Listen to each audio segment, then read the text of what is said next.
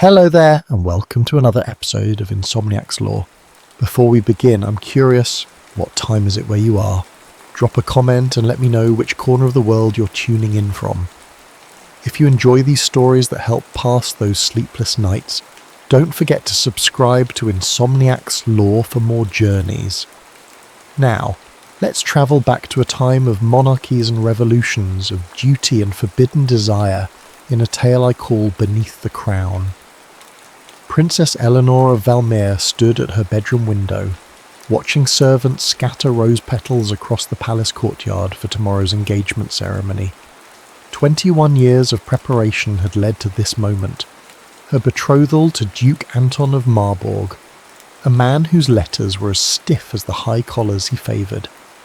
"Your Highness," her lady-in-waiting Marguerite said from behind, "the seamstress needs you for a final fitting." Eleanor sighed, her breath fogging the leaded glass. "Tell her I'll be there shortly." But she remained motionless, studying her reflection in the window. The woman staring back wore a carefully composed expression, betraying nothing of the turmoil beneath. Eleanor had been raised to be the perfect royal vessel, her posture impeccable, her manners flawless, her opinions calibrated to the exact requirements of diplomacy. The crown that awaited her might as well have been a cage. "Princess," Marguerite prompted again. "What do you think it's like out there, Marguerite?" Eleanor asked suddenly. "Beyond these walls, among ordinary people?" Marguerite's face softened with concern. "I wouldn't know, Your Highness. I've been in palace service since I was 12. "Neither of us knows," Eleanor murmured. "That's rather the tragedy, isn't it?" Later that evening, as courtiers laughed too loudly at her father's jokes and ladies whispered behind fans about Duke Anton's imminent arrival, Eleanor slipped away. In the royal library she pulled a volume of botanical illustrations from a high shelf, releasing a small brass key hidden behind it. The key opened a forgotten servant's passageway that led to the palace gardens. A quarter-hour later, she emerged through an ivy-covered doorway wearing a plain blue dress borrowed from Marguerite, her golden hair tucked beneath a simple cap. No royal jewels, no elaborate gown, nothing to mark her as Princess Eleanor of Valmere, future Queen Consort of Marburg. For the first time in months, she felt like she could breathe. The capital city of Lumine sprawled beyond the palace gates, a labyrinth of grand boulevards and cramped alleyways. Eleanor moved cautiously through streets lined with vendors selling everything from spiced wine to silk ribbons. No one spared her a second glance, a freedom more intoxicating than any wine she'd sipped at royal banquets. A sudden shower drove her to seek shelter, and she ducked into the nearest shop. A bell tinkled above the door as she entered what appeared to be a bookbindery. The scent of leather, paper and glue filled the air. "One moment!" called a male voice from the back room. Eleanor wandered among the shelves, trailing her fingers over book spines. Unlike the palace library's uniform leather-bound volumes, these books were diverse in size and binding, some plainly covered, others adorned with intricate designs. Looking for anything in particular? The voice belonged to a young man who emerged from behind a curtain, wiping ink-stained hands on a cloth. He was tall and lean, with unruly dark hair and intelligent eyes that assessed her with undisguised curiosity. "Just browsing," Eleanor replied, conscious of keeping her accent neutral. "The rain drove me in." "Then the rain has good taste." He smiled, revealing a dimple in his left cheek. "I'm Gabriel Laurent. This is my shop, such as it is." "A pleasure," she said, nearly extending her hand in the formal court manner, before catching herself. "I'm Ellie," Gabriel gestured toward the shelves. "Well, Ellie, welcome to the poorest bookshop in Lumine, and the richest in thought." Eleanor raised an eyebrow.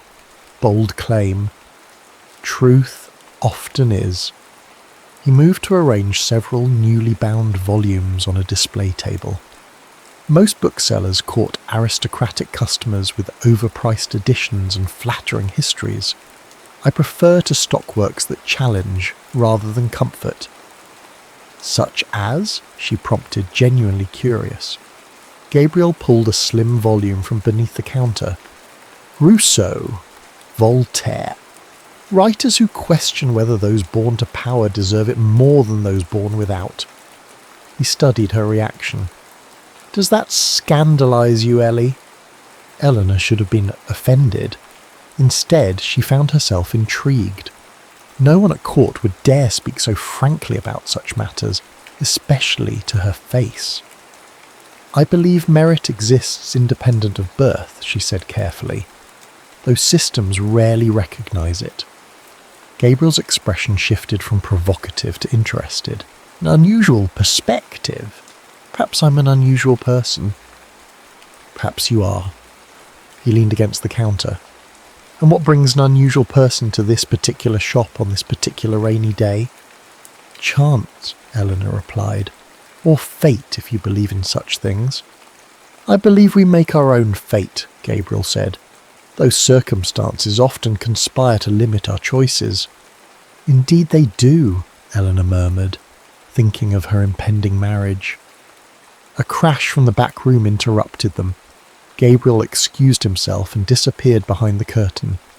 Eleanor heard him speaking softly, comfortingly to someone. He returned moments later, apologetic. My sister. She's practicing her letters but becomes frustrated easily. Is she very young? Eleanor asked. 16, but... He hesitated. Isabel had a fever as a child. Her mind works differently now. Some things come harder to her. The affection in his voice touched Eleanor.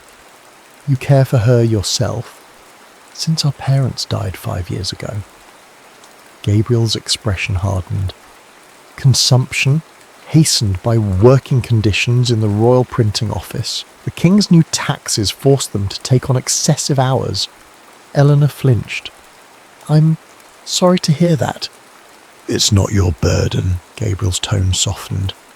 Forgive me. I shouldn't speak of such things to a customer. I asked, Eleanor said, then added without thinking, and I'm not yet a customer.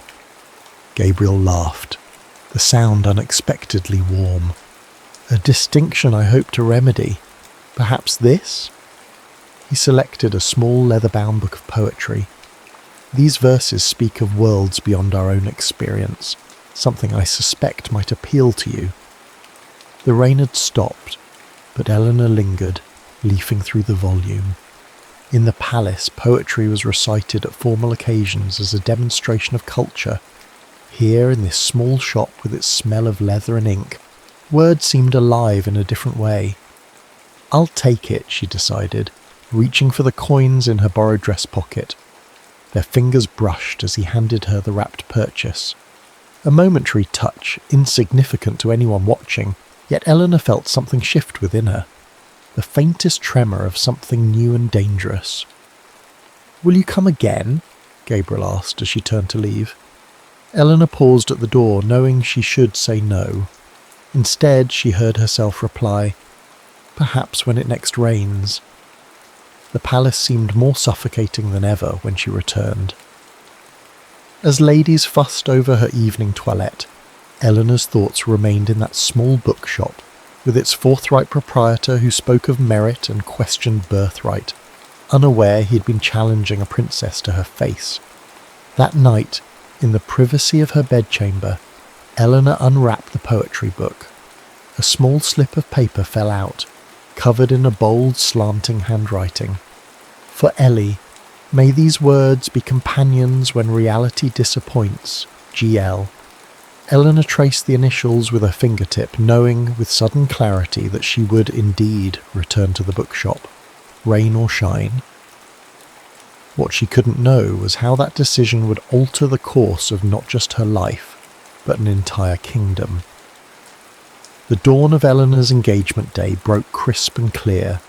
Palace servants scurried about with last-minute preparations, while courtiers jockeyed for optimal positions at the ceremony. Amid the chaos, the princess sat unnaturally still as her hair was arranged in elaborate coils. "You seem distracted, Your Highness," observed Lady Hortense. her father's cousin and Eleanor's unofficial chaperone. Contemplating your future responsibilities, no doubt. Eleanor murmured agreement, though her thoughts were elsewhere. In 3 weeks since discovering Gabriel's bookshop, she had returned 5 times, each visit lengthening as their conversations deepened. Today, hours before pledging herself to Duke Anton, all she could think about was a commoner, with ink-stained hands and radical ideas. "The Duke's envoy reports they are 2 hours from arrival," a messenger announced. 2 hours, Eleanor repeated hollowly. Lady Hortense mistook her tone for impatience. "The wait will soon be over. You've been prepared for this match since childhood." Prepared, yes. Eager, no. The engagement ceremony proceeded exactly as rehearsed. Duke Anton of Marburg, a tall, austere man of 35 with cold blue eyes, placed a sapphire ring on Eleanor's finger while courtiers applauded. If he noticed her forced smile, he gave no indication. "You will make a suitable consort," he told her during their first private moment together, his tone suggesting he was evaluating a mare at auction. "Though your interests in literature and science are unseemly for a woman of your station, such pursuits should be abandoned after our marriage." Eleanor felt as if the air had been squeezed from her lungs. "My education has been extensive, Your Grace. My father believes an informed mind makes for a wiser ruler." "Your father indulges you," Anton replied. "I will not be so permissive." Later, as the palace ballroom swirled with dancers celebrating the engagement, Eleanor excused herself, claiming a headache. Instead of retiring to her chambers, she changed into her plain dress and slipped away through the servants' passage. She found Gabriel's shop dark and locked. A neighbouring merchant informed her that Gabriel attended a meeting of the Literary Society on Wednesday evenings. Following the woman's directions, Eleanor discovered a tavern called the Philosopher's Stone tucked away on a side street. Through its windows she could see a group gathered around a long table, Gabriel among them. She hesitated, then pushed open the door. Conversation halted as heads turned toward her. Gabriel's expression moved from surprise to genuine pleasure. "Ellie, everyone, this is the customer I mentioned, the one with unexpected opinions on Rousseau." He pulled out a chair. "Join us. We're debating whether art should serve revolution or beauty." Eleanor sat, acutely aware of the engagement ring hidden in her pocket. For the next 2 hours she listened and occasionally contributed as the group, comprised of writers, artists and tradespeople, debated literature and politics with a freedom unimaginable at court. No one deferred to anyone else based on status or wealth. Ideas alone carried weight. Afterward, Gabriel walked her toward the palace district, neither mentioning how unusual it was for a woman to be out unescorted after dark. "You were quiet tonight," he observed. "I was learning," Eleanor replied. "Your friends speak so passionately about changing the world." "They do," Gabriel smiled. "Some talk more than act, but their hearts are in the right place." He glanced at her. "You seemed troubled when you arrived." Eleanor stopped walking. In the silver moonlight, Gabriel's face appeared both familiar and otherworldly. 3 weeks of conversations had created a dangerous intimacy between them. Dangerous because it was founded on a lie. "If someone expected you to be something you're not," she asked carefully, "would you transform yourself to meet their expectations?" Gabriel considered this. "That depends. Is the expectation just? Does it harm others or yourself?" "It harms no one but me," Eleanor whispered. "And perhaps it's selfish to resist." Gabriel turned to face her fully. "Ellie, selfish is not a word I would ever associate with you." His voice softened. "Who's trying to change you?" The question hung between them. Eleanor nearly confessed everything, her identity, her engagement, her lifelong captivity in a role she'd never chosen. But revealing herself now would end whatever this was between them. Gabriel despised the aristocracy. How much more would he despise a princess? "It doesn't matter," she said finally. "Tell me more about your play instead." Gabriel had been working on a stage drama about commoners rising against corrupt nobility. With each of Eleanor's visits, he'd shared new scenes, unknowingly receiving feedback from a princess on a play criticising her class. "I've rewritten the ending," he told her, as they resumed walking. "The nobleman realises his privilege has blinded him to suffering. He renounces his title to live honestly among the people he once oppressed." "A noble sacrifice," Eleanor murmured. "Is it sacrifice to abandon something that was never rightfully yours?" Gabriel countered. "Or merely justice?" Eleanor had no answer. They walked in comfortable silence until reaching a corner near the palace walls. "This is far enough," she said, as always. "Why won't you let me walk you home?" Gabriel asked, not for the first time. "Because," Eleanor hesitated, "because some boundaries are necessary." "Are they? Or merely convenient?" His eyes searched hers. "Who are you really, Ellie?" The question startled her. "What do you mean? You speak like someone educated at university yet dressed like a shopgirl. You reference books few women have access to. You disappear for days, then reappear without explanation." He stepped closer. "You're hiding something." Eleanor's heart pounded. "We all have secrets. Not from people we care about." The words hung between them, an admission neither had voiced before. Eleanor felt something within her fracture, a hairline crack in the wall she'd built between her real self and her royal identity. "If I told you everything," she whispered, "you might hate me." Gabriel reached out, brushing a strand of hair from her face. "I could never hate you." In that moment, Eleanor wanted desperately to believe him, but she had seen the contempt in his eyes when he spoke of the palace, heard the bitterness when he mentioned the king, her father. "I should go," she said, stepping back. Gabriel didn't follow. "The midsummer masquerade is tomorrow night at the town square," he said instead. "Everyone wears masks. No one is judged by their station or appearance." His eyes held hers. "Will you come?" A masked celebration, where for one night she could be simply Ellie without fear of discovery, where she could be with Gabriel as equals, no lies between them. "Yes," she answered, surprising herself. "Yes, I'll come." The next evening, Eleanor begged illness to excuse herself from a formal dinner with Duke Anton and his entourage. Once alone, she donned a simple blue dress, the colour Gabriel had once said matched her eyes, and covered it with a dark cloak. For the masquerade, she'd procured a delicate silver mask adorned with tiny sapphires that matched her hidden engagement ring. The town square blazed with torchlight. Musicians played lively tunes while masked dancers twirled around a maypole. Vendors sold wine and pastries from colourful stalls.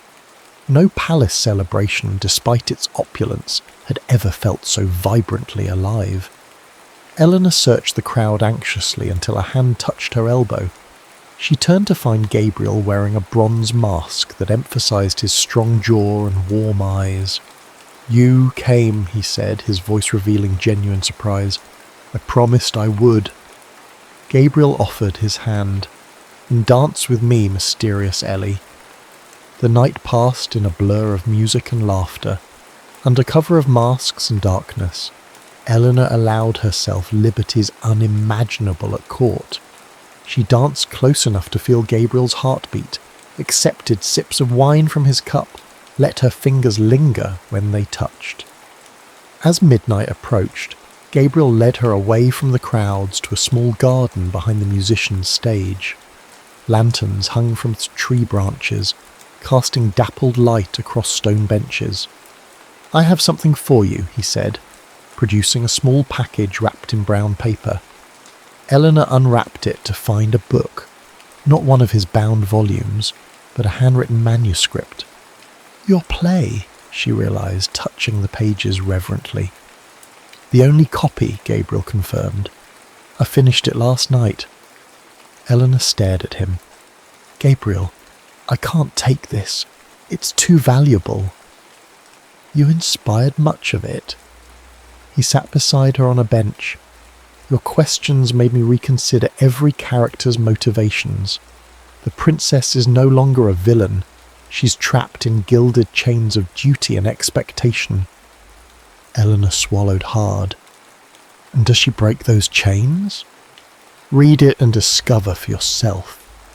Gabriel reached up and gently removed her mask. His fingers brushed her cheek. Though I suspect you already know what it's like to be caught between worlds. The air between them changed, charged with unspoken confessions. Eleanor knew she should leave, return to the palace, to her fiancé, to her duty. Instead, she remained motionless as Gabriel leaned forward. If only I were not who I am, she whispered. If only the world were kinder, he replied. Their lips met in a kiss that contained both question and answer. Eleanor felt something unlock within her chest, a door flung open after years sealed shut. This then was what the poets wrote about. This was what her life had been missing. When they finally parted, Gabriel pressed his forehead to hers. I'm in love with you, he admitted, whoever you truly are. Eleanor closed her eyes, savouring words she'd never expected to hear. And I with you. A sharp intake of breath behind them shattered the moment. Eleanor turned to see a palace guard watching from the garden entrance. His mask pulled aside to reveal a face she recognised, one of Duke Anton's personal sentries. I must go, she said urgently, gathering her cloak. Gabriel caught her arm. Ellie, wait! But she was already fleeing through the garden's rear gate. His manuscript clutched to her chest, her silver mask left forgotten on the bench. What she didn't see was the guard approaching Gabriel, didn't hear the cold voice saying, Mr. Laurent, I believe. The Duke of Marbourg would appreciate a word with you. Eleanor hadn't slept. Dawn found her pacing her chambers, alternating between reliving Gabriel's kiss and panicking over the guard's presence. If he reported to Anton... A sharp knock interrupted her thoughts. Enter, she called, composing her expression. Lady Hortense stepped inside, her face unusually grave. Your Highness, His Majesty requests your immediate presence in the private council chamber. Eleanor's stomach twisted. Did he say why? No, Princess, but Duke Anton is with him. The walk to the council chamber felt interminable. Eleanor's mind raced through possible explanations, potential defences, necessary lies. But nothing prepared her for the sight that greeted her when the doors swung open. Gabriel knelt on the stone floor, hands bound behind his back. A purpling bruise darkened his left cheekbone. 2 royal guards stood at attention behind him. Their eyes met across the chamber, hers wide with horror, his first shocked, then comprehending. Princess Eleanor, he whispered, the title falling from his lips like a stone. King Aldric III sat at the head of the council table, his expression thunderous. Duke Anton stood at his right hand, cold satisfaction evident in his posture. Daughter, the king said, his voice dangerously quiet, explain yourself. Eleanor struggled to find her voice. Father, whatever you believe, what I believe, Aldric interrupted, is what Duke Anton's men witnessed. My daughter, the Crown Princess of Valmir, behaving like a common trollop with a seditious bookbinder. Gabriel flinched at the words, then raised his chin defiantly. Your Majesty, the princess bears no blame. Silence! The king roared. You will speak when granted permission, not before. Eleanor took a steadying breath. Father, there has been a misunderstanding. Mr. Laurent is a shopkeeper I met while researching local literature. Nothing inappropriate occurred. Anton stepped forward, producing a familiar silver mask. Then why were you masked, Princess? Why the deception? Why the kiss my guard witnessed? Eleanor faltered, lies deserting her. In the awful silence, Gabriel spoke again, his voice steady despite his circumstances. Your Majesty, if I may, I am solely responsible. I pursued the princess, unaware of her identity. The fault is entirely mine. Gabriel, no, Eleanor protested, but the king was already nodding grimly. At least the commoner acknowledges his crime. He turned to Eleanor. As for you, daughter, this infatuation ends now. Your engagement to Duke Anton proceeds as planned, with the wedding moved forward to next week. Father, Eleanor's protest died as Aldrich raised his hand. Additionally, the king continued, this man will be charged with sedition. Anton's men found treasonous pamphlets in his shop calling for the overthrow of the monarchy. For the first time, genuine fear crossed Gabriel's face. Your Majesty, those pamphlets were not mine. I merely... The penalty for sedition, Aldrich continued implacably, is death. Eleanor felt the world tilt beneath her feet. No, she gasped. Father, please. The matter is decided, the king stated. Guards, remove the prisoner to the... Wait! Eleanor's voice rang through the chamber with unexpected authority. Every head turned toward her. Wait, she repeated more softly. I request a private audience, Father. Please. Aldrich studied her, then nodded curtly. Everyone out, except my daughter. As the guards hauled Gabriel to his feet, his eyes locked with Eleanor's. In that brief moment, everything passed between them. Regret, confusion, and something that transcended the terrible circumstances. A love that had bloomed against impossible odds. Then he was gone, and Eleanor faced her father alone.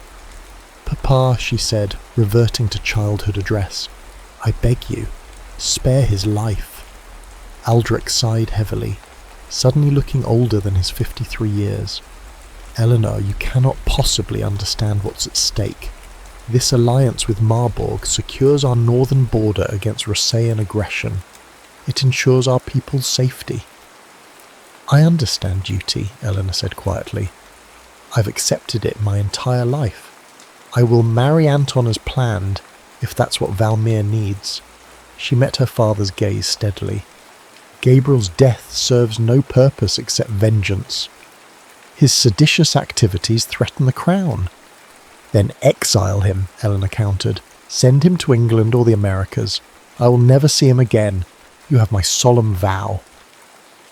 Aldrich studied his daughter, the golden-haired mirror of her long-dead mother, and his expression softened fractionally. You truly care for this commoner? Eleanor hesitated, then answered truthfully. Yes, but I care more for Valmir. I will honour my commitment to our kingdom. A long silence followed. Finally, Aldrich nodded. Very well. The bookbinder will be exiled to England, never to return on pain of death. His eyes hardened. But hear me clearly, daughter. You will marry Anton in 1 week. You will perform your duties as his wife and future queen without complaint. You will never, never speak this man's name again. I understand, Eleanor whispered. Thank you, Father. 2 days later, Eleanor stood alone on the highest palace tower, watching a merchant ship cast off from the harbour. Somewhere below deck, Gabriel was beginning his journey to exile, believing she had abandoned him for wealth and position. She had been forbidden from seeing him, forbidden from explaining. From her private quarters, she had managed to send a servant girl with a single message. I had no choice. Forgive me. Whether he received it, she would never know. As the ship disappeared over the horizon, Eleanor removed Gabriel's manuscript from her pocket. She had read it through tears the night before. The story of a princess who sacrificed everything for her kingdom, never knowing that her commoner love would have sacrificed everything for her. Be well, Gabriel, she whispered to the vanishing sails. Write your plays, find happiness. She would never see him again. That was the price of his life and the price of her crown.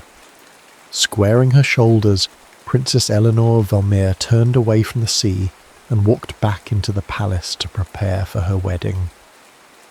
5 years later, Queen Eleanor of Valmere stood at the same tower window where she had watched Gabriel's ship disappear.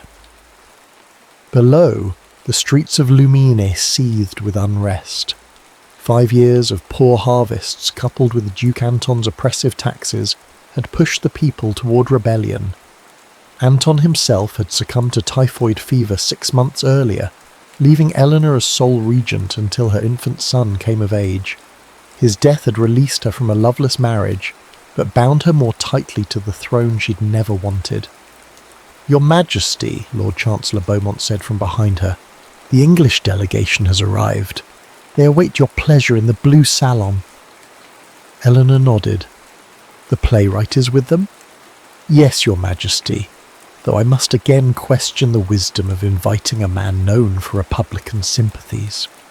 "Gabriel Laurent's works are performed in every European capital," Eleanor replied, using the name she'd been forbidden to speak for 5 years. "His voice carries weight with the people. If he endorses our reforms, it may prevent bloodshed." What she didn't say was how she'd follow Gabriel's rise to literary fame from afar. How she'd secretly ordered every play he published. How she'd implemented reforms inspired by ideas he'd shared during those few precious weeks when she was simply Ellie, not a princess bound by duty. "Very well, Your Majesty," Beaumont conceded, though I advise caution. Mr. Laurent's latest work, The Crown's Shadow, is hardly flattering to monarchy. Eleanor smiled faintly. "I've read it, Chancellor. It's his finest work." The blue salon hummed with diplomatic conversation when Eleanor entered. All rose and bowed, including a figure at the far end whose face she couldn't immediately see. But she would know that posture anywhere. The slight tilt of the head, the squared shoulders. "Gentlemen," she greeted the delegation, her voice steady despite her thundering heart. "Valmere welcomes you." The English ambassador made formal introductions, saving Gabrielle for last. When he finally stepped forward and bowed, Eleanor had to grip her throne to remain upright. 5 years had transformed the bookbinder into a literary lion. He was broader through the shoulders, his face more angular, his eyes bearing the depth that comes only from living fully. But the dimple in his left cheek remained when he offered a careful smile. "Your Majesty," he said, his voice achingly familiar. "England thanks you for your hospitality." If he felt anything upon seeing her again, his expression revealed nothing. Eleanor matched his composure, though it cost her dearly. "Mr. Laurent," she acknowledged with a regal nod, "your reputation precedes you. We look forward to discussions about how your unique perspective might benefit Valmere during these troubled times." The formal pleasantries continued, but Eleanor felt Gabriel's eyes on her throughout.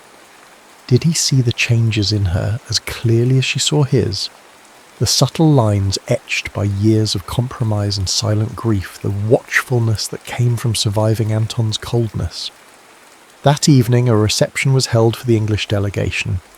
Eleanor circulated among the guests, performing her royal duties flawlessly, while hyper-aware of Gabriel across the room, deep in conversation with a group of progressive nobles. As the gathering wound down, Eleanor retreated to a quiet alcove for a moment's respite. She was studying a tapestry when a voice behind her said quietly, "It seems we are destined to meet at masquerades, Princess. Though tonight, our masks are invisible." She turned to find Gabriel standing a respectful distance away, a glass of wine in his hand. No one else was within earshot. "Mr. Laurent," she acknowledged, "I wondered if you would seek a private word." "Did you?" His expression remained neutral. "I wondered if you would permit one." Eleanor glanced around to ensure they weren't observed, then indicated a small side door. The palace gardens, 5 minutes. The night air carried the scent of jasmine as Eleanor paced a secluded garden path. When Gabriel appeared, he stayed several paces away, maintaining a distance that felt both proper and painful. "Congratulations on your literary success," she offered. "Your plays are extraordinary." "Thank you, Your Majesty." The formality stung worse than anger would have. "And congratulations on your son. The future king, I understand." Eleanor nodded. "Alexander. He's 4 months old." An awkward silence fell between them, so different from the easy conversation they'd once shared. "Why am I here, Eleanor?" Gabriel finally asked, dropping royal address. "Why summon me after 5 years of silence?" "Valmir stands on the brink of revolution," she replied. "Your words carry influence. I hoped you might help prevent violence." "My words?" His laugh held no humour. "The same words that once branded me a seditionist. The same words that got me exiled?" Eleanor flinched. "That wasn't my choice." "Wasn't it?" Gabriel stepped closer, his composure cracking. "I received your message, you know. I had no choice, forgive me, as if duty could excuse everything." "Wasn't duty," Eleanor whispered. "It was your life, Gabriel. My father would have executed you for sedition. I traded my freedom for your life." Gabriel stared at her, shock replacing anger. "What are you saying?" "I made a bargain," Eleanor explained, the words tumbling out after years of silence. "My compliance with the marriage to Anton in exchange for your exile instead of execution. I wasn't permitted to see you or explain." "You sacrificed yourself," Gabriel said slowly, "for me." Eleanor looked away. "You would have done the same." "Yes," he admitted softly, "I would have." Another silence fell, but the quality of it had changed. No longer strained but breathless, like the pause before a symphony's climax. "I built you into my villain," Gabriel finally said. "All these years my writing was fueled by the belief you'd chosen crown over love, that you'd used me to taste freedom before returning to privilege." "And now?" Eleanor asked. Gabriel's expression softened. "Now I see the princess from my play, the one who sacrifices everything for her kingdom while losing what she loves most." "She was always me," Eleanor admitted, "just as you were always the commoner who taught her to question everything she'd been raised to believe." Gabriel closed the distance between them, propriety forgotten. "I never stopped loving you," he confessed, "even when I thought I hated you." Eleanor's eyes filled with tears. "And I never stopped loving you, even when I couldn't speak your name." His hand rose as if to touch her face, then dropped away. "But you're still a queen, and I'm still a commoner." "Things are changing," Eleanor said urgently. "The old order is collapsing across Europe. Here in Valmir, the people demand a constitutional monarchy, limited royal powers, a parliament of elected representatives." Gabriel's eyes widened. "You support this?" "I've spent 5 years implementing what reforms I could. Anton blocked most, but since his death..." She drew a deep breath. "I've drafted a constitution. Once ratified, the monarch becomes largely ceremonial. And if the people demand more, if they reject monarchy entirely..." Eleanor's gaze was steady. "Then I will step aside. Valmir's welfare matters more than my crown." Gabriel stared at her in wonder. "You've changed." "We both have." Eleanor smiled sadly. "Life continues, even when we think it's ended." A shout from the palace interrupted them. Lord Chancellor Beaumont appeared at the garden entrance, his face ashen. "Your Majesty, revolutionaries have breached the city gates. The palace guard requests your immediate withdrawal to the secure chambers." Eleanor straightened. Queen once more. "I will address them instead. Your Majesty, I must protest. These are my people, Chancellor. I will not hide." Gabriel stepped forward. "I'll come with you." Eleanor hesitated. "Why would you risk yourself?" "Because," Gabriel said simply, "I believe in the queen you've become." Within the hour, Eleanor stood on the palace balcony facing a sea of torches. The crowd roared when she appeared, some in anger, others in anticipation. Gabriel remained inside at her insistence, watching through a window. "People of Valmere," Eleanor called, her voice carrying across the square, "I hear your demands for change." "No more empty promises," someone shouted. Others took up the cry. Eleanor raised her hands. "Not promises, action. Tomorrow I will present to your elected representatives a constitution that limits royal power and establishes a parliament with true authority." The crowd quieted, skepticism mingling with surprise. Eleanor continued, her voice growing stronger. "I was born to privilege I never earned. For too long Valmere has suffered under laws that protect the few while burdening the many. This ends now." She removed her crown and held it before her. "This crown will serve Valmere, not rule it. I swear this on the memory of my mother, who taught me that true leadership lies in service, not power." A hush fell over the square as her words registered. Then from the back of the crowd a voice called out, "Long live the Queen!" Others joined uncertainly at first, then with growing conviction. In that moment, Eleanor caught Gabriel's eye through the window. His expression held something she'd never expected to see again: pride. The revolution paused that night, not extinguished but transformed into an uneasy hope. In the palace library, Eleanor met with revolutionary leaders, Gabriel serving as mediator. By dawn they had hammered out a framework for transition. "It won't be easy," Gabriel warned, as they finally found themselves alone in the library, dawn breaking outside the windows. "Some will resist change on both sides." "Nothing worthwhile ever is," Eleanor replied, exhaustion evident in the slope of her shoulders. Gabriel studied her in the morning light, a queen who had just willingly relinquished power to save her kingdom from bloodshed. "I misjudged you," he admitted softly. "In my plays, I portrayed royalty as universally corrupt and self-serving. You've proven me wrong." "Perhaps we both needed these years apart," Eleanor suggested. "You to find your voice, me to find my purpose." "And now?" Gabriel asked, the question encompassing far more than the immediate future. Eleanor met his gaze directly. "Now we build something new, for Valmere." What remained unspoken hung between them, and perhaps for us. The year that followed tested Valmere to its core. The transition to constitutional monarchy progressed in fits and starts, some days bringing triumph, others near disaster.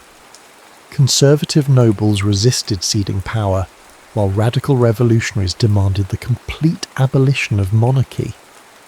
Through it all, Queen Eleanor walked a precarious middle path. In public, she remained the composed sovereign guiding her nation through transformation. In private, she battled exhaustion, opposition, and the constant fear that compromise would satisfy no one. Gabriel remained in Valmere as part of the English delegation, ostensibly to observe the political transition. In truth, he had become essential to the process, respected by revolutionaries for his progressive ideals, yet pragmatic enough to recognise the value of gradual change. They worked together almost daily, their personal history subsumed beneath the weight of national crisis. Yet sometimes, in quiet moments between meetings, their eyes would meet across a table, and everything unspoken would pass between them. "The Assembly votes tomorrow on the final constitution," Eleanor noted one evening as they reviewed documents in her study. Winter rain lashed against the windows, reminiscent of the day they'd first met. "They'll ratify it," Gabriel replied, with more confidence than he felt. "The moderates have rallied enough support." Eleanor set down her quill. "And then?" "Then Valmere becomes a constitutional monarchy. Your role becomes ceremonial but stable. The real work of governance passes to elected officials." "No," Eleanor said softly. "I meant, and then what for you? The English delegation departs next week, it's so..." The question hung between them. For months they had carefully avoided discussing anything beyond Valmir's future. Gabriel rose and walked to the window, watching raindrops trace patterns down the glass. "I've been offered a position at the Theatre Royal in London, a playwright in residence." "A great honour," Eleanor said, fighting to keep her voice steady. "You should accept." "Should I?" Gabriel turned to face her. "Is that what you want?" Eleanor's diplomatic composure, perfected through 27 years of royal training, finally cracked. "What I want has rarely mattered. It matters to me." Gabriel moved closer. "It's always mattered to me." "I am still a queen," Eleanor reminded him, "ceremonial or not. And you, I am still a commoner," he finished. "Those facts haven't changed." "No," Eleanor agreed. "But we have." She stood, eliminating the last distance between them. 5 years ago, I sacrificed us for Valmir's stability. I would make the same choice again." "I know," Gabriel said softly. "It's one of the countless reasons I love you." The admission, spoken plainly after years of silence, made Eleanor catch her breath. "Gabriel, let me finish," he interrupted gently. 5 years ago, love and duty stood opposed. I've spent every day since learning they needn't be enemies. His hands found hers. "A ceremonial queen needs a consort who understands both palace and public, someone who can bridge worlds." Eleanor's eyes widened. "Are you suggesting—" "A new kind of partnership," Gabriel confirmed. "Not husband and wife in the traditional sense, Valmir isn't ready for that, but public allies, collaborators in creating the culture this new Valmir needs." "The nobility would resist," Eleanor warned. "They have accepted constitutional limits on my power, but a commoner as royal confidant? That crosses every boundary they hold sacred." Gabriel smiled, the familiar dimple appearing in his cheek. "Let them resist. Boundaries exist to be questioned. You taught me that." "I did?" Eleanor asked, surprised. "When a princess disguised herself as a commoner to visit a bookshop," Gabriel explained. "When she debated philosophy instead of discussing fashion. When she dared imagine a different life." Eleanor's expression softened at the memory. "I was so naive then." "You were brave," Gabriel corrected, "and you're braver now." Eleanor studied him. The playwright who had once wanted to tear down monarchy itself, now proposing to stand beside it. "And your writing? Your truth-telling? Would you sacrifice that to stand in a palace shadow?" "Never," Gabriel replied firmly. "Any alliance between us depends on my continued freedom to write honestly, to criticize where criticism is needed, to praise when praise is earned." A laugh escaped Eleanor, the first genuine one in months. "You propose to court and critique me simultaneously." "I propose to love and challenge you simultaneously," Gabriel corrected, "as I always have." Eleanor turned away, moving to the portrait of her father that hung above the fireplace. King Aldrich had died during the early days of revolution, never seeing the changes his daughter would implement. "He wanted me safely married to power," she mused, "protected within traditional structures." "And what do you want?" Gabriel asked again. Eleanor faced him, queen and woman both. "I want a partner, not a protector. I want someone who sees Eleanor beneath the crown." "I've never seen you any other way," Gabriel said simply. "Even when I didn't know who you truly were, I saw you."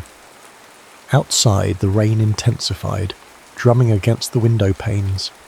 Inside, the study remained silent as Eleanor considered a future neither of them had dared imagine possible. "The Constitution will be ratified tomorrow," she finally said. "Valmir will begin its new chapter." She stepped toward him, decision made. "I would like you to stay, Gabriel Laurent. not as part of any delegation, but as royal dramatist. Gabriel raised an eyebrow. Is that even a position? It is now, Eleanor declared with a hint of her old royal authority. Valmere needs art that speaks truth to both palace and public. Stories that help us understand who we are becoming. And is that all you're asking? Gabriel pressed gently. A professional arrangement? Eleanor's diplomatic reserve dissolved entirely. She reached for his hand. I'm asking for time. Time to discover who we might be to each other in this new world we're creating. Time to love without sacrifice. Gabriel's free hand rose to touch her cheek. Then time is what we shall have. 1 year to the day after Eleanor had stood on the palace balcony and offered a constitution instead of a crown, the Royal Theatre of Valmere opened its doors for the first time. The building stood as a bridge between palace and city, funded partly by the crown, partly by public subscription, owned equally by both. On opening night, nobility and commoners filled separate sections, the divide between them visible in dress and demeanour. On stage, however, that divide vanished as Gabriel's new play unfolded, the story of a kingdom transformed not by bloodshed, but by the courage to question tradition. Eleanor watched from the royal box, no longer wearing a crown, but a simple circlet that symbolised her ceremonial role. In the playwright's box opposite sat Gabriel, their eyes meeting occasionally across the theatre in a private communication no one else could interpret. When the final curtain fell, the audience rose as one in thunderous applause. For a moment, brief but significant, class distinctions disappeared in shared appreciation. "Your Majesty," the Lord Chancellor murmured, as the crowd began to disperse. "The reception awaits." Eleanor nodded, rising to make her way to the theatre foyer, where custom dictated she would receive formal greetings from aristocratic patrons. Gabriel would be there too, accepting congratulations for his work. They would maintain proper distance, their public interactions restricted to respectful conversation about art and national culture.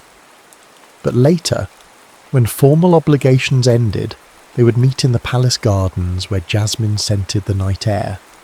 There, beyond public scrutiny, a queen and a playwright would continue writing their own story, one that had begun in a bookshop during a rainstorm and continued despite every boundary society had placed between them.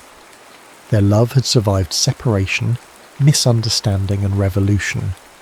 Now, in a Valmere slowly healing its divisions, that love would help build something entirely new, a future where duty and desire no longer stood opposed.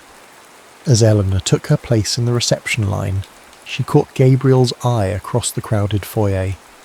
His expression mirrored what she felt: gratitude for second chances, wonder at how far they'd come, and the quiet certainty that some loves were destined to endure even when the world conspired against them. Especially then.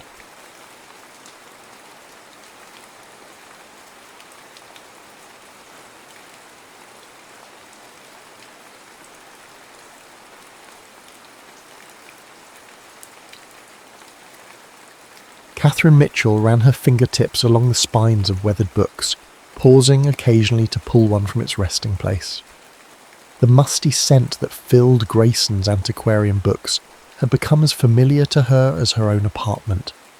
At 28, her life had settled into comfortable predictability, weekdays at the New York Public Library where she worked as a reference librarian, and weekends hunting through second-hand bookshops for overlooked treasures.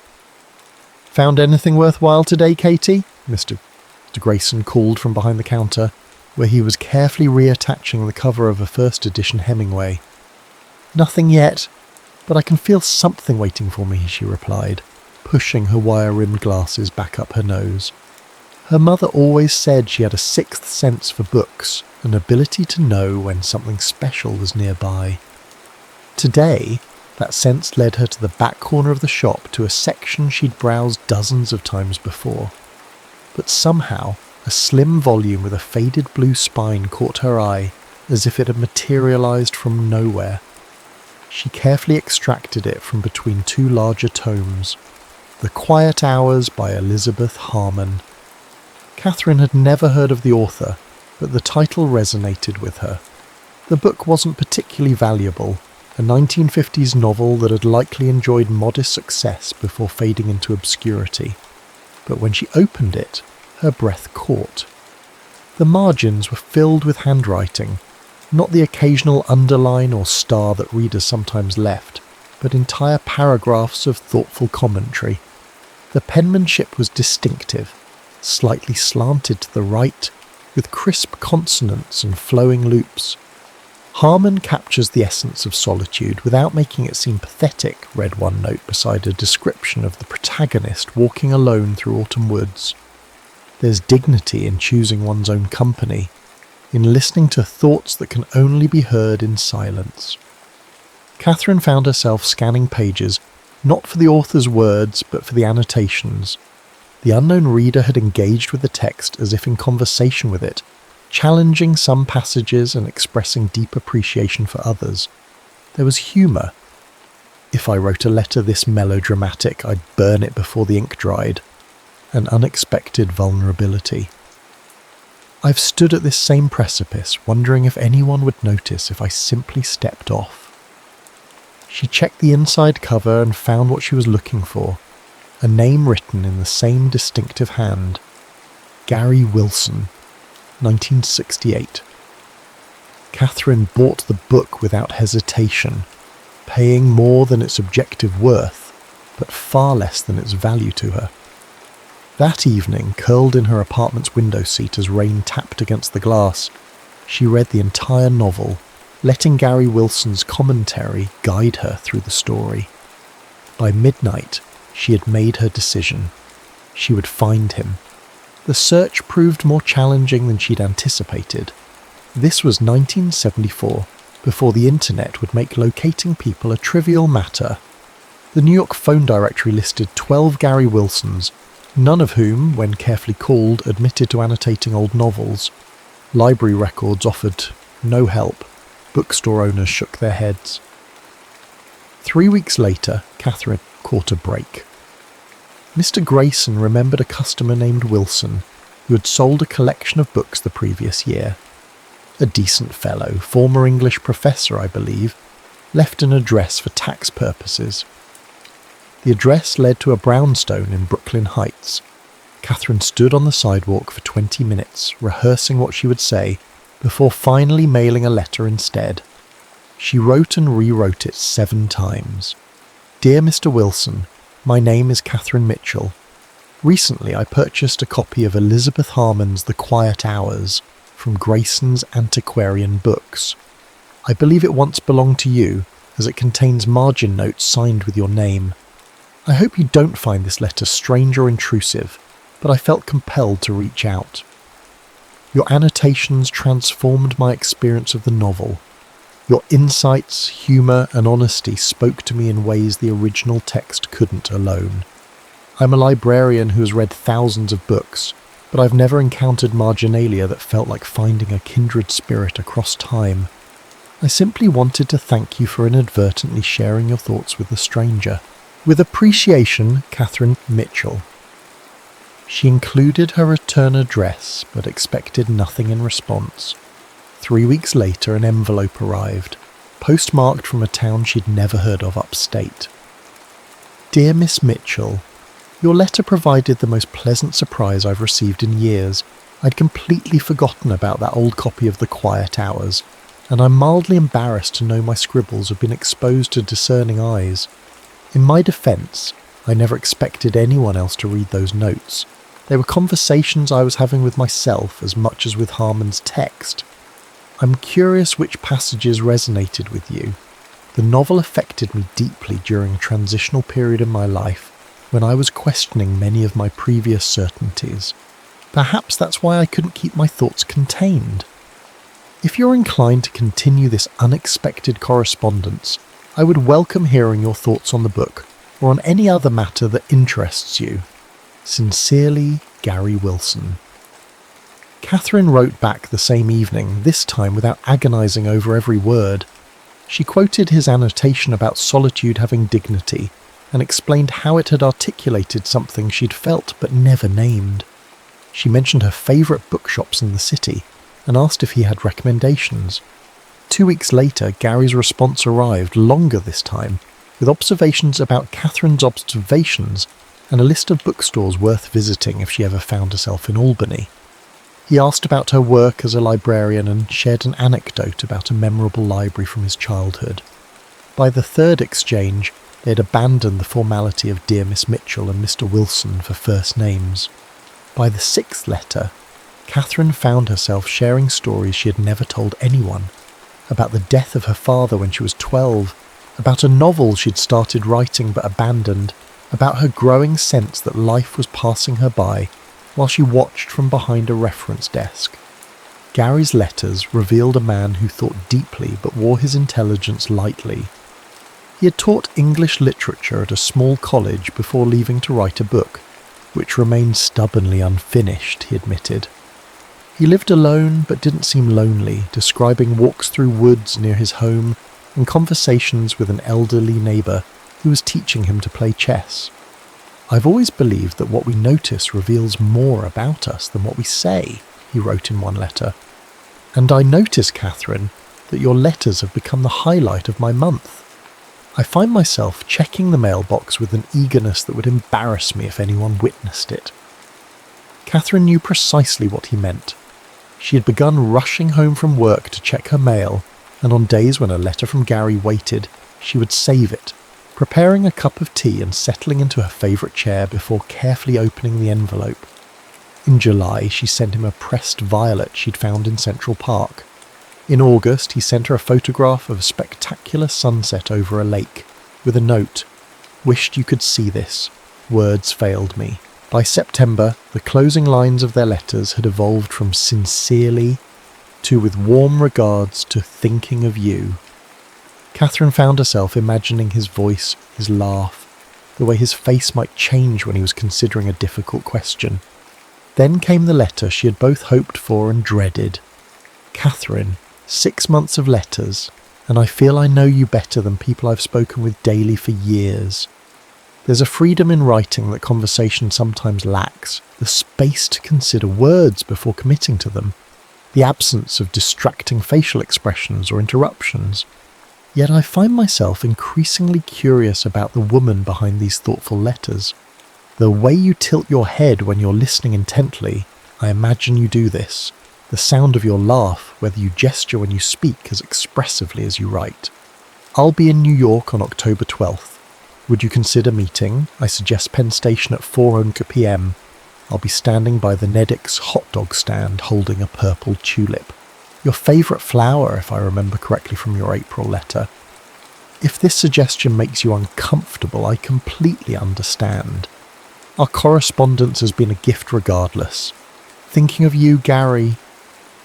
Catherine read the letter 12 times. She wrote 4 different responses before settling on the simplest. "Yes, I'll be there. Looking forward to it more than I can say." October 12th arrived with Catherine in a state of nervous excitement she hadn't experienced since childhood, Christmases.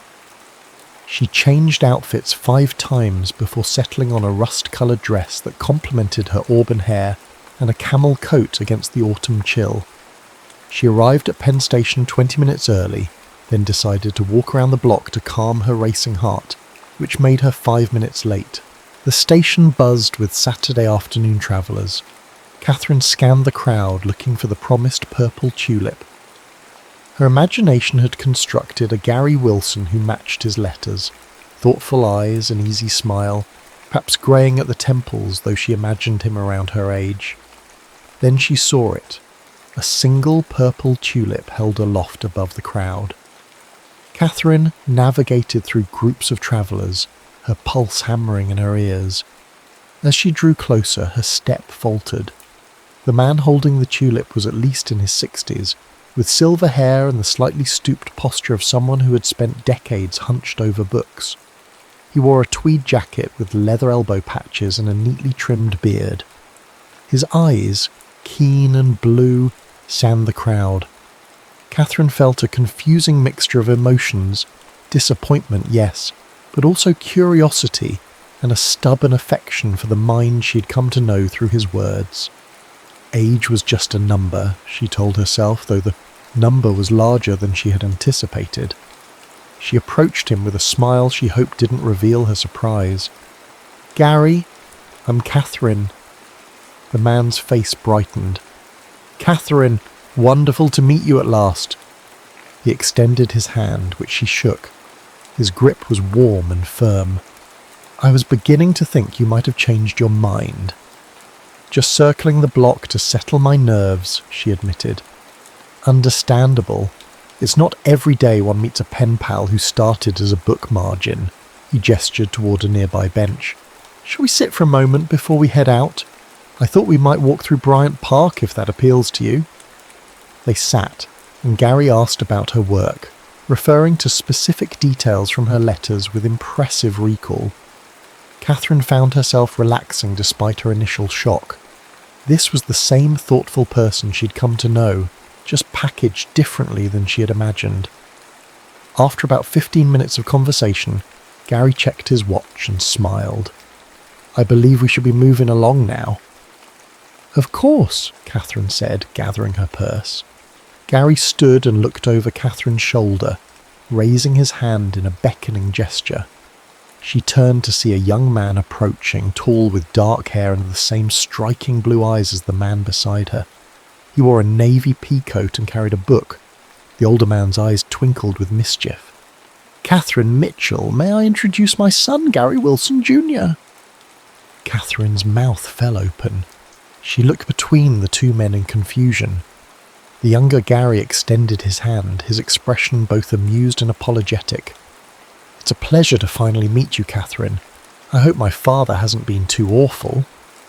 "Your father," Catherine repeated, feeling as if she had stepped into an alternate reality. Gary Sr. chuckled. "I may have neglected to specify which Gary Wilson annotated that book. Junior inherited not only my name, but my tendency to argue with authors in the margins." "This was your idea, wasn't it?" Catherine asked Gary's father with fond exasperation. "Entirely," the older man admitted without a trace of remorse.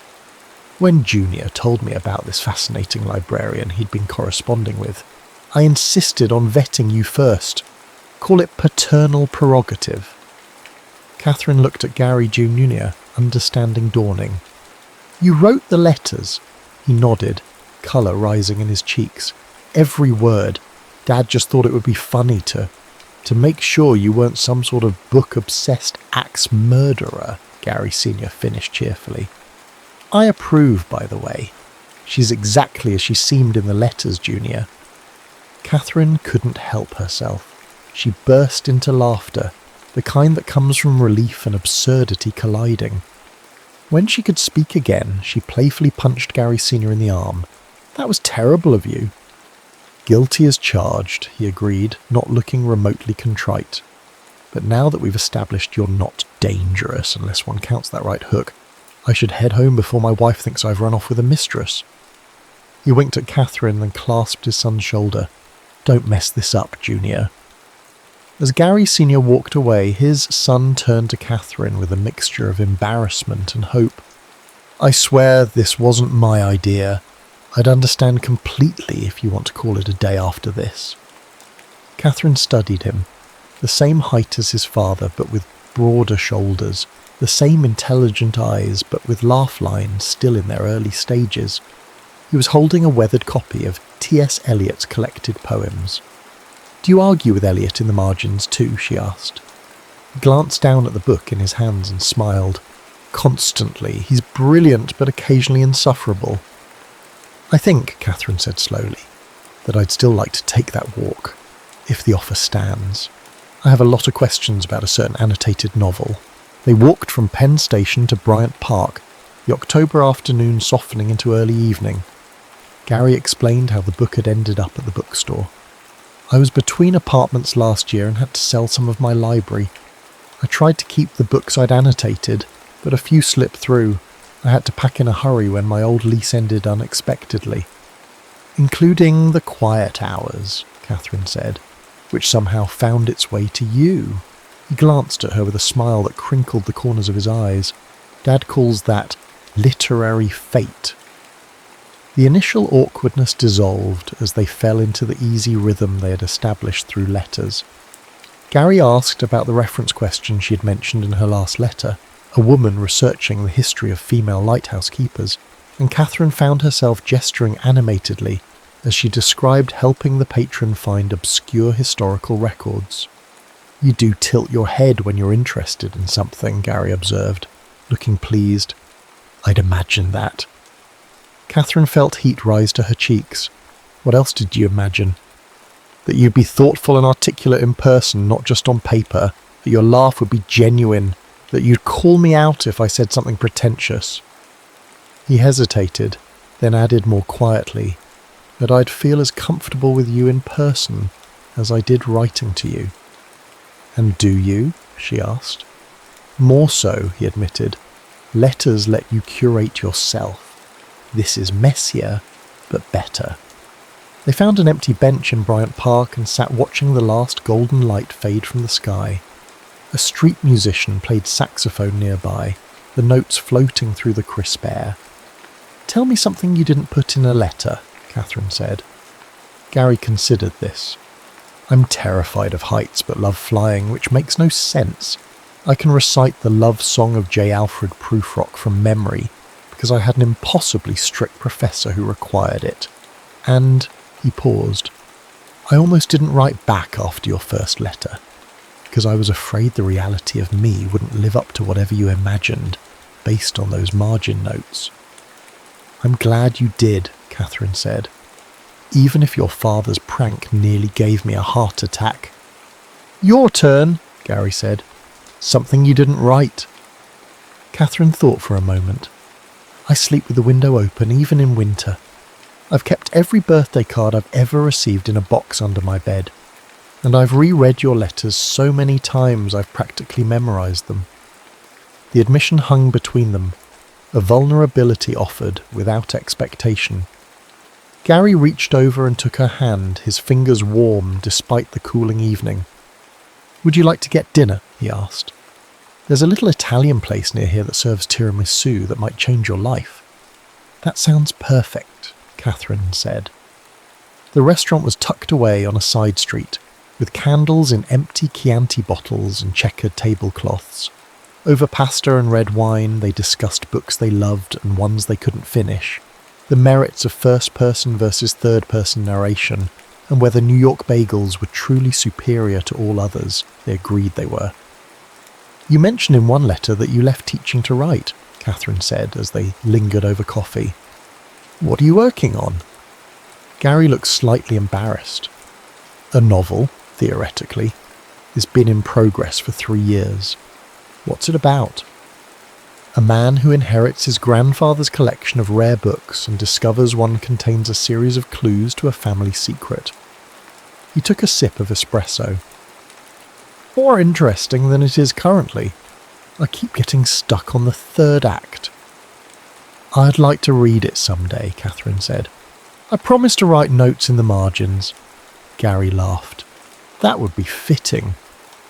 After dinner they walked through the city, intentionally getting a little lost, discovering a hidden courtyard with a forgotten fountain, browsing a late-night bookstore where they challenged each other to find the most obscure title, and finally stopping for ice cream despite the October chill. At the entrance to the subway that would take Catherine home to her apartment in the village, they paused. "I have a confession," Gary said, suddenly serious. "I kept a copy of another book with my notes, a companion volume to The Quiet Hours. It's called The Luminous Dark. Same author." Catherine raised an eyebrow. "Are you bribing me for a second date with the promise of more marginalia?" "Is it working?" he asked with a hopeful smile. In answer, Catherine rose on her tiptoes and kissed him lightly. "Yes," she said, "but I'd have said yes anyway." 2 years later, Catherine adjusted the framed photograph on her desk. She and Gary on the steps of the New York Public Library, his arm around her waist, both laughing at something now forgotten. Outside her office window, Columbia University's campus was blanketed in fresh December snow, students hurrying between buildings with hunched shoulders and colourful scarves. Her new position as Special Collections Librarian had come with an actual door she could close, a luxury she still hadn't tired of after 6 months. Today she was using that privacy to wrap Gary's Christmas present, a first edition of John Updike's Rabbit, run she'd found at an estate sale, miraculously within her budget. A knock interrupted her careful creasing of the wrapping paper. "Come in," she called, hastily covering the book with a folder. Gary poked his head in, cheeks flushed from the cold. "Ready for lunch?" "I'm starving." "Just finishing something up," she said. 5 minutes?" Instead of leaving, he entered and closed the door behind him, unwinding his scarf. "I had a surreal experience this morning," he said, perching on the edge of her desk. "A student asked if she could interview me about my novel for the campus paper." Catherine smiled. The publication of Gary's book 3 months earlier had been modest but meaningful. A small university press, respectable reviews, and most importantly, the liberation of finishing something he doubted would ever be completed. "What did you tell her?" "That she should interview you instead," he said, "since you're the one who broke my writer's block." Catherine rolled her eyes, but couldn't deny the truth in his statement. After months of dating, she had finally convinced Gary to let her read his manuscript. Her detailed notes, some in the margins, others on separate pages, had helped him see the story from a new perspective. "Did you also tell her that the romantic subplot was entirely invented and bears no resemblance to us meeting through a book?" she asked. Gary laughed. "Some things are just for us to know." Catherine opened her desk drawer and removed a small package wrapped in simple brown paper. "Since you're here, you might as well have this now." Gary raised his eyebrows. "Christmas is still 2 weeks away." "This isn't your Christmas present," she explained. "It's an anniversary gift. 2 years ago today, I found a book with notes in the margins." Gary carefully unwrapped the package to reveal a slim volume bound in faded blue cloth. His eyes widened as he recognized the quiet hours. "How did you find it again?" he asked, turning it over in his hands with reverence. "I've been in touch with Mr. Grayson for months. He's been keeping an eye out, calling other booksellers. It turned up in a shop in Boston." Gary opened the book, fingers tracing his younger self's handwriting. "I can't believe some of the pretentious things I wrote," he said with a self-deprecating laugh. "Listen to this. Harmon understands that true connection requires vulnerability, but she fails to acknowledge the courage such vulnerability demands." He shook his head. "What did I know about vulnerability at 25? Catherine moved to stand beside him, looking over his shoulder at the familiar pages. "I fell in love with your mind through those notes." Gary closed the book and set it carefully on the desk, then pulled Catherine into an embrace. "And I fell in love with yours through your letters." He kissed her forehead. "I've been thinking, what if we wrote a book together?" "What kind of book?" she asked, intrigued. "Letters between strangers who connect through literature. We could each write one character's perspective." Catherine considered the idea, warmth spreading through her at the thought of creating something together. "I'd like that," she said, "as long as we promise not to let your father write the ending." Gary laughed and kissed her properly. "Deal," he said against her lips. "Though I have to admit, his plot twist worked out pretty well for us." On her bookshelf at home, Catherine had created a special section, her collection of books with meaningful marginalia. Some contained Gary's thoughts from before they met. Others held conversations they'd had in the margins since then, agreements and arguments and inside jokes captured in ink. And there was space for many more, a library of love letters built word by word in the white spaces that most people overlooked. The end.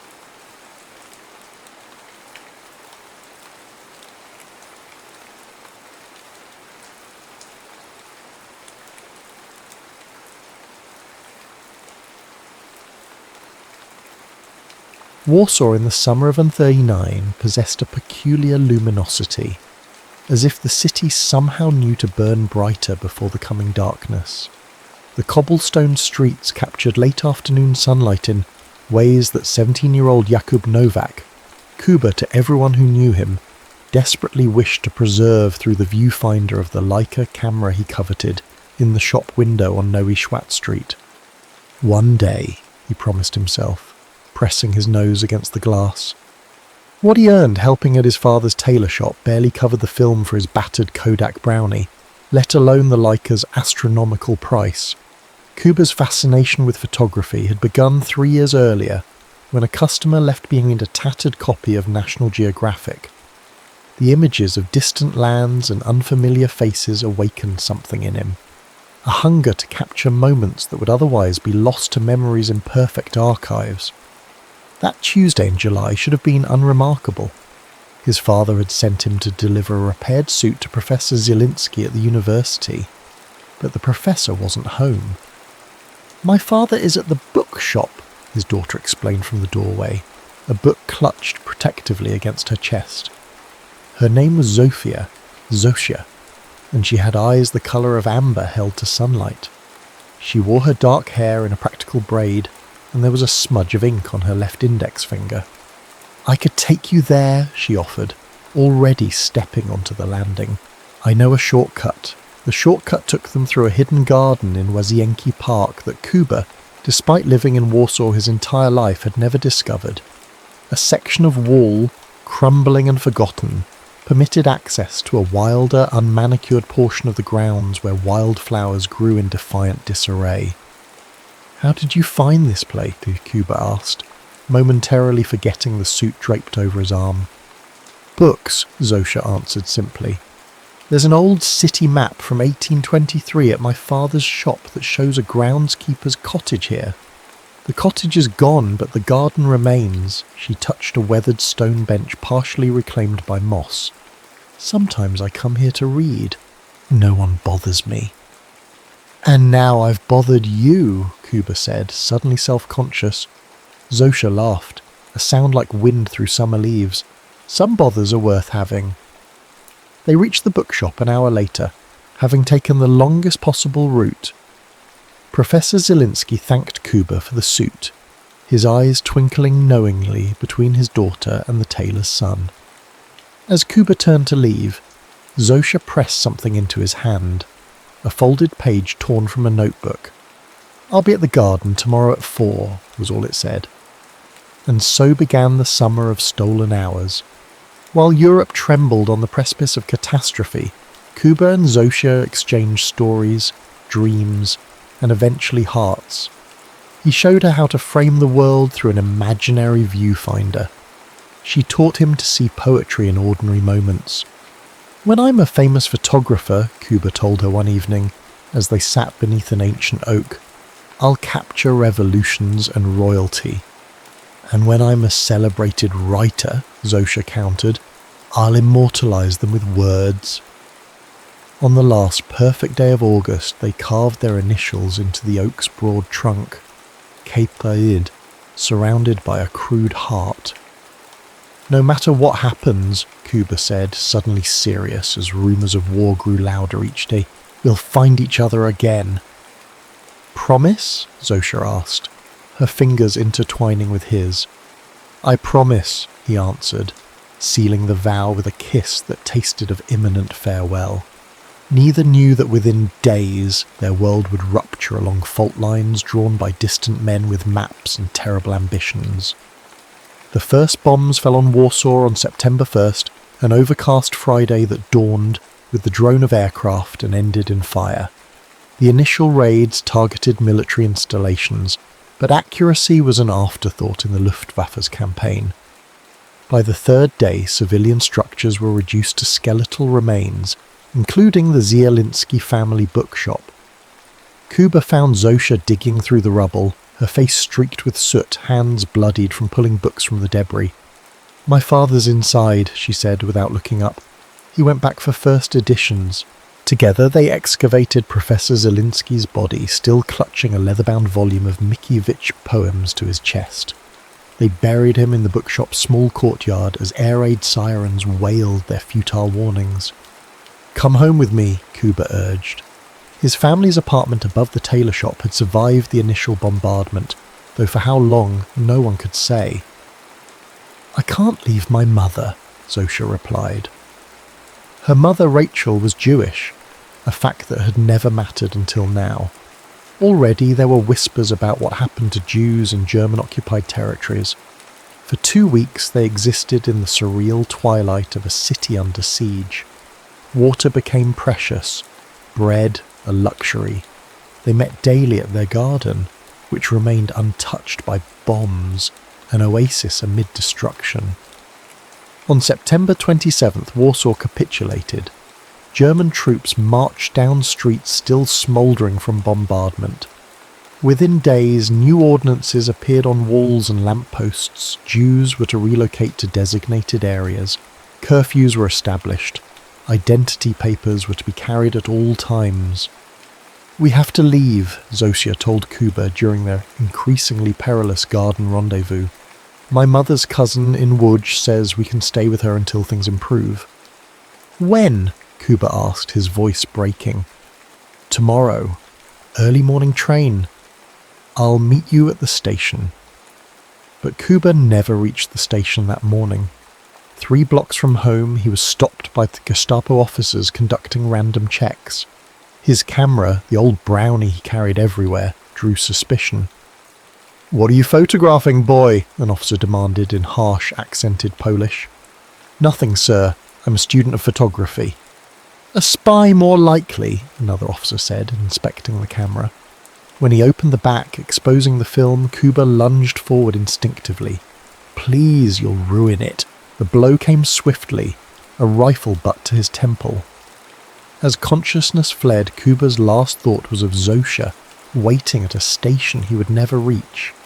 At that same moment, across the city, Zosha stood with her mother among hundreds of displaced Jews at the Warszawa-Wschodnia station. German soldiers moved through the crowd, separating families, directing some to trains bound for ghettos, others to more ominous destinations. "Papers," a soldier barked at Rachel, who presented their documents with trembling hands. "Zielinska," he read aloud. "Jewish?"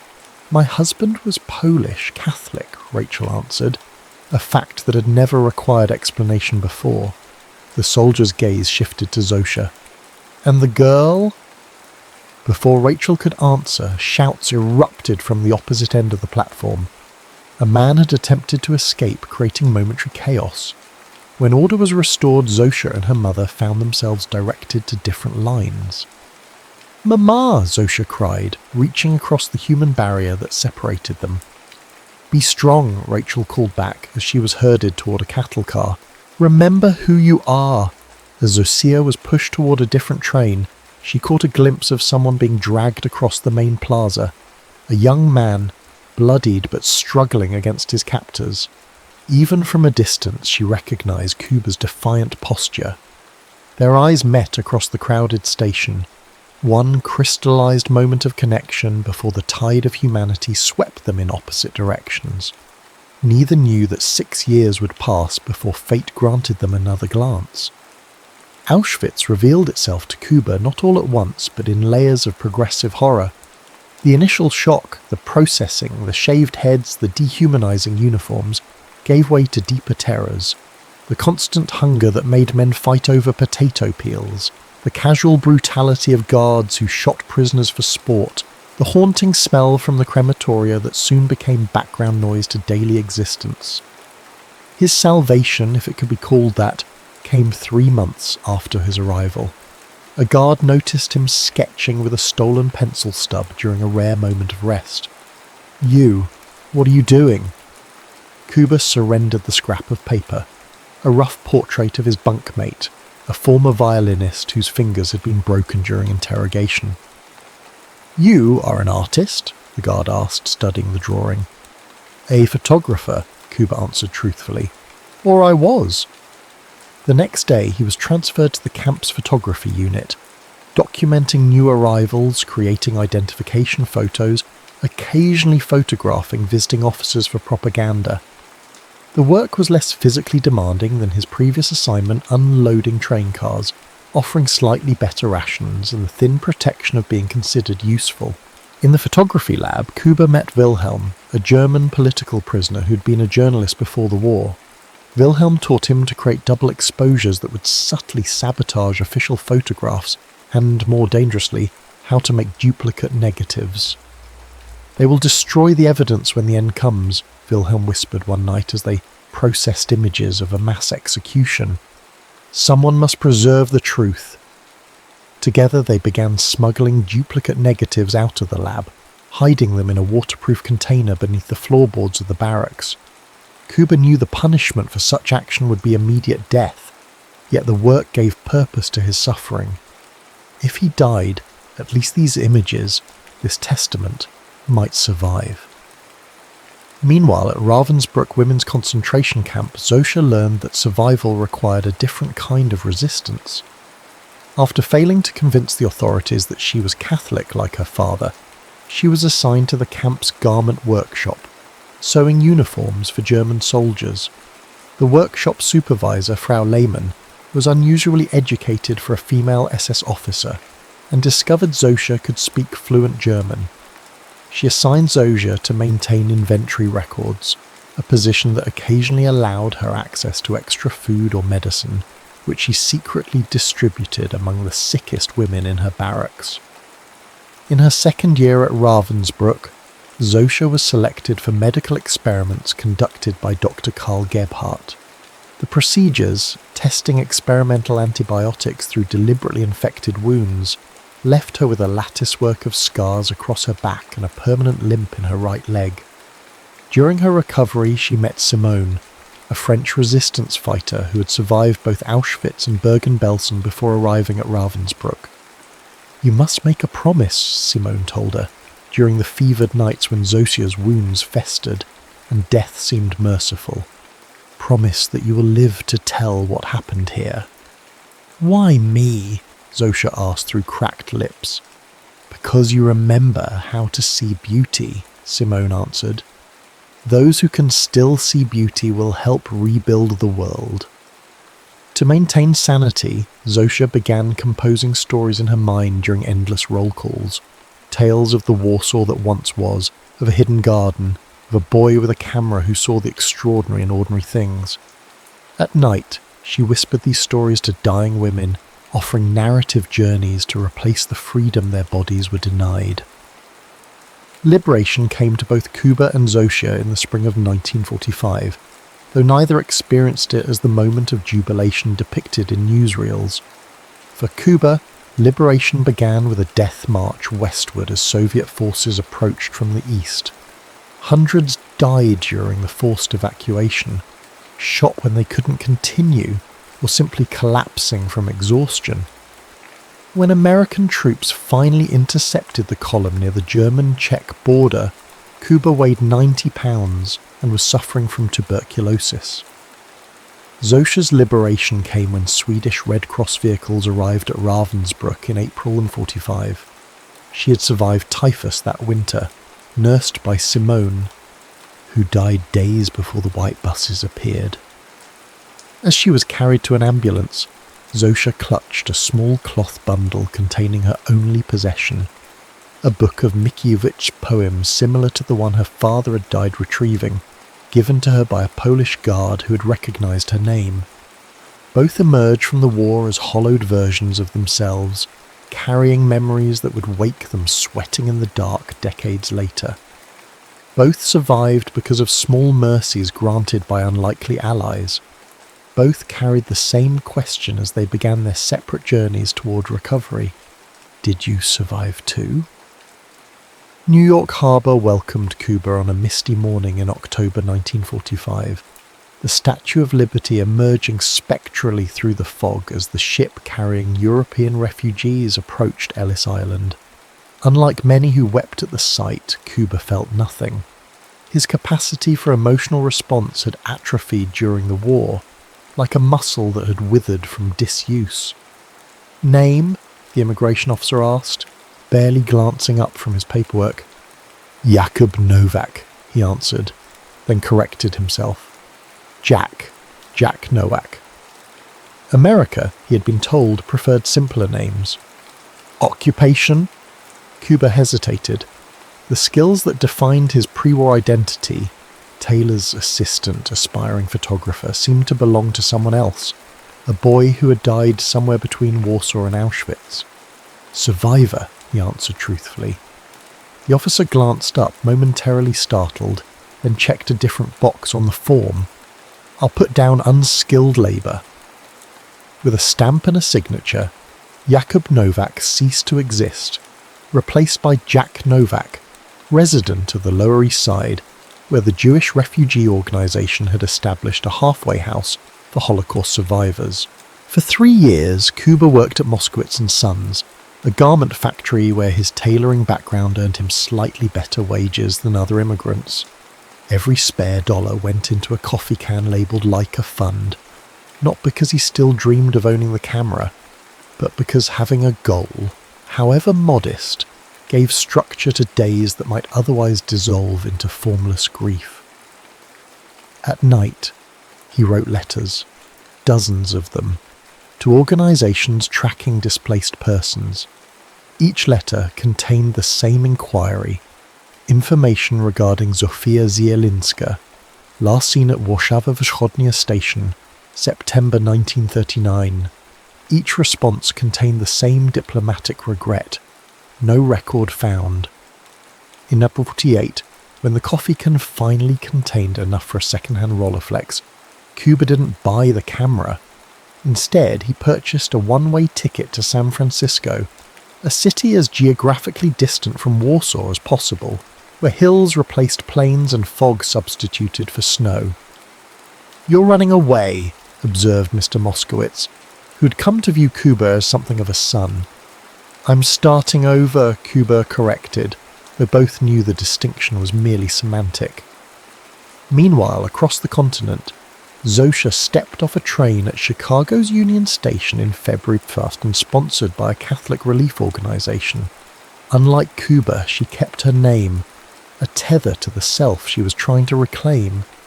Chicago's Polish neighbourhood welcomed another war refugee without fanfare.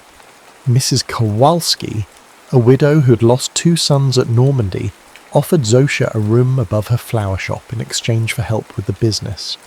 The arrangement suited both women, providing companionship without the expectation of emotional intimacy neither could offer. Like Kuba, Zosha spent her first American years writing letters to refugee organisations. Like Kuba, she received only standardised regrets in response. Unlike Kuba, she continued writing even after hope had calcified into ritual. By in-50, both had established versions of normal life. Kuba worked as a commercial photographer for a San Francisco department store, capturing blandly attractive models in the latest fashions. Zosia had progressed from flower shop assistant to clerk at Kramer's Books, where her knowledge of European literature made her valuable to the aging owner. Both were asked on dates, both occasionally accepted.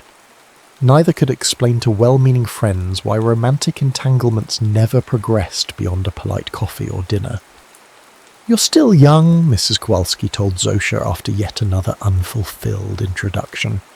"But youth doesn't last forever." "I know," Zosha would answer, thinking not of youth but of promises carved into an oak tree in a garden that probably no longer existed. In 1953, Kuba received an unexpected opportunity when a gallery owner saw his personal photographs. Stark black and white images of San Francisco's forgotten corners, abandoned piers, weathered Chinatown balconies, the hollow eyes of war veterans sleeping in doorways. "There's something European about your perspective," the gallery owner noted. "Something experienced." The exhibition, titled Peripheral Vision, sold modestly but earned reviews that used words like haunting and authentic. More importantly, it led to assignments from magazines looking for images with similar emotional weight. That same year, Zosha was promoted to assistant manager at Kramer's Books, which had expanded to include a small publishing imprint specialising in translations of Eastern European works. Her first project, a collection of Polish poetry rendered in English, received a brief but favourable mention in the Chicago Tribune. Neither success filled the void they carried, but each provided a framework for continuing. Life acquired a rhythm. Work, occasional social obligations, solitary evenings, nights interrupted by the memories disguised as dreams. Then in early 1956, while leafing through a photography magazine, Kuba spotted an advertisement for an exhibition at the San Francisco Museum of Art. Ansel Adams, a retrospective. Adams's work had fascinated Kuba since his arrival in California. The grandeur of untamed landscapes so different from Europe's cultivated vistas, the technical precision that captured both detail and emotion. Without conscious decision, he marked the opening date on his calendar. 3 weeks later and 2,000 miles away, Zosha received a call from the publisher she worked with. "We've been invited to participate in a literary conference in San Francisco this April," he explained. "Given your work on the Polish translations, I'd like you to represent us." "Why me?" Zosha asked, echoing the question she had once posed to Simone in Ravensbrück. "Because you understand what's been lost," the publisher answered, "and what might still be saved." As she packed for the trip, Zosha noticed a newspaper advertisement for the Ansel Adams exhibition. On impulse, she added the museum to her itinerary. Something about Adams' landscapes, their vast, unconquerable nature, reminded her that human tragedies, however immense, existed within a larger continuity. Neither Kuba nor Zosha could have articulated why this particular exhibition felt necessary to attend. Neither recognised that sometimes the heart navigates by stars too distant for conscious recognition. Sometimes paths that diverge across continents find their way back to intersection. Sometimes, against all evidence and logic, promises made by children endure. The San Francisco Museum of Art occupied the 4th floor of the War Memorial Veterans Building, a Beaux-Arts structure of white marble, whose classical symmetry struck Zosha as both beautiful and slightly absurd. European grandeur transplanted to this young, restless city at the edge of a continent. She arrived shortly after the museum opened, her conference sessions not scheduled until afternoon. April fog had given way to unexpected sunshine, and light flooded through the gallery's high windows, illuminating Adams' photographs with almost theatrical intensity. Zosha moved through the exhibition methodically, lingering before images that particularly resonated. Half Dome reflecting in a perfectly still lake, the moon rising over Hernandez, New Mexico, gnarled tree roots clutching a rocky outcropping with determined vitality. What transfixed her wasn't just the technical brilliance, but the emotional restraint. How Adams captured sublime moments without sentimentality. How he found majesty in ordinary wilderness. It reminded her of someone else's way of seeing, though that comparison brought a familiar ache she tried to dismiss. Meanwhile, Kuba had overslept and arrived at the museum later than intended. He moved through the galleries with professional interest, studying Adams's meticulous printing techniques, analysing compositions. Photography had become his language, his method of organising experience, and Adams was a master whose fluency both inspired and intimidated. They converged in the exhibition's final gallery, where Adams's later works were displayed. Kuba, backing up to better frame a photograph titled "Clearing Winter Storm Yosemite," collided with someone studying the same image. "I'm so sorry," he apologised automatically, steadying the woman he had jostled. "It's quite all right," she responded in English, tinged with an accent that triggered an almost physical response in him, recognition that bypassed conscious thought. Kuba turned fully toward her. She was slender, with dark hair now threaded with silver, cut in a practical style that framed features both familiar and transformed. The years had refined rather than diminished her beauty, etching character into what had once been youthful softness. But it was her eyes, amber in certain light, that stopped his breath. 16 years in America had smoothed the edges of his Polish accent, but it returned full force as he whispered, "Zosia, is that you?" She stared back, her expression transitioning from confusion to shock to something beyond language. The gallery, the other patrons, Adam's monumental landscapes, everything receded, leaving only this impossible moment suspended between heartbeats. "Kuba!" Her voice broke on the name she hadn't spoken aloud in nearly 2 decades. They reached for each other simultaneously, an embrace that collapsed time and distance. Tears came, silent at first, then accompanied by half-formed questions, confirmations, expressions of disbelief. Museum visitors glanced curiously at the middle-aged couple clinging to each other beside a photograph of a storm-cleared valley. But even the most inquisitive sensed this was a private moment not meant for observation. "I looked for you," Kuba said when speech became possible again. "For years." "As did I," Zosia answered, her hand still gripping his arms as if he might vanish. "Where?" "Auschwitz," he said, the word still difficult to voice. "And you?" "Ravensbrück." A complete understanding passed between them with those 2 words, a shared geography of suffering requiring no elaboration. "Come," Kuba said eventually, aware they had created a small spectacle. "There's a cafe downstairs." They sat across from each other at a corner table, hands intertwined on the formica surface, attempting to compress 16 years into coherent narrative. Their stories emerged in fragments: liberation, immigration, the separate paths that led them both to America, the coincidence that brought them to this museum on this particular day. "Not coincidence," Zosia corrected when Kuba used the word. "Promise." He looked at her questioningly. "You promised we would find each other again," she reminded him, "that day in the garden. The oak tree," Kuba remembered, his thumb unconsciously tracing the scar on her palm, a new mark she hadn't explained yet. They talked until the cafe closed, then continued at a nearby diner, then walked San Francisco's hills until dawn, gradually reconstructing the lives they had built separately while coming to terms with the miracle of reconnection. "We lost so much time," Kuba said as they watched sunrise from Telegraph Hill. Zosia leaned against him, her head fitting perfectly against his shoulder, as it always had. "No," she corrected gently. "We lost many things, but not time. Every moment that brought us here was necessary."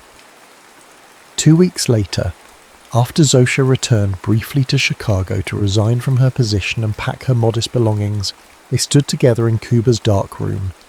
He had been showing her his photographs, commercial work that paid bills, personal projects that sustained his spirit. Among the latter was a series called Witnesses, portraits of fellow Holocaust survivors living in the Bay Area. "You should publish these," Zosia said, studying the faces that reflected her own experience. "People need to see." "Maybe someday," Kuba answered, "when there's more distance." Their conversation was interrupted by a knock at the door, the building manager delivering a special delivery package that had arrived for Zosia. Inside was a letter from a lawyer in New York representing a Swiss bank that had been identifying dormant accounts belonging to Holocaust victims. Rachel Zielinska had apparently deposited family valuables before the war, including a particular item she had designated for her daughter. When Zosia unwrapped the small velvet pouch enclosed with the letter, her hands trembled. Inside was her mother's engagement ring, a modest diamond flanked by tiny sapphires. Kuba watched as she slipped it onto her finger, then took her hand in his. "Marry me," he said simply. "Yes," she answered with equal simplicity. They wed 3 months later in a civil ceremony attended by the small circle of friends each had gathered during their years apart. The reception was held at the gallery that had first exhibited Kuba's work, now displaying a collection titled Return and Paired Photographs of European Landmarks Before and After Reconstruction. For their honeymoon, they travelled to Poland, their first return since the war. Warsaw had been rebuilt, though not always faithfully to its original form. Soviet influence was evident in the stark architectural choices and ubiquitous propaganda, but beneath the imposed aesthetic, the city's essential character endured. They visited the site where the Zielinski bookshop had stood, now occupied by a state-run publishing house. They found the street where Kuba's father had operated his tailor shop, the building itself gone, but the corner recognisable from neighbouring structures. Finally, they made their pilgrimage to Łazienki Park. The formal gardens had been restored to their pre-war elegance, but the hidden section Zosia had once accessed through a crumbling wall was now inaccessible, incorporated into a security zone for government officials. "It doesn't matter," Kuba assured her, seeing her disappointment. "We carry it with us." "Like we carried each other," Zosia agreed. Their return to San Francisco marked the beginning of a second life neither had dared imagine. Kuba's photography career flourished as magazines discovered his unique perspective. Zosia completed the novel she'd composed in her mind during the darkest days at Ravensbrück. A story of Warsaw before the storm, published to critical acclaim in 1961. They never had biological children. The medical experiments Zosia had endured left that possibility remote, but they became surrogate parents to young photographers and writers who sought Kuba's technical expertise or Zosia's editorial insights. Their home in North Beach became a salon of sorts, where Holocaust survivors mingled with beat poets, where conversations about art's responsibility to memory unfolded over Polish dishes Zosia recreated from recollection. Time, which had once seemed frozen, accelerated. The 1960s brought social upheaval that reminded them how fragile civilized norms could be. The 1970s saw renewed interest in Holocaust testimonies, with both Kuba and Zosia recording oral histories for university archives. By the mid-80s, they had become elders in the survivor community, called upon to speak at commemorations and educational events. Through it all, their private ritual remained consistent. An annual visit to the San Francisco Museum of Modern Art, which had moved to a new location, specifically to exhibitions featuring Ansel Adams or photographers influenced by his work. "Our patron saint of second chances," Kuba called him. In 2006, for their 50th anniversary, Zosia suggested they return to Poland once more. The country had transformed again after the fall of communism, opening to the West while reclaiming its distinctive identity. Łazienki Park now welcomed visitors freely, its grounds beautifully maintained. When they explained to a sympathetic guide that they sought a particular oak tree from before the war, he arranged special access to areas usually closed to the public. The tree improbably had survived, now massive, its lower branches supported by steel cables, its trunk bearing witness to nearly 70 years of history. And there, partially absorbed by decades of growth but still discernible, capsid within a heart. Kuba, now 84, traced the carving with fingers that had captured countless images. Zosia, 83, leaned against him as she had in the San Francisco dawn 50 years earlier. "We kept our promise," he said. "We did," she agreed. "And it was worth everything." When Kuba died peacefully in 22, just after his 100th birthday, Zosia held his hand until the final moment, then continued holding it well after. Their story had become legend among friends and family, the separated lovers reunited against impossible odds, the photographer and the writer who preserved memories others wished to forget. In 2023, the San Francisco Museum of Modern Art mounted a retrospective celebrating the centennial of Ansel Adams's birth. Among the supplementary exhibitions was a small display titled "Influenced by Adams," featuring photographers who had acknowledged his impact on their work. Kuba's contribution was a black and white portrait taken on April 9, 1956, the day he and Zosia reunited. In it, she stands before Adams's clearing winter storm, her profile illuminated by gallery light, her expression capturing the precise moment of recognition. the photograph's title, inscribed in Kuba's distinctive handwriting, "Through the Ashes into the Light." Beside it hung Zosia's handwritten reflection, composed shortly after Kuba's death. "Some fires destroy, others purify. Some lights extinguish, others guide us home." Visitors to the exhibition often noticed an elderly woman who sometimes sat quietly observing their reactions. Few recognised her as the subject of the photograph, now a renowned author in her own right. Fewer still understood that they were witnessing not just artistic appreciation, but a continuing conversation between souls temporarily separated by death, but eternally connected by a promise carved in oak. As Zosia once wrote into the epilogue to her novel, "History records what was destroyed, love remembers what endures." The end.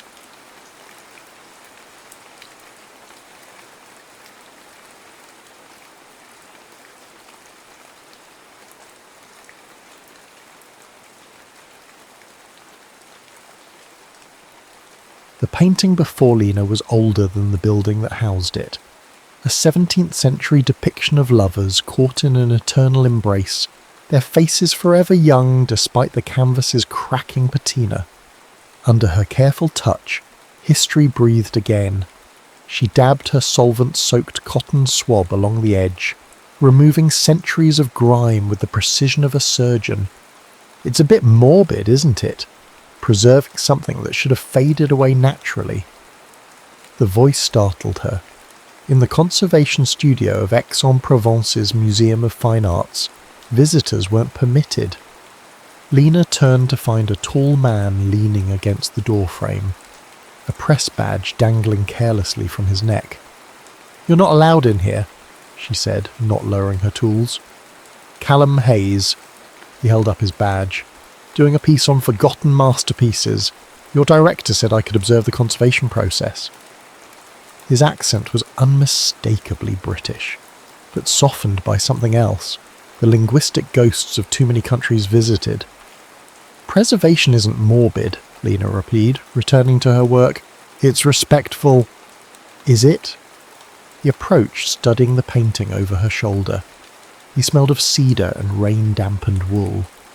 Maybe art, like everything else, is meant to have a lifespan, a beginning, middle, and end. Lena set down her tools, annoyed by both his proximity and his philosophy. "Some things deserve to outlast us, but that's just it, isn't it?" His eyes, an unsettling shade between green and gold, fixed on the lovers in the painting. "Nothing really outlasts us. Even this painting will eventually disintegrate despite your best efforts. The universe tends toward entropy." "How cheerful," Lena's tone was flat. "Perfect attitude for a travel journalist. Why bother seeing anything if it's all temporary?"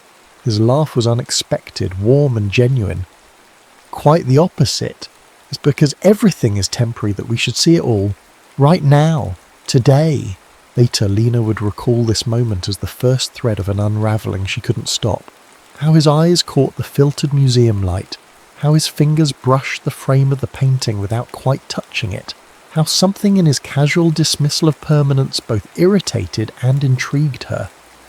Their second meeting wasn't chance.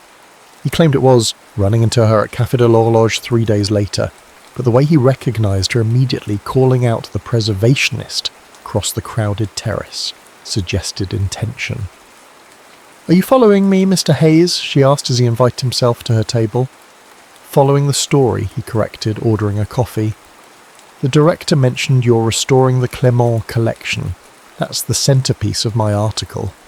Lena had lived in Aix for 7 years. It was a small city, but not so small that coincidences like this happen naturally. "You could have scheduled an interview." "I've found that scheduled interviews yield scheduled answers." He stirred his coffee without looking at it. "I prefer authentic conversations." Against her better judgment, she allowed him to interview her about the collection. He asked insightful questions that betrayed a deeper knowledge of art history than she'd expected from a travel writer. He listened with genuine interest, his pen occasionally scratching across his notebook. Their third meeting was at the Place de Cardeur during the twilight market. She spotted him examining a vintage camera at an antique stall. "The preservationist," he said, noticing her approach. "Come to save more relics from their natural decay?" "That camera is overpriced," she responded, "and likely damaged." He bought it anyway. Their fourth meeting was at the Pavillon Vendôme, where Lena was consulting on a newly discovered ceiling fresco. He was photographing the gardens with his overpriced vintage camera. "Does it even work?" she asked. "No," he admitted, "but it's beautiful. Not everything needs to be functional to have value." It was there, among the symmetrical hedges and stone fountains, that he first kissed her, impulsively, after she'd critiqued his photography technique. His lips tasted of the orange he'd been eating, and when he pulled away, her carefully constructed isolation felt suddenly irrevocably compromised. "Why did you do that?" she demanded. "Because I might not get another chance." This became his refrain over the next weeks as he methodically dismantled her orderly life. Because I might not get another chance was why he convinced her to wade into the fountain at midnight. Why he pulled her into an unexpected dance when a street musician played Edith Piaf. Why he showed up at her apartment with train tickets to Nice for the weekend. "You can't just appear with tickets," she protested. "I have commitments." "What's more important? Your commitment to dead art or to living a little?" He held the tickets out. "The early train leaves in 40 minutes. "You're impossible. I'm persistent. Different thing entirely." She went to Nice, and then to Marseille the following weekend, and then, as spring unfolded into early summer, to a dozen small villages along the coast where he photographed peeling shutters and weathered fishermen, while she sketched the landscapes in a notebook he'd given her. It was on one of these excursions, sitting on a stone wall overlooking the Mediterranean, that Callum first showed a crack in his carefree facade. "Do you ever wonder," he asked, his camera idle in his lap, "if we leave anything behind that matters? Like art?" She was sketching the horizon, the meeting point of sea and sky. "Like anything. Anything that says I was here, I existed, I mattered." The vulnerability in his voice made her look up. For the first time she noticed the faint tremor in his right hand as it rested on his knee. "Are you all right?" He closed his hand into a fist. "Perfect. Just philosophical today." His smile returned, but something had shifted. "Race you to that outcropping." Later that night, in the small coastal hotel room with windows open to the sea breeze, his passion had an edge of desperation that hadn't been there before. He traced her body like he was memorizing it, whispering, "Remember this," against her skin. It wasn't until weeks later, when she met Emma, that the pieces began to align into a pattern she couldn't ignore. Emma Carter arrived at Lena's apartment unannounced one afternoon. A striking woman with close-cropped dark hair and a camera bag slung across her chest. "You're Lena," she stated rather than asked. "We need to talk about Callum." "Who are you?" "His best friend, his colleague, the person who's been by his side for the past 10 years. Emma's expression was unreadable. "The person who knows why he's really in France." Emma explained that she and Callum had been planning to document forgotten European art towns together, but their project had a more urgent timeline than he'd admitted. "He's sick, isn't he?" Lena asked, the tremors, the headaches, the occasional moments of disorientation suddenly making horrible sense. "Has he told you anything?" "No." Emma's laugh was bitter. Classic Callum, living in denial until the last possible moment. She stood to leave. "Ask him about CAA. Make him tell you the truth." That night, when Callum arrived with a bottle of wine and plans for a midnight picnic, Lena was waiting. "What's CAA?" she asked without preamble. The bottle nearly slipped from his fingers. For the first time since she'd met him, Callum Hayes looked afraid. Emma came to see me, Lena said when Callum remained silent. He set the wine bottle on her kitchen counter with deliberate care. I should have known she would. So it's true. You're sick. I prefer temporarily challenged. His attempt at humour fell flat against her unwavering gaze. He sank into a chair, suddenly looking exhausted. Cerebral amyloid angiopathy, I looked it up. Lena cut him off. The medical websites had been clinically brutal. Protein deposits in cerebral blood vessels, progressive, no effective treatment, risk of spontaneous hemorrhage, fatal outcome. Why didn't you tell me? And say what? Hello, I'm Callum. I'll be dead within a year. Fancy a coffee? The bluntness of his words struck her like physical blows. But you let me... She stopped, unable to articulate exactly what he'd let her do. Fall for him? Build fantasies of a future?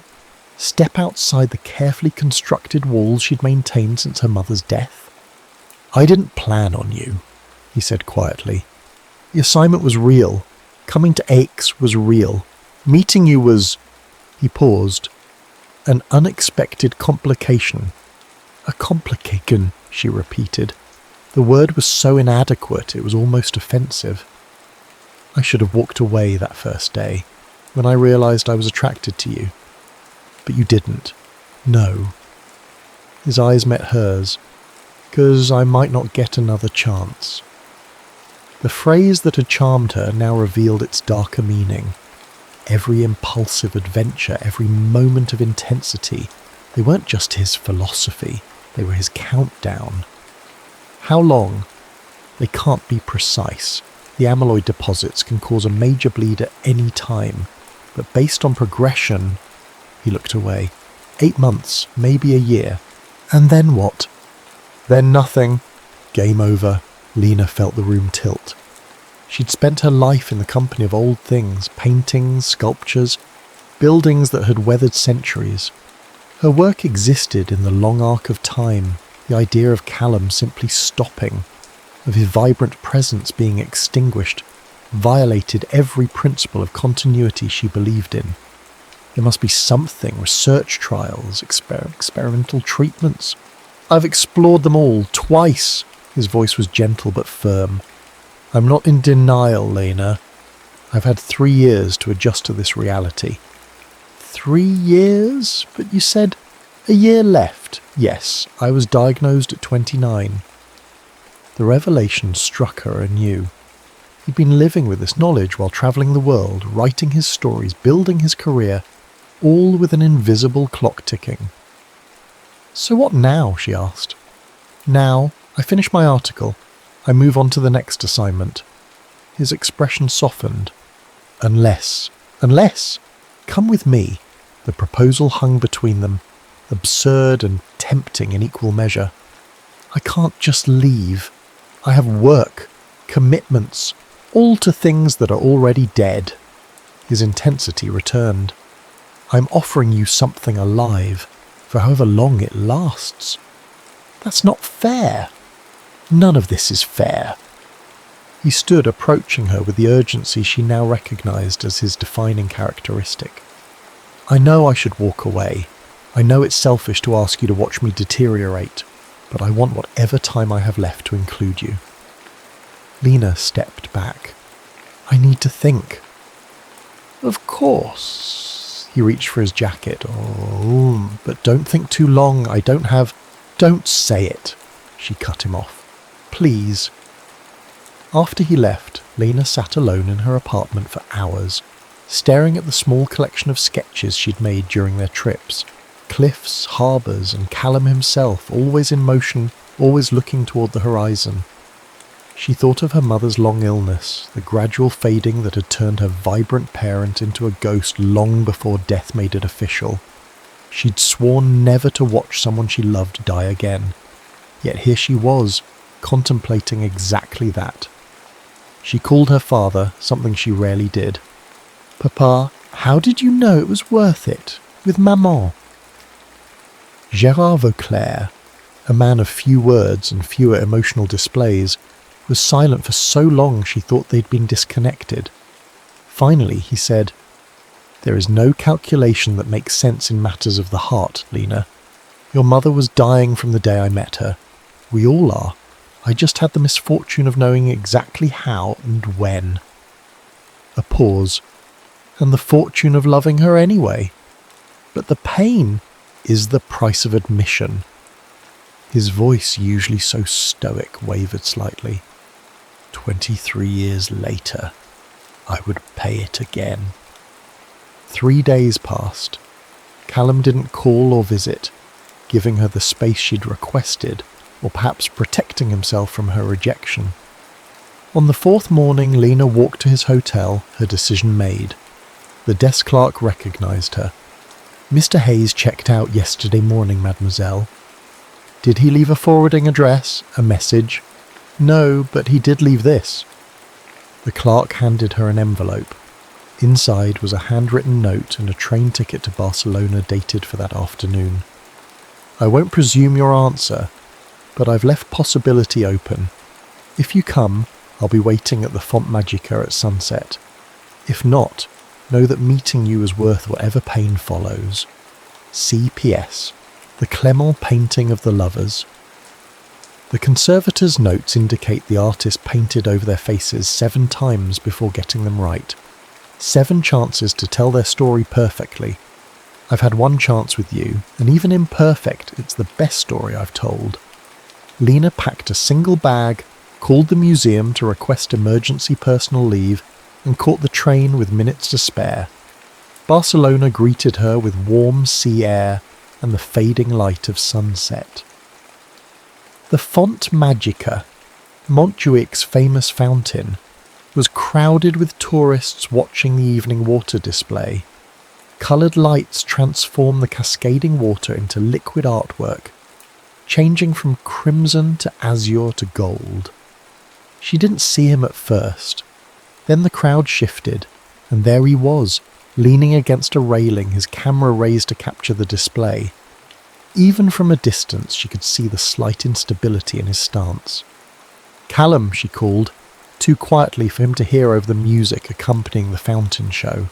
She pushed through the crowd. "Callum!" He turned, his expression transforming from concentration to disbelief to joy. When she reached him, he gathered her into an embrace so tight it bordered on painful. "You came," he whispered against her hair. "I came." Later, in his hotel room with the windows open to the Barcelona night, they made love with a desperate tenderness. Afterward, lying in the tangle of sheets, Lena traced the contours of his face. "I need you to promise me something." "Anything," he said. "Don't protect me.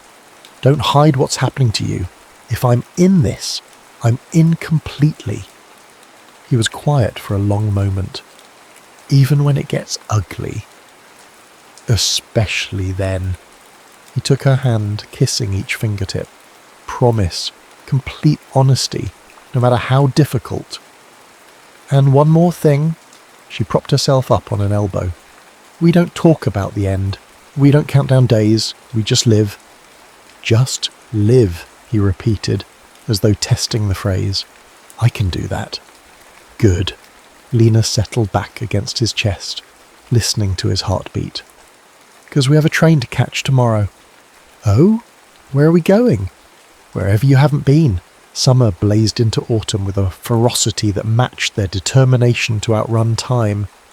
They traced unplanned routes across Europe, Florence for its Renaissance treasures, Prague for its haunted spires, the Greek islands for their ancient stones and turquoise waters. Callum wrote his articles on trains and ferries in hotel lobbies and beachside cafes, while Lena learned to sketch quicker, rougher impressions of the places they visited. In Athens, standing beneath the Parthenon in merciless August heat, Callum had his first significant episode. "The light is wrong," he said, suddenly stopping mid-sentence during their tour. "It's just the sun angle," Lena replied, not yet recognising the change in his voice. "No, the light." His expression became confused, lost. "It shouldn't. I can't see the edges." Then came the nosebleed. crimson drops staining the ancient stone at their feet. By the time they reached the hospital, Callum was himself again, embarrassed by the fuss. Just a minor short circuit, he insisted as doctors examined him. Happened sometimes. The neurologist was less cavalier. The CT scan shows a small bleed near the occipital lobe, he explained in accented English. Not immediately life-threatening, but indicative of disease progression. Callum nodded as though receiving a weather report rather than his own mortality forecast. So we continue as planned? With caution, no excess physical strain, stay hydrated, and at the first sign of visual disturbances, severe headache or confusion. Nearest hospital, got it. Callum turned to Lena. See? Just a maintenance update. But that night, when he thought she was asleep, Lena watched him sit by the hotel window, staring at his trembling hands. She pretended not to notice the silent tears that tracked down his face. In September they reached Venice. The tourist crowds had thinned, and the city possessed a melancholy beauty that suited their unspoken awareness of time's acceleration. They rented a small apartment overlooking a quiet canal, and for the first time since Barcelona they slowed down. Emma joined them there, arriving with her cameras and a forced cheerfulness that cracked when she first saw Callum. "You look like hell, Hayes," she said, embracing him. "Charming as ever, Carter." But he held on to her longer than usual. That evening, while Callum napped, his fatigue now a daily companion, Emma and Lena sat on the apartment's small balcony with glasses of wine. "He's declining faster than the doctors predicted," Emma said without preamble. "You see it too." It wasn't a question. Lena nodded, watching the golden light fade from the terracotta rooftops. "The Athens incident scared him more than he admitted," she said. "He's been writing letters since then, when he thinks I'm not looking. Letters? To me, I think, for after." Lena's voice remained steady, though her grip on the wineglass tightened. "He leaves them in his blue notebook. I haven't read them." Emma studied her with newfound respect. "Most would have. I'll have the rest of my life to read his words. He should have some privacy now."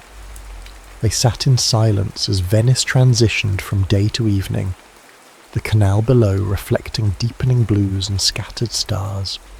"He loves you," Emma finally said. "I've known him for a decade, through a dozen countries and 100 adventures. I've never seen him like this." "Like what?" "At peace with standing still." The next morning Callum woke disoriented, unable to remember which city they were in. The episode passed within minutes, but it left a shadow neither of them could ignore. "I should get back to work," Lena said over breakfast, breaking their unspoken agreement not to discuss the future. "My leave of absence is nearly over." Callum set down his coffee cup with deliberate precision. "You want to go back to X? I thought we might. Together." She reached for his hand. "Oh, you could finish your article series there. I could resume my position. We could..." She trailed off, realizing she was sketching a domesticity that had no place in their reality. "Have normal lives," he finished, his tone gentle rather than mocking. "For however long we have."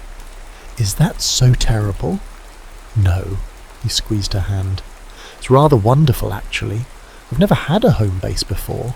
"Really? Not even in England?" "Especially not in England," he smiled. "But I think I could make one with you." They left Venice the following week, Emma promising to join them in X after completing her Italian assignment. The return journey felt different. A retracing rather than an exploration, a closing of a circuit they had opened in Barcelona. Aix welcomed them with familiar golden light and the scent of late summer lavender. Lena's apartment, closed for months, felt like a museum artifact itself, preserved but unlived in. They opened all the windows, letting the Provençal air sweep away the stillness. "It needs life," Callum declared, and the next day returned with an absurd number of plants. "Living things," he explained as he arranged them on every available surface. Lena resumed her work at the museum, finding unexpected joy in returning to the Clement collection. Callum set up his makeshift office in her spare room, walls soon covered with maps and photographs as he assembled his article series.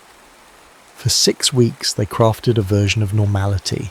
They had favourite cafes, a Sunday market routine, friends who welcomed Callum into their circle. They hosted dinner parties where no one mentioned his occasional memory lapses, or the days when fatigue kept him in bed. "I feel like I'm cheating time," he confessed one evening, as they sat on her tiny balcony, watching the sunset paint X's rooftops. "Living a life I wasn't supposed to have." "Maybe this is exactly the life you were supposed to have," she replied, "just condensed." The good days still outnumbered the bad, but the balance was shifting. October brought more frequent headaches, more alarming memory gaps. One morning he couldn't remember Emma's name when she called. Another day he spent hours looking for his camera before Lena found it in the refrigerator. Still, they persisted in their fragile normalcy. Callum submitted his articles, Forgotten Canvases, Europe's Overlooked Artistic Heritage, to his publisher. Lena completed the Clement restoration. They planned a weekend trip to Paris to celebrate both accomplishments. The night before their departure, Callum had a seizure. It happened without warning. One moment they were cooking dinner, arguing playfully about the amount of garlic needed, and the next he was on the kitchen floor, his body rigid, eyes rolled back. Lena kept enough presence of mind to call the emergency number to move dangerous objects away, to time the episode as the dispatcher instructed. 3 minutes and 17 seconds of helpless watching before his body relaxed and consciousness returned, confused and fragmented. At the hospital, the neurologist confirmed what they already knew: the disease was accelerating. A new scan showed multiple microbleeds, pressure building within his skull. "How long?" Callum asked directly, his speech slightly slurred from the anti-seizure medication. The doctor's compassionate expression said everything. "Weeks, rather than months, Mr. Hayes. I'm sorry." In the taxi back to the apartment, Callum stared out the window at the city lights. "I should never have let you come to Barcelona," he said suddenly. "Don't. It wasn't fair. Stop it." Lena's voice was sharper than intended. "You don't get to regret us now, not when regret is a luxury we don't have time for." He turned to look at her, his eyes clearing briefly from their medicated haze. "Sometimes I forget that beneath that careful exterior, you're the strongest person I've ever met." "Not strong," she corrected, "just stubborn." That night, while Callum slept heavily under the influence of his new medications, Lena finally opened his blue notebook. Inside were not letters, as she'd assumed, but journal entries, daily observations, memories of their travels, fragments of poetry, and sketches, dozens of them, of her. Lena at the Parthenon, at the Venice canals, in their ex-apartment. Lena sleeping, reading, laughing. On the final written page was an unfinished letter. "My Lena, by the time you read this, I'll have left you. Not by choice, never that, but because some journeys can't be shared to their conclusion. I'm writing this while I still remember the exact blue-grey of your eyes, the precise curve of your smile, the particular way you tuck your hair behind your ear when you're concentrating. You once told me that art preserves what matters. I understand now what you meant.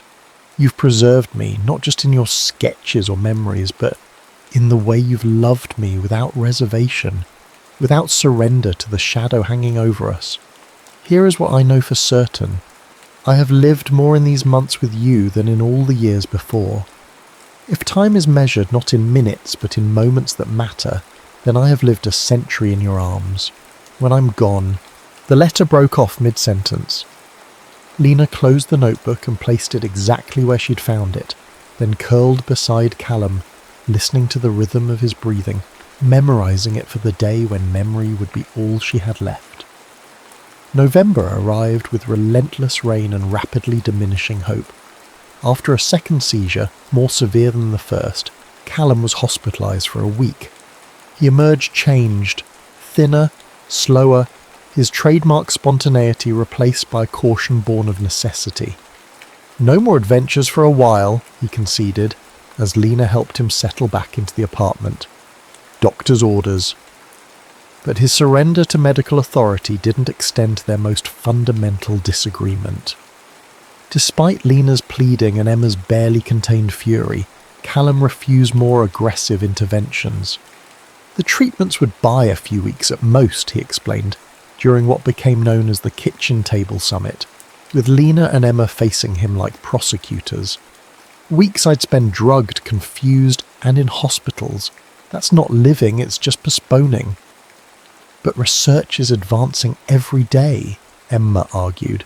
If you could just hold on a little longer. There's no miracle cure coming, Em, not in time for me. So you're just giving up? The accusation hung between them.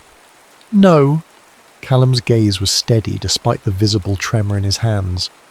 I'm choosing how to use what remains, quality over quantity. Emma stormed out, Lena stayed, torn between understanding his decision and resenting it. Would you do it differently? He asked softly when they were alone. If our positions were reversed? The question forced her honesty. No, I'd choose the same. After that, they established new rhythms, gentler mornings, afternoon rest periods, early nights. Callum began recording audio commentaries for his photographs, speaking into a recorder when writing became too difficult. Lena arranged for extended leave from the museum, using vacation days she'd never bothered to take before. Emma returned 3 days after their argument, chastened but determined. She'd contacted Callum's family in Manchester, the estranged father and stepmother he rarely mentioned, and was surprised by their immediate offer to help. They want to come, she told him. No. His response was immediate. They don't get to play concerned parents now. Callum, they made their choice when I was diagnosed. Pray harder and you'll be healed. Remember that gem of advice? I don't need their guilty consciences complicating things. Emma didn't press, but she stayed in Aix, renting a room nearby. Her presence was a relief to Lena, who found herself increasingly exhausted by the constant vigilance Callum's condition required.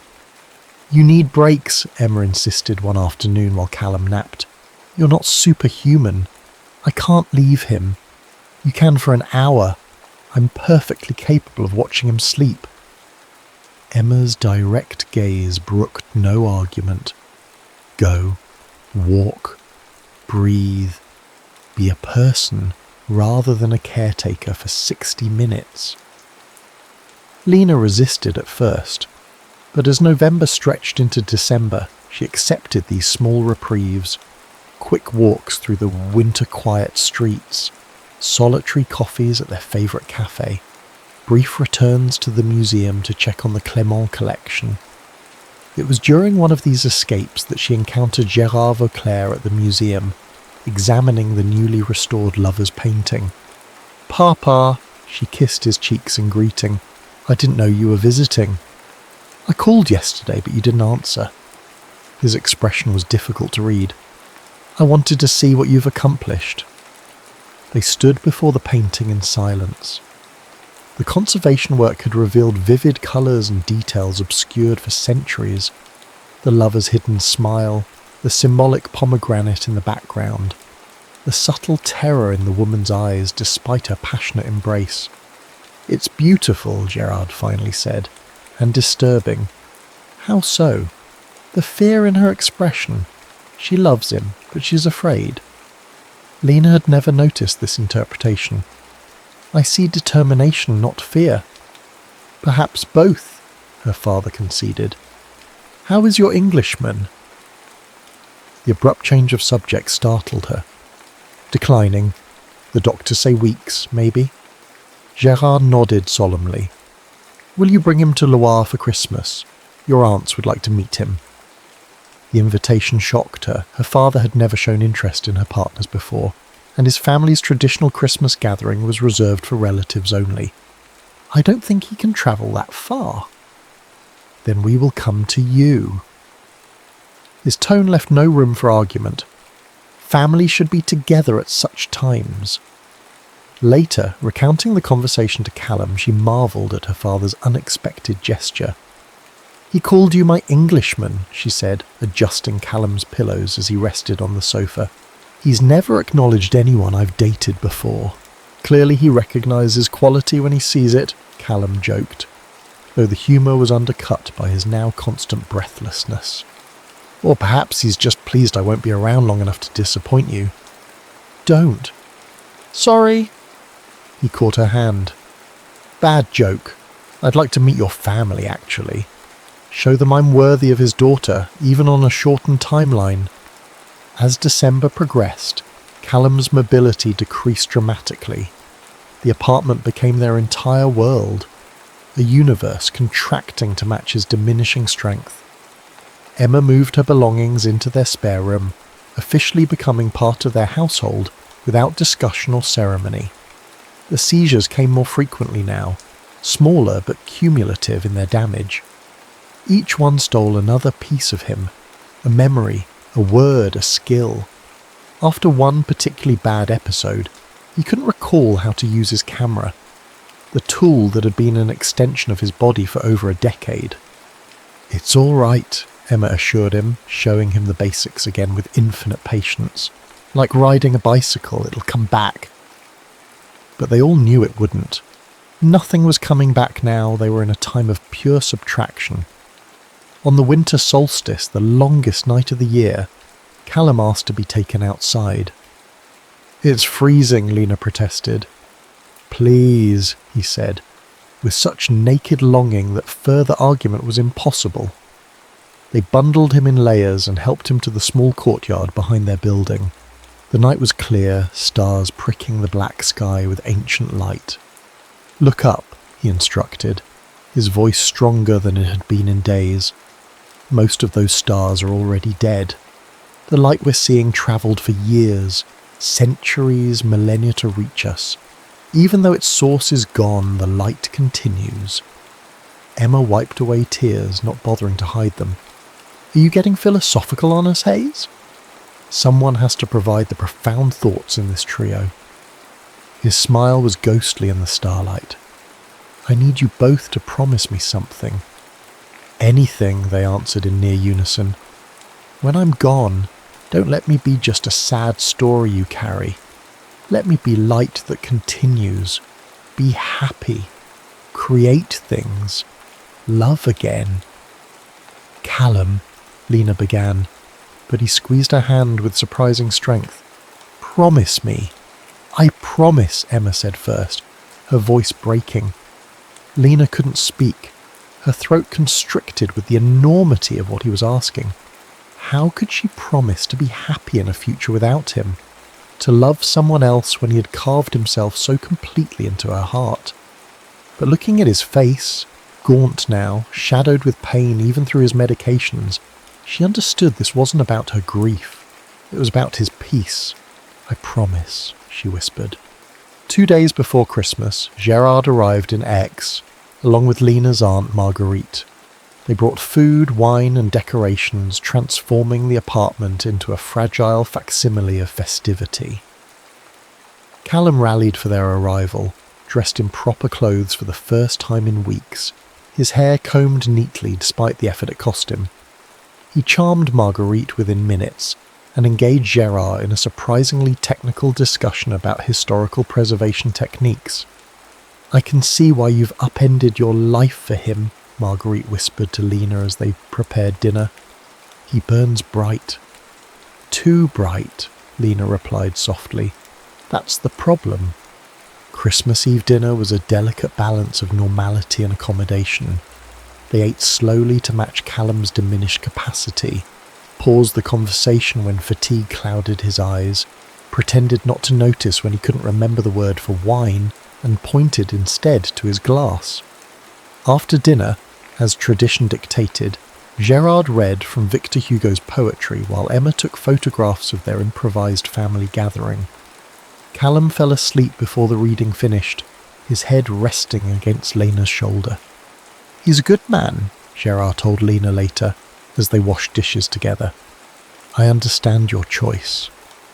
From her stoic father, this was tantamount to a blessing. Lena dropped her guard enough to ask the question that had haunted her since November. "How did you bear it when Maman died?" Gerard's hand stilled in the soapy water. "I didn't. For a long time, I existed rather than lived." He glanced at her. "Unfair to you." "Papa, I never... Let me finish." His voice was gentle but firm. "I made a mistake after your mother died. I preserved her memory like one of your paintings, unchanging, untouchable. But memories aren't meant to be preserved. They're meant to be lived with, to change as we change." He dried his hands. "Don't make my mistake, Lena. When the time comes, grieve him, then let him become part of who you are, not a shrine you tend at the cost of your own life." On Christmas morning, Callum gave Lena her gift, a leather-bound album containing prints of his photographs from their travels, with his handwritten notes beside each one. The final page held a photograph she'd never seen. The two of them reflected in a Venice window, unaware of Emma's camera capturing their silhouettes against the canal light. Callum's inscription beneath it read, "Two temporary beings creating something permanent. Love caught in light." January arrived with a cruel clarity, washing the world in sharp winter sunlight that seemed to mock their dimming hopes. Callum's decline accelerated after Christmas, as though he had been holding himself together through sheer will for their holiday celebrations. The morning after Gerard and Marguerite departed, he couldn't get out of bed. By afternoon, he struggled to form complete sentences. By evening, the doctor confirmed what they already knew. The final phase had begun. "Days," the physician said quietly to Lena and Emma in the hallway. "Perhaps a week. He should be in hospital." "No," they responded in unison. They had promised him. No hospitals at the end, no machines, no sterile corridors. He would die in their apartment, with the plants he had bought still thriving on every windowsill, with the winter light streaming through the windows he'd insisted always remain open. They established a rotation, Lena, Emma, and a hospice nurse, who arrived like a silent guardian angel, showing them how to administer the morphine that kept pain at bay, how to recognise the signs of distress, how to moisten his lips when he could no longer swallow properly. "Talk to him," the nurse advised. Hearing is often the last sense to go, so they talked, filling the quiet apartment with words. Emma told stories of their travels before Lena, adventures in Thailand, mishaps in Peru, the time they got lost in a Moroccan Medina for 7 hours and emerged with their best photo essay ever. Lena read from his favourite books, Hemingway, Marquez, Calvino, and described the paintings she would restore in the coming year, as though he would witness her work. On the third night, during Lena's watch, Callum opened his eyes with unexpected lucidity. "Lena," he whispered, his voice faint but clear. "The blue notebook. Did you read it?" "Yes," she admitted, taking his hand. "I'm sorry, I shouldn't have... I wanted you to." His fingers tightened weakly around hers. "There's an unfinished letter. Will you complete it for me?" "How?" "You'll know." His eyes drifted closed again, but his lips curved in a shadow of his old smile. "You always know?" Shortly before dawn, his breathing changed, becoming shallower, irregular. Lena woke Emma and they sat on either side of his bed, holding his hands as the first grey light filtered through the shutters. "It's all right," Lena whispered, her lips close to his ear. "You can let go now." Whether he heard or not, they couldn't know. But within the hour, as the January sun broke over X's ancient rooftops, Callum Hayes took his last breath, gently, without struggle, his fingers still loosely entwined with Lena's. The world didn't stop, Birds sang in the plane trees outside their window. Neighbours called greetings to each other in the street below. The clock on the bedside table continued its relentless ticking. Emma made necessary calls. The doctor came and went. The funeral home sent discreet men who treated Callum's body with quiet dignity. Friends brought food that no one ate, the apartment filled with flowers that no one had arranged. Through it all, Lena moved as though underwater, functional but distant, completing tasks by rote while some essential part of her remained suspended between before and after, unwilling to acknowledge the boundary she had crossed. It wasn't until the evening after the small memorial service, when the last well-meaning visitor had departed, that she allowed herself to truly look at his absence. His clothes still hung in the closet. His passport still lay on the bedside table. His half-finished cup of tea, 3 days old now, still sat on the kitchen counter where he had left it. She picked up the cup, intending to wash it, but found herself frozen, realizing that emptying it would erase the last trace of his living presence. The tea had been warm when he held it. She sank to the floor, the cup clutched to her chest, and finally wept, deep, wrenching sobs that came from a place she hadn't known existed within her. Emma found her there hours later and silently sat beside her until the storm passed. "I don't know how to do this," Lena confessed when she could speak again. "How to be the person who survived." "None of us do," Emma replied. "We just keep breathing until it becomes bearable." In the weeks that followed, they established a fragile routine. Emma stayed in X, extending her leave from the photography agency. Lena returned to the museum part-time, finding solace in the familiar rhythms of conservation work. They sorted through Callum's belongings together, deciding what to keep, what to donate, what to send to his publisher for the posthumous collection of his travel articles. The blue notebook remained untouched on Lena's bedside table. She couldn't bring herself to open it again, to see his final unfinished words. Not yet. February brought unexpected snow to Aix, transforming the terracotta city into a monochrome dream. Walking home from the museum one evening, Lena stopped on the Pont des Deux Eaux, watching snowflakes disappear into the dark water below. A memory surfaced, Callum photographing this same bridge last autumn, telling her that bridges were his favourite metaphor. Neither here nor there, but necessary for the journey. She realised suddenly that she was stranded on her own bridge, unable to return to before, afraid to continue to after. That night, she finally opened the blue notebook. The unfinished letter waited on the last page. "When I'm gone." She picked up a pen and continued where he had left off.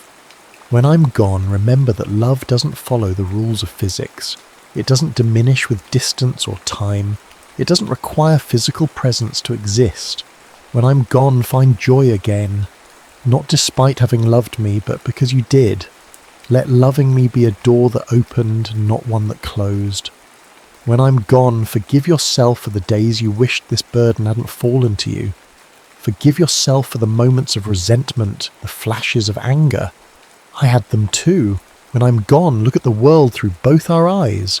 Your eye for permanence, my eye for the fleeting moment. Both are true, both are necessary. When I'm gone, live fully. That's how you honour what we were. When I'm gone, remember that I was happiest when I was with you. And that is a gift no disease could take from me. All was yours, Callum." She closed the notebook, certain he would have approved of her ending. It was the last time she would speak in his voice, she knew. From now on, she would have to find her own words again. Spring came to Provence with its customary explosion of colour. The cherry trees near the museum erupted in pale pink blossoms that reminded Lena of the first time she'd seen Callum laugh. The markets filled with early strawberries, his favourite fruit, which he'd eaten by the handful during their summer travels. Emma returned to London in March, promising to visit often. "He'd be proud of you," she told Lena before boarding her train. "You haven't become a shrine keeper." Not externally, at least, Lena admitted. Inside, I'm still learning. We all are. In April, the museum unveiled the fully restored Clement collection. The centrepiece, the lover's painting that Callum had first commented on, now hung in a place of honour, illuminated by carefully designed lighting that revealed its complete story. 7 faces painted over one another, visible only through the advanced imaging techniques Lena had employed in her restoration work. At the opening reception, Lena found herself standing before it, champagne untouched in her hand, when a voice beside her asked, "Did they get their happy ending?" She turned to find a woman in her 60s who was studying the painting with genuine interest. "I don't think that was the point," Lena replied. "I think the point was that they found each other at all." The woman nodded thoughtfully. Like gravity, 2 bodies influencing each other's trajectories, even if only briefly. "Exactly," Lena smiled, recognizing a kindred spirit. "Are you a physicist?" "Once," the woman said. "Now I teach art history in Paris. The universe has a strange sense of humour." Later that evening, as Lena walked home through the soft spring night, she felt a shift within herself, subtle but unmistakable.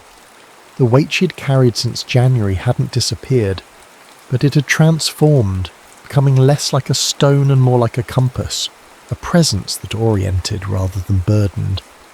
At the apartment, she opened all the windows as Callum had always insisted on doing.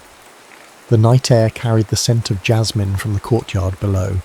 She picked up her sketchbook, neglected since his death, and began to draw, not with her usual precise technique, but with quick, impressionistic strokes.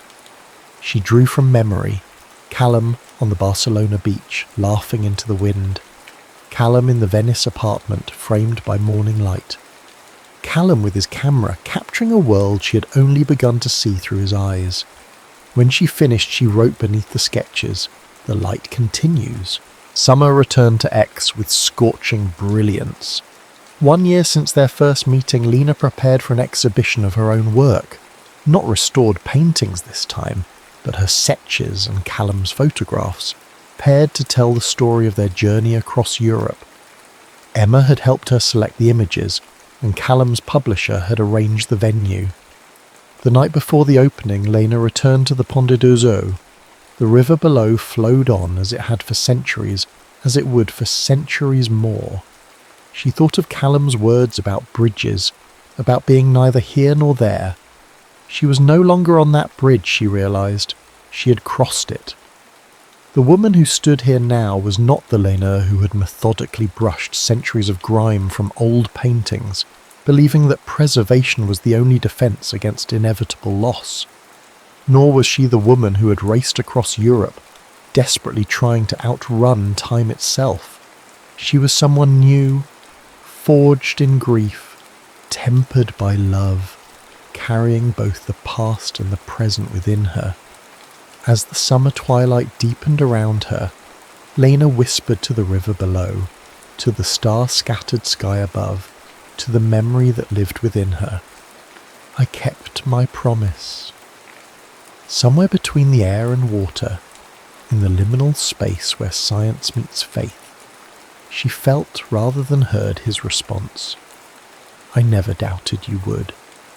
She remained on the bridge until full darkness fell, watching the lights of X reflect in the flowing water, constant yet ever-changing, like memory itself, like love itself, like the light that continues long after its source is gone.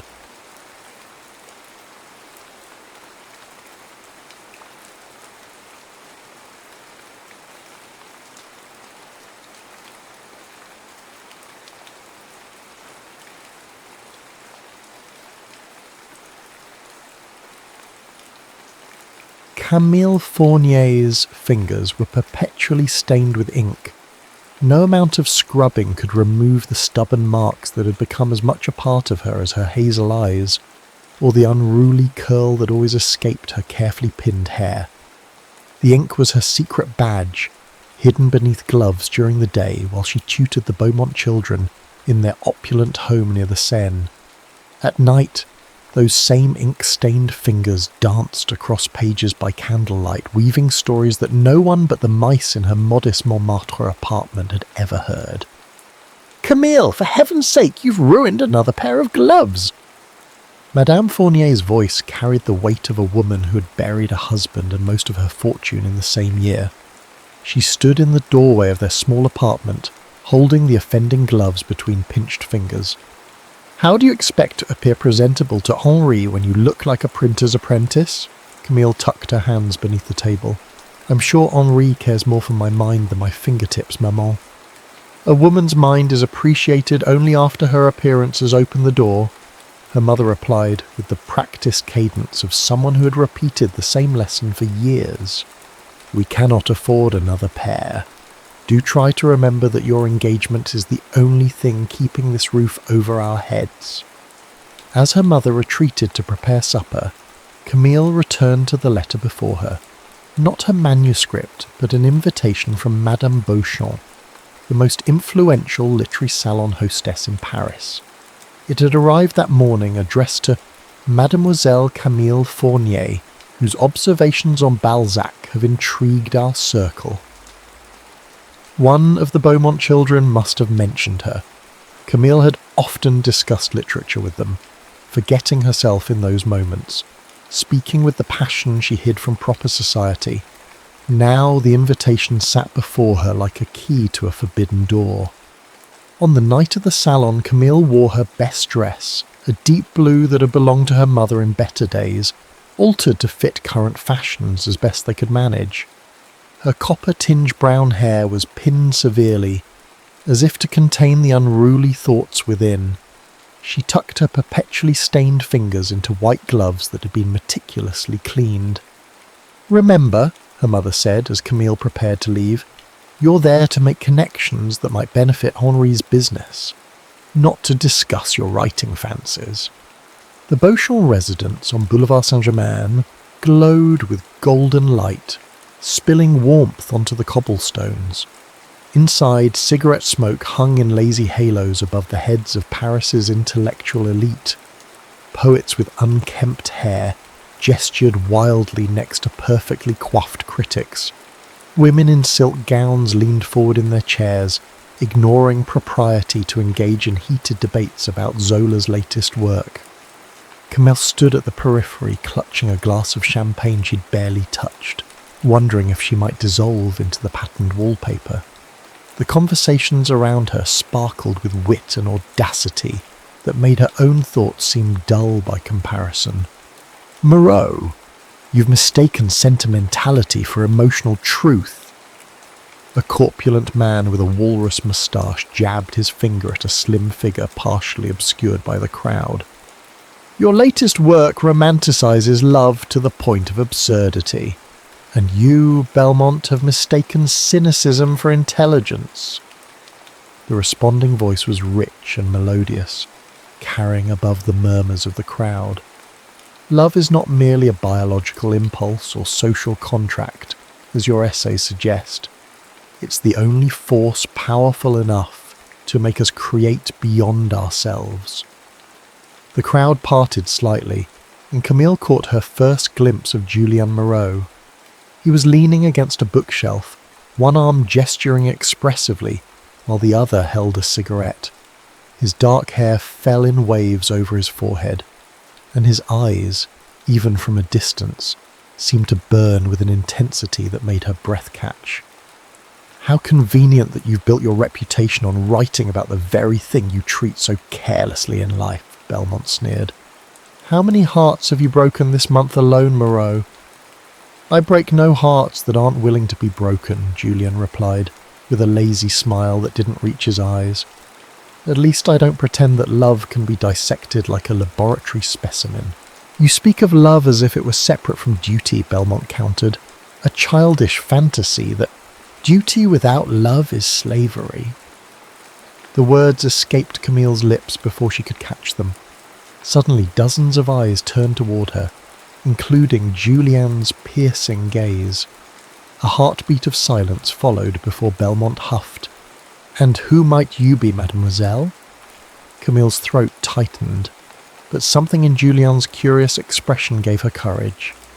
Someone who believes that duty can be meaningful when paired with love, but hollow without it, like a beautiful binding around empty pages. Julian's smile shifted, transforming from practiced charm to genuine intrigue.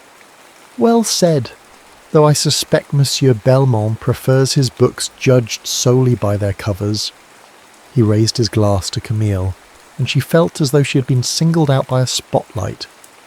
Later, as guests flowed between rooms like tributaries of a social river, Camille found herself near an open window, grateful for the cool night air on her flushed cheeks.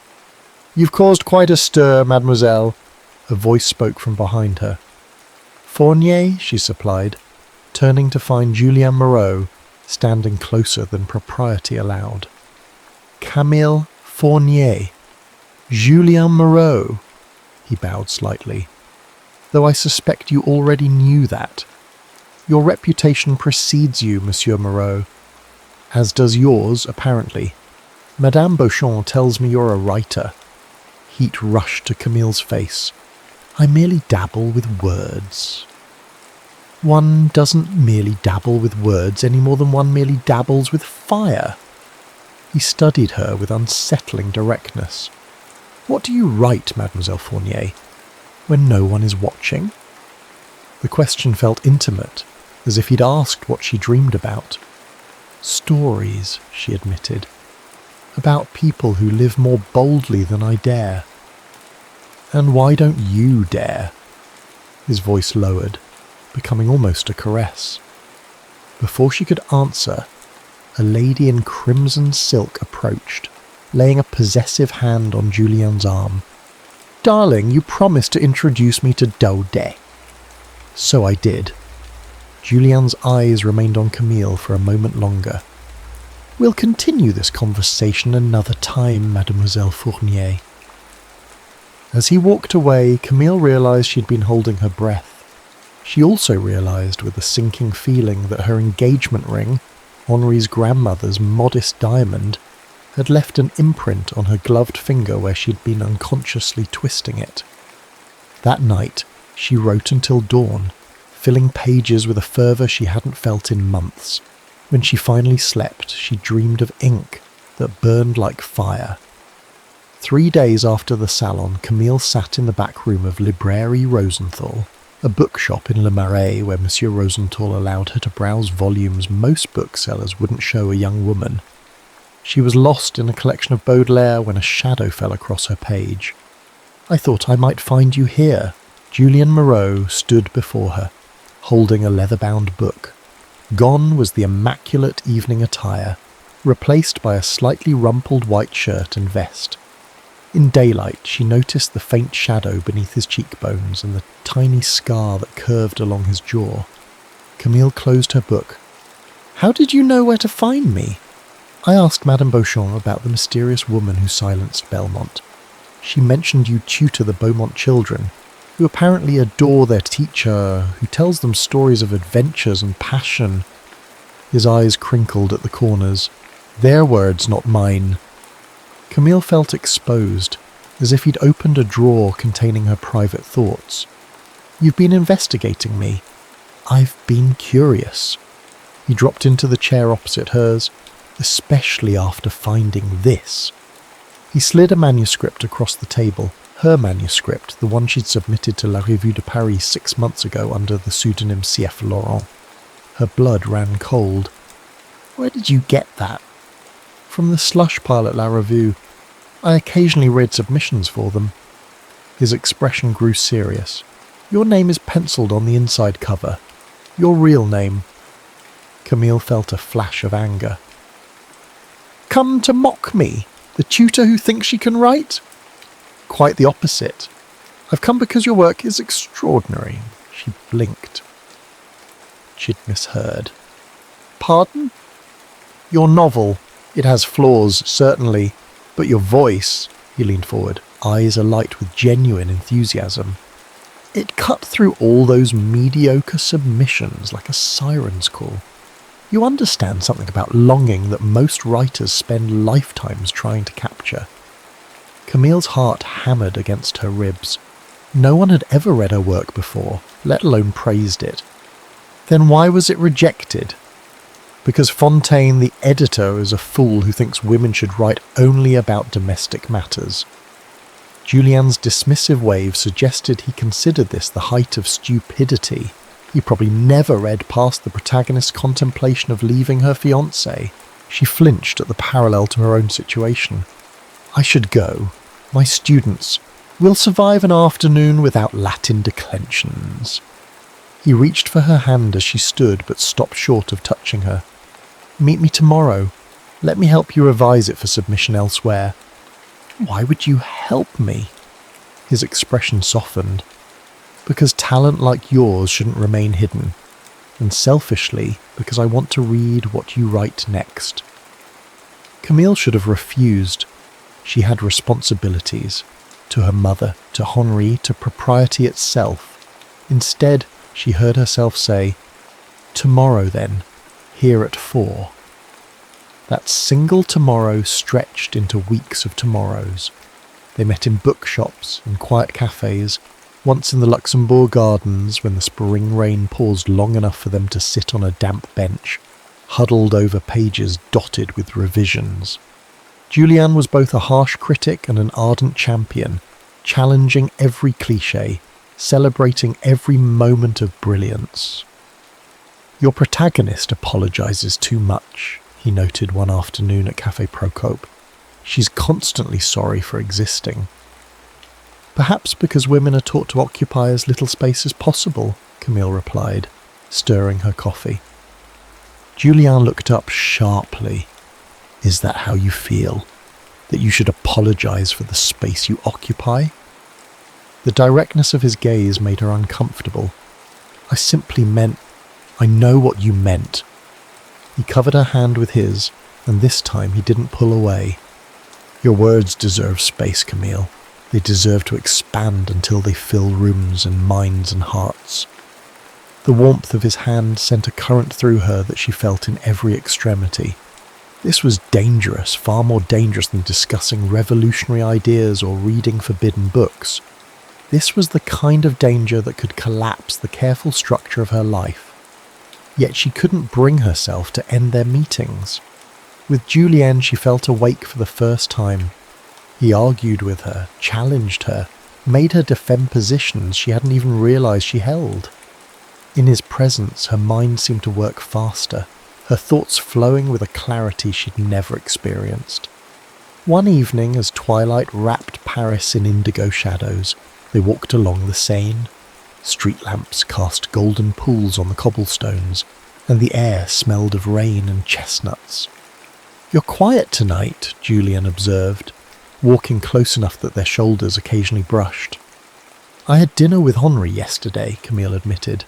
"He's planning our future in Bordeaux, a house near his family's business, introductions to the right social circles," she trailed off, unable to convey the sensation of slowly drowning that had overcome her as Henri detailed their comfortable, predictable life. Julian was silent for several steps. "And is that what you want? Bordeaux, social circles, a life mapped out like a train schedule?" "It's a generous offer. Henri is kind, stable. That's not what I asked." Julian stopped walking, turning to face her. "What do you want, Camille? Not what you should want, or what would please your mother, or what makes practical sense. What makes your heart beat faster?" The intensity of his question left her breathless. They stood close enough that she could see the flecks of gold in his dark eyes, close enough to notice how his breath quickened to match her own. "I want..." The words lodged in her throat.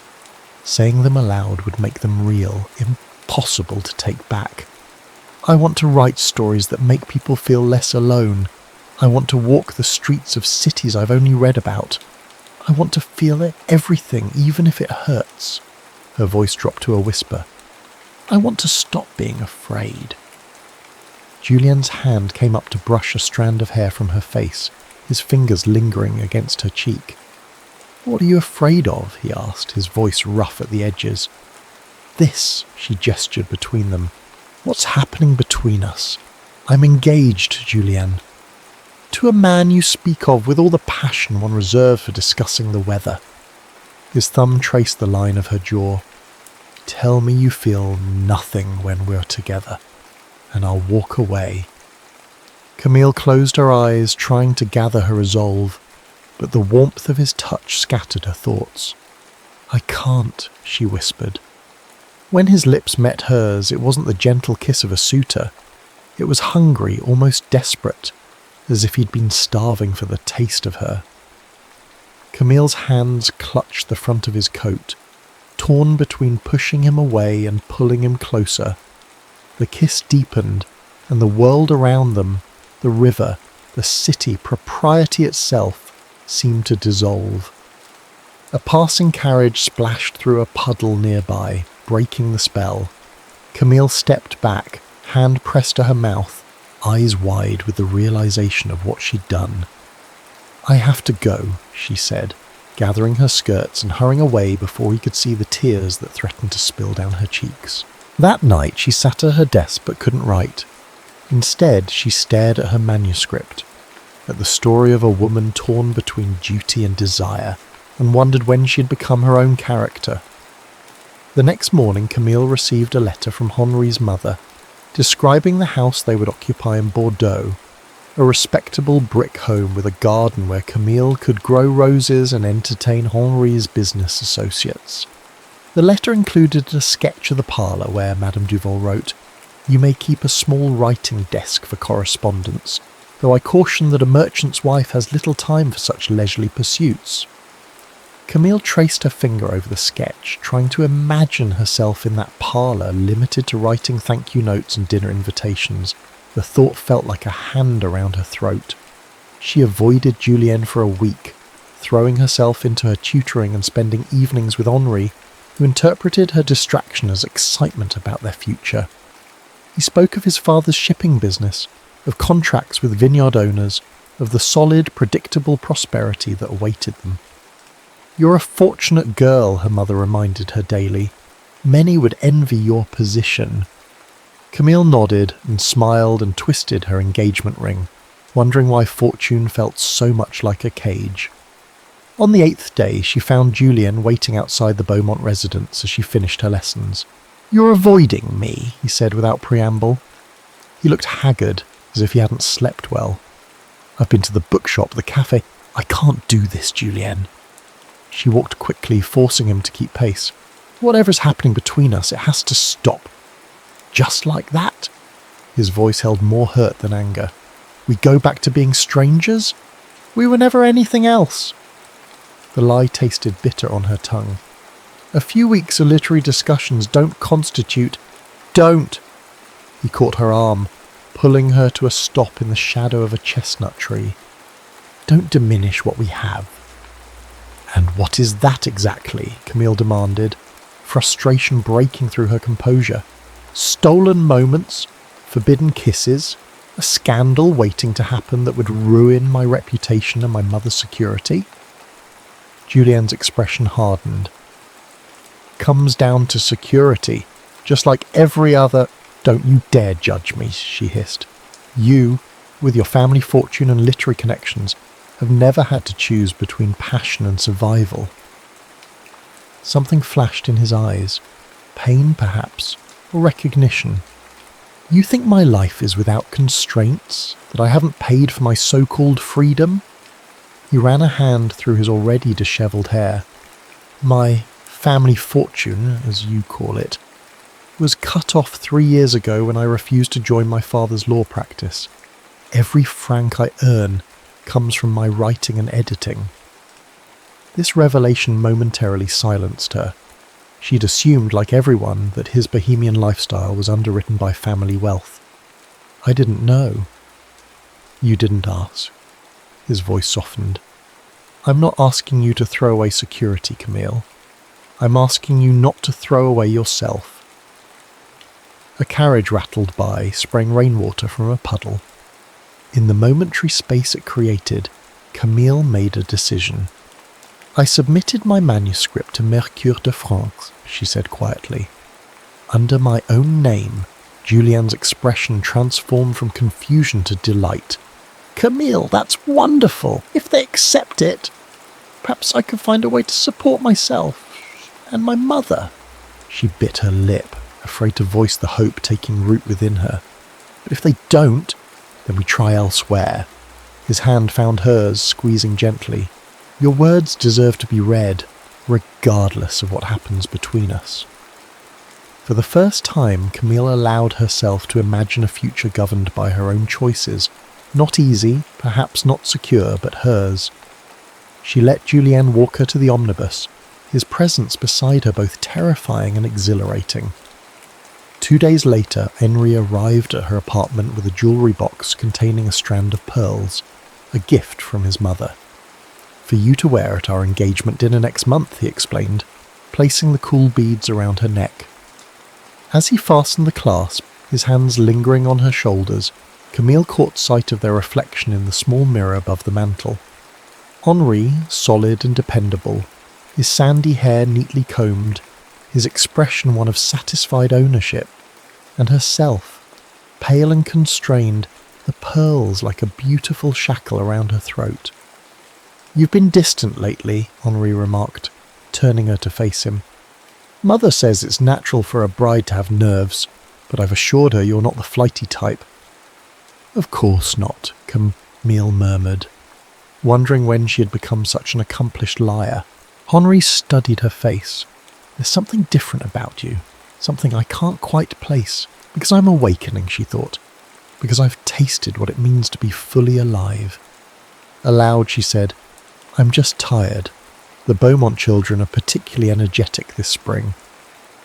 Henri nodded, accepting this explanation with the same unquestioning ease with which he accepted everything about her. He'd never asked about her writing, never wondered what she thought of Zola or Hugo, never suspected that beneath her agreeable exterior lay depths of passion and ambition. Was that her fault? Had she hidden herself so completely that even the man who claimed to love her had never actually seen her? The following afternoon a messenger delivered a letter from Mercure de France.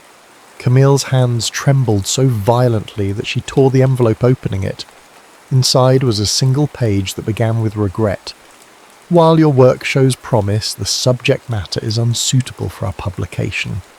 The moral ambiguity of your protagonist's choices, particularly regarding her betrayal of her fiancé, would send a troubling message to our readers."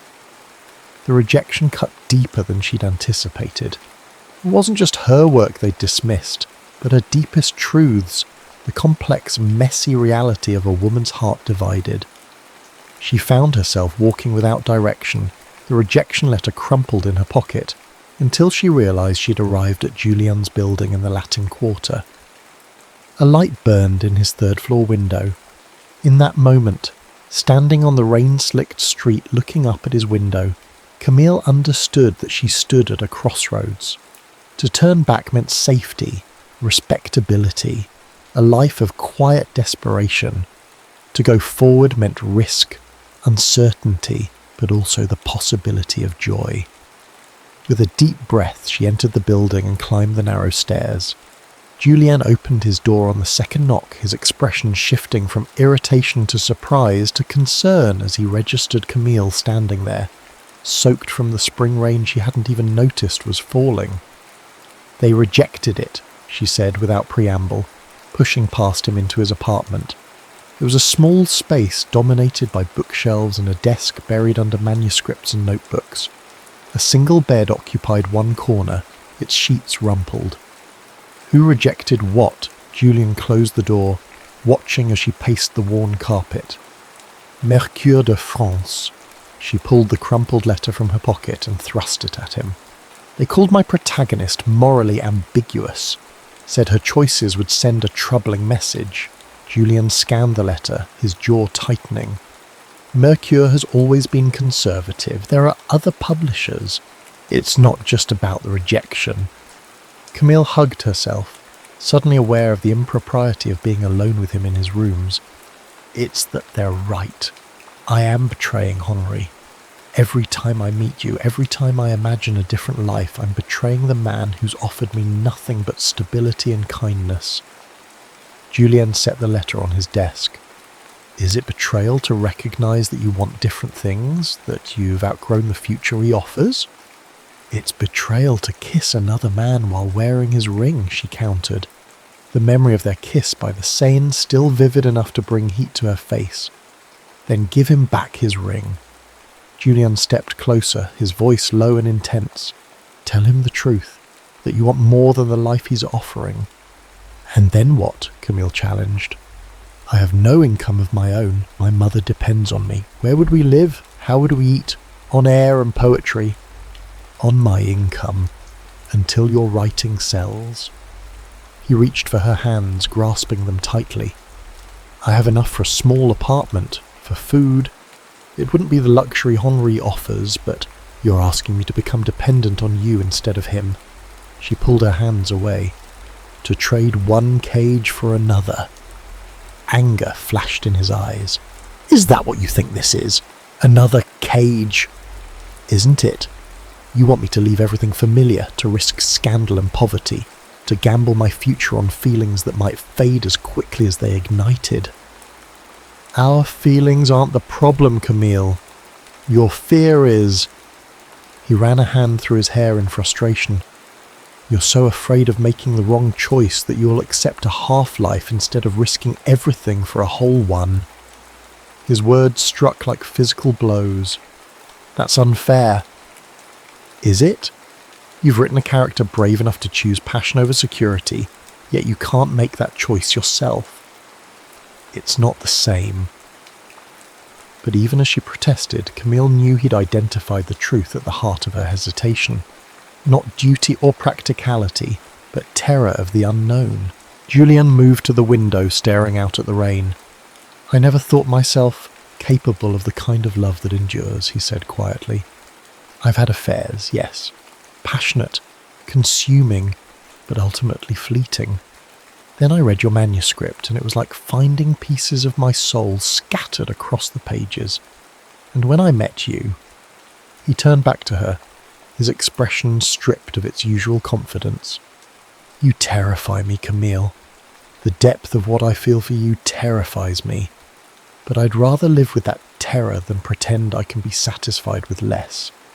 The raw honesty in his voice undid her. She crossed the room to him, closing the distance she'd been so careful to maintain. I'm afraid, she admitted, her voice barely above a whisper. Afraid of wanting too much, of failing, of disappointing everyone who depends on me. And what about disappointing yourself? He cupped her face in his hands.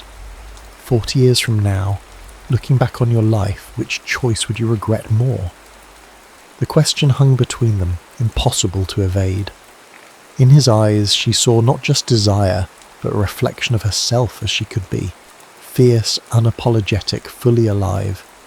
When she kissed him this time, it wasn't with the startled confusion of their first embrace, but with deliberate choice. His arms encircled her, drawing her against him until she could feel the rapid beat of his heart matching her own. Later, much later, they lay tangled in his sheets, the rain still pattering against the windows. Julien's fingers traced lazy patterns on her bare shoulder as she rested her head on his chest. Tell me about the story you're writing next, he murmured into her hair. I haven't decided yet. She traced the line of his collarbone, marvelling at the intimacy of this moment, at how right it felt despite everything that should have made it wrong. Write about this, he suggested, about finding courage, about choosing love despite the cost. Camille raised herself on one elbow to look at him.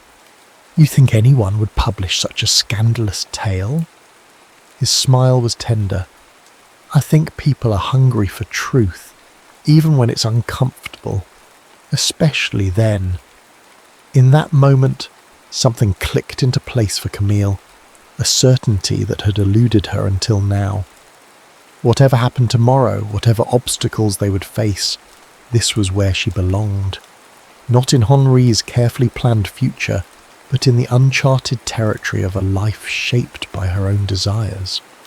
"I should go," she said reluctantly, aware of the lateness of the hour. "My mother will be worried." Julien nodded, though his arms tightened briefly around her. "What will you tell Henri?" The question sobered her. "The truth. That I can't marry him, that it wouldn't be fair to either of us." She sat up, gathering the sheets around her. "He deserves someone who loves him completely, not someone who's always looking over his shoulder at a different life." "And your mother?" Camille sighed. "That will be harder. She's sacrificed so much for my security." She twisted a strand of hair around her finger, a habit from childhood. "Perhaps I can find more tutoring positions, enough to support us both." "Or perhaps," Julien said, reaching for a folder on his nightstand, "this might help." He handed her a letter on Edition Gallimard letterhead. Camille's eyes widened as she read. "They want to publish my novel, but how?" "I sent it to them while you were avoiding me," he admitted. "André Gide is a friend. He recognised your talent immediately." Tears sprang to her eyes, not of sadness, but of overwhelming relief. "This changes everything." "It changes nothing," Julien corrected gently. "Your worth as a writer, as a woman, wasn't determined by this acceptance, but it does make the practical aspects easier." Dawn was breaking when Camille finally left Julien's apartment, the Gallimard letter tucked safely in her reticule. The streets of Paris were quiet except for the early merchants setting up their stalls and the street cleaners with their brooms. As she walked home, rehearsing the difficult conversations that lay ahead, Camille felt lighter than she had in years, as if she'd set down a burden she hadn't even realised she was carrying. The burden of living a life shaped by others' expectations rather than her own desires. Henri didn't shout when Camille returned his ring. He didn't plead or threaten.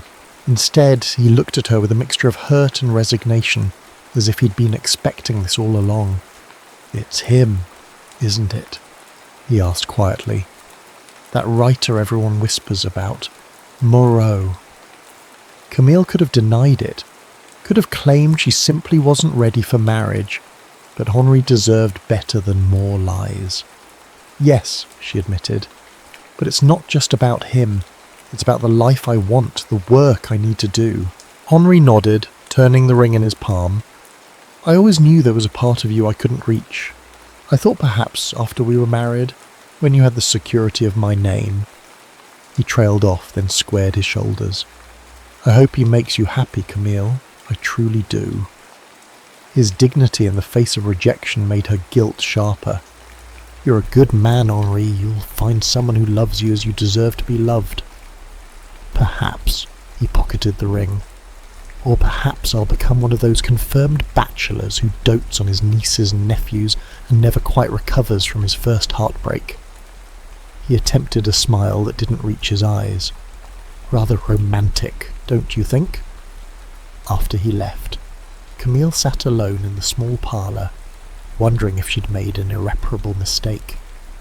The silence of the apartment pressed in on her, broken only when her mother returned from the market. Madame Fournier took one look at her daughter's face and set down her basket.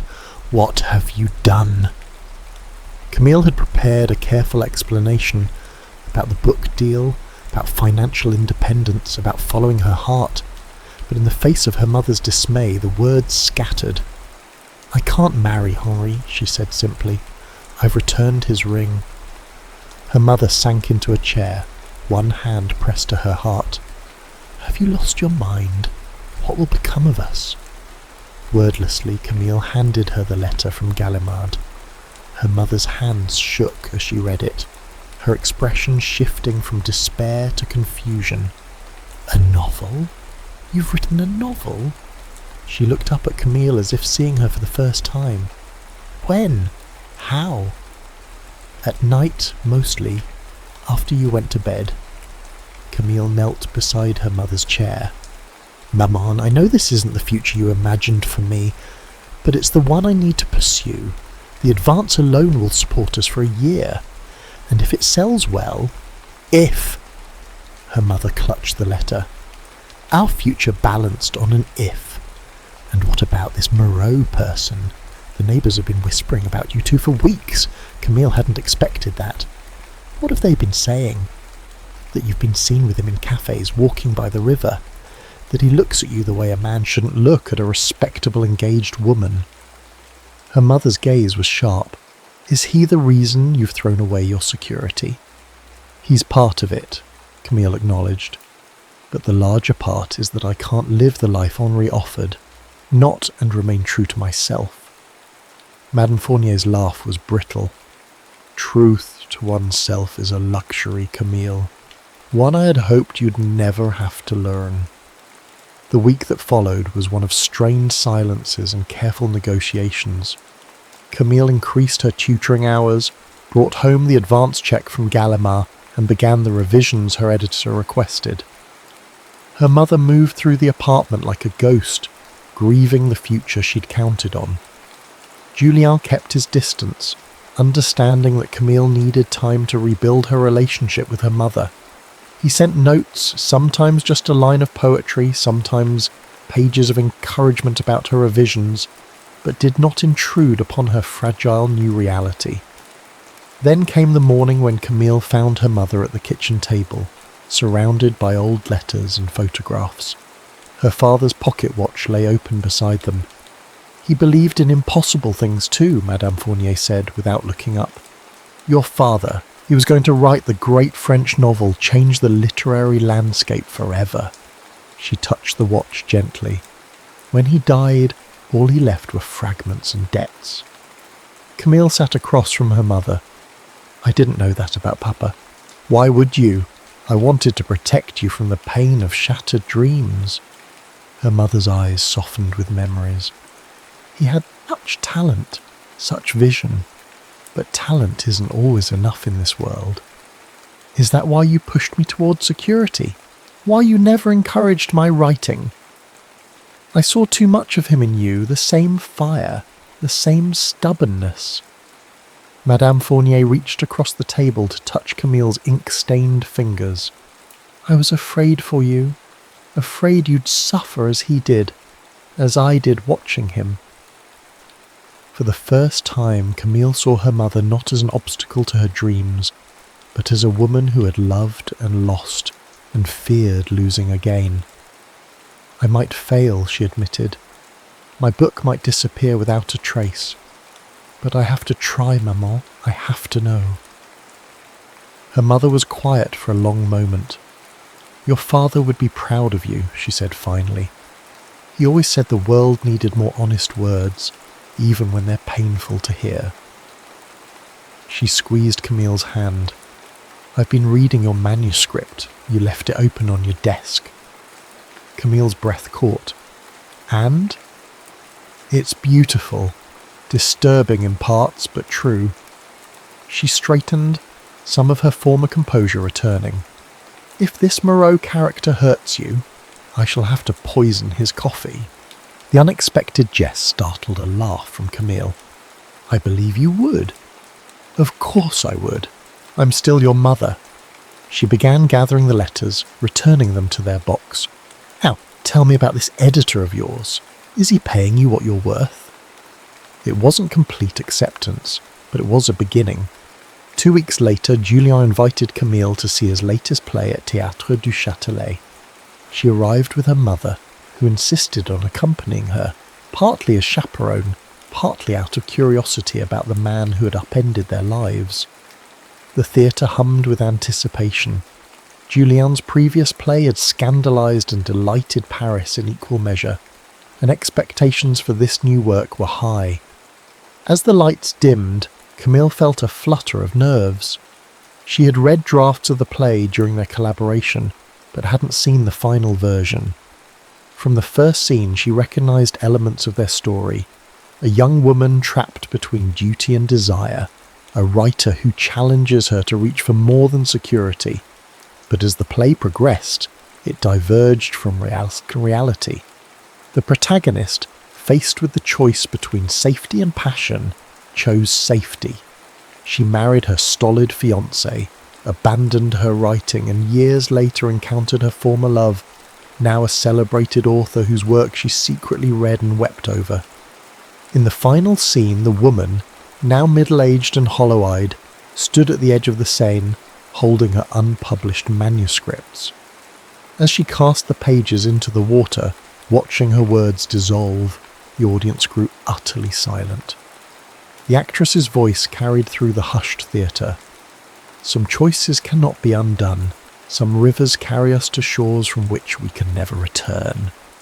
As the curtain fell, the silence held for 3 heartbeats before the theatre erupted in thunderous applause. Camille sat frozen, tears streaming down her face, struck by the vision of what could have been her fate. Her mother leaned close. "It seems your Monsieur Moreau understands the stakes," she murmured. "Perhaps he's more serious than his reputation suggests." Backstage was chaos. Admirers pressed forward with congratulations. Critics scribbled notes. Actors still in costume embraced one another. Julien stood at the centre of it all, accepting praise with the practiced charm that had once seemed so superficial to Camille, but which he now recognised as a necessary armour. When he saw her, he broke away from the crowd, crossing to where she stood with her mother. "Mademoiselle Fournier," he bowed, unexpectedly formal. "Madame Fournier, I'm honoured you could attend." "A most provocative piece, Monsieur Moreau," Madame Fournier replied, studying him with undisguised scrutiny, "though I found the ending unnecessarily tragic." "As did I," Julien agreed, his eyes on Camille. "But sometimes we need to see the darker path to appreciate the courage it takes to choose a different one." Madame Fournier's gaze shifted between them. After a moment she sighed. "I shall go speak with Madame Thibault. I believe I recognised her in the 3rd row." She fixed Julien with a stern look. "You have 15 minutes, monsieur. We still maintain some proprieties in this family." When she had gone, Julien took Camille's hands. "You're crying." "Your play. It was a warning, wasn't it? About what might happen if I chose safety over truth." "It was a fear," he corrected gently. "My fear. That you might look back someday and regret the path not taken." "I won't," she promised. "The day I returned Henri's ring, I chose my path. Whatever comes, success or failure, together or apart, I won't regret choosing to live fully." He pulled her closer, public opinion be damned. "I've had a letter from London. A publisher there wants to translate your novel once it's released here." "London?" Camille's eyes widened. "But I've never been to England." "We could go," he suggested, a new eagerness in his voice. "After your book launches, London, then perhaps Italy. You could write about cities you've never seen before, and I..." He hesitated. "I could write about a love that doesn't end in tragedy." The promise in those words, of a shared future, of adventures yet to come, filled Camille with a joy so acute it was almost painful. "I'd like that," she whispered. "All of it." 6 months later. The bookshop on Rue de Rivoli was crowded with people clutching copies of Libéré by Camille Fournier. Her photograph graced the back cover, not the demure portrait her publisher had initially suggested, but one taken by Julien in his apartment, her hair loose around her shoulders, her expression fearless and direct. Camille sat at a small table, signing books and answering questions, while her mother handed out glasses of champagne with unexpected enthusiasm. In the corner, Julien watched with quiet pride, content to remain in the background of her moment. When the crowd thinned, a young woman approached, clutching the book so tightly her knuckles were white. "Mademoiselle Fournier," she began hesitantly. "Your novel, the way you write about choices, about defying expectations." She glanced nervously at an older woman, her mother perhaps, hovering nearby. "Gave me courage to show my own writing to someone." Camille's heart swelled. This was why she had written, why she had risked everything, for this moment, for this connection across the gulf of experience. "May I give you some advice?" she asked the girl. "Please, write the story that scares you the most," Camille said, echoing words Julienne had once spoken to her. "That's the one worth telling." Later that night, in their small but comfortable apartment overlooking a courtyard filled with chestnut trees, Camille sat at her desk, a blank page before her. Julienne moved behind her, placing a cup of tea at her elbow before pressing a kiss to the top of her head. "Beginning the next one already?" he asked, nodding toward the page. "Just making notes." She leaned back against him. "Ideas for a story about a young woman who finds her voice and a man who learns that loving doesn't have to mean losing himself." "Sounds familiar," he teased, his hand coming to rest on her shoulder. "Though I hope this one ends happily." Camille turned in her chair to look up at him. Does such a thing exist? A truly happy ending? "Perhaps not an ending," he conceded, "but a happy continuation that I believe in." As he spoke, Camille dipped her pen in ink, the familiar stain of possibility marking her fingers, and began to write. Not an ending, but a continuation of a story still unfolding, a love written in ink that would never fade, the end.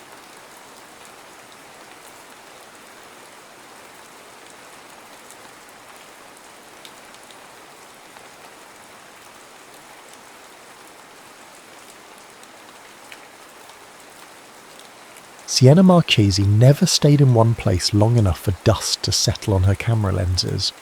At 32, she had photographed monsoon rains in Mumbai, northern lights in Iceland, and dawn breaking over Machu Picchu. What she hadn't captured was a reason to stay anywhere. "Perfect, just perfect," she murmured, adjusting her aperture as golden light bathed the Napa Valley vineyard.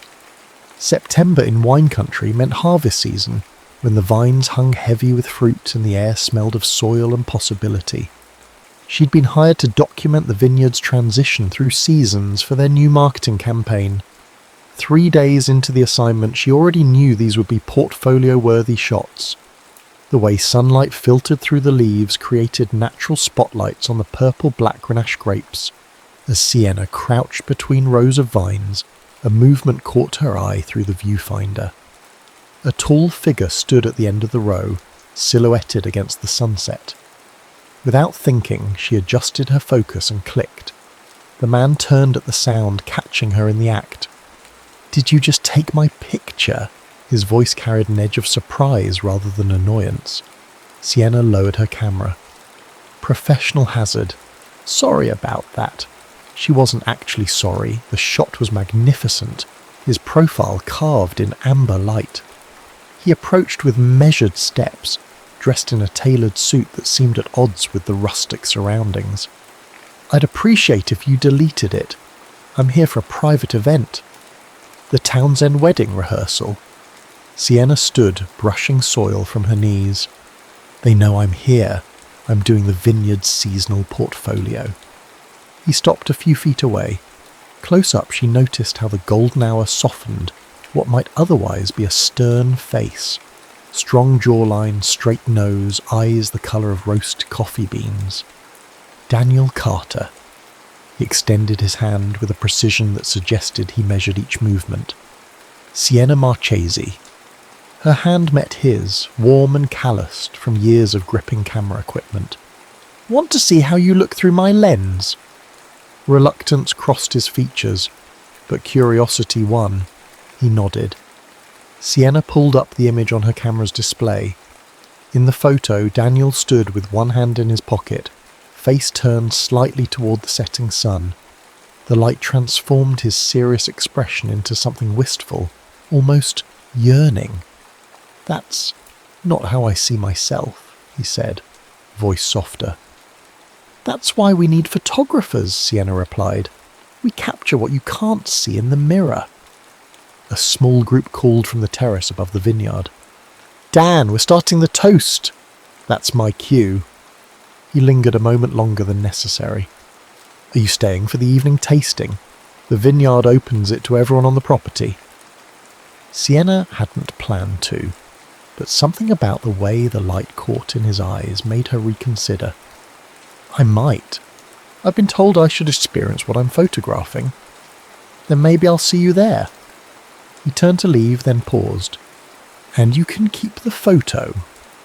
The evening tasting was held in the vineyard's stone cellar, where hanging lights cast a warm glow over oak barrels and glasses of ruby liquid. Sienna arrived just as the sommelier began explaining the blind tasting process. Each numbered glass contains one of our award-winning wines. Your challenge is to identify them using only your senses. Sienna found herself at a table with strangers, including Daniel, who had loosened his tie and rolled up his sleeves. The formal facade had cracked slightly, revealing something more approachable underneath. "Not a wine connoisseur?" he asked, when she sniffed a glass with theatrical exaggeration. "I know what I like when I taste it," she replied. "But my expertise stops at red and white and occasionally bubbly." A ghost of a smile touched his lips. "Systematic approach works better. First colour, then aroma, then...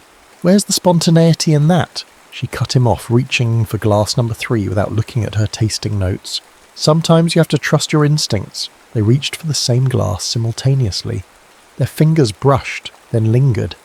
In the split second before they both pulled away, something electric passed between them. "Your systematic approach is making you predictable," she teased, covering the moment with humour. "And your spontaneity is making you reach for a Merlot when you clearly preferred the Cabernet." Sienna raised an eyebrow. "You've been watching what I drink?" "I notice details," he said simply. "Occupational necessity." "And what occupation requires such attention?" "Architecture." He took a deliberate sip from his glass. "I design spaces for people to inhabit. Getting the details wrong means creating a beautiful space no one wants to live in. So you build permanent structures, and I capture fleeting moments," Sienna mused. "We couldn't be more different." Something unreadable crossed his face. "Perhaps that's what makes this conversation interesting." As the evening progressed, they drifted away from the group, finding a quiet corner where vineyard maps hung on stone walls. Sienna learned that Daniel's firm was based in San Francisco, that he'd known the groom since college, that he lived alone in a converted industrial loft he'd designed himself. In turn, she told him about growing up in a family of academics who couldn't understand her need to wander, about the time she'd been stranded on a Greek island during a ferry strike, about the photo that had launched her career, a simple shot of her grandmother's hands kneading bread. "So what brings a wandering spirit to Napa?" he asked as they shared a final glass of wine. "Seems too settled for someone like you." "A job's a job," she answered automatically, then reconsidered. "Honestly, I needed to slow down. I've been chasing light across continents for a decade. Sometimes you need to sit still and let the light find you." Daniel's eyes held hers. "And has it? Found you?" The question felt weighted with meaning she wasn't ready to examine. Sienna glanced at her watch. "It's late. I should go. Early shoot tomorrow." He walked her to her rental car, their steps synchronized on the gravel path. "Will you be at the wedding tomorrow?" he asked. Sienna shook her head. "I'll be shooting the East Vineyard at dawn, then heading back to San Francisco. The golden hour waits for no photographer." They reached her car, and an awkward moment followed. The universal uncertainty of endings between people who feel a connection, but lack context for it. "It was nice meeting you, Daniel Carter." "Likewise, Sienna Marchesi." She drove away, watching his figure grow smaller in the rearview mirror, certain their brief intersection was complete. By morning, he would return to his structured world of straight lines and permanent foundations, while she would chase the next perfect frame of light. Neither of them could have predicted the crooked path fate had already begun drawing between them. 3 weeks later, Sienna stood in the empty canvas gallery in San Francisco's art district, directing the hanging of her latest exhibition, Transience, a collection of moments captured in golden hour light around the world. Among them a vineyard in Napa Valley, though she'd carefully excluded any photos featuring a certain architect.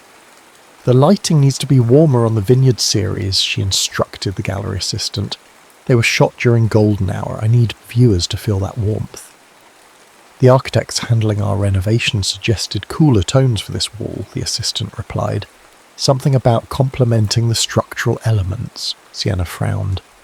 Well, the architects aren't the artists. The work determines the lighting, not the...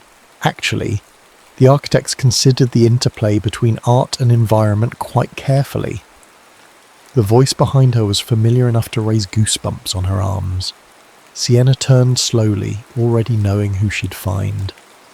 Daniel Carter stood in the gallery doorway, portfolio in hand, looking as structured as she remembered.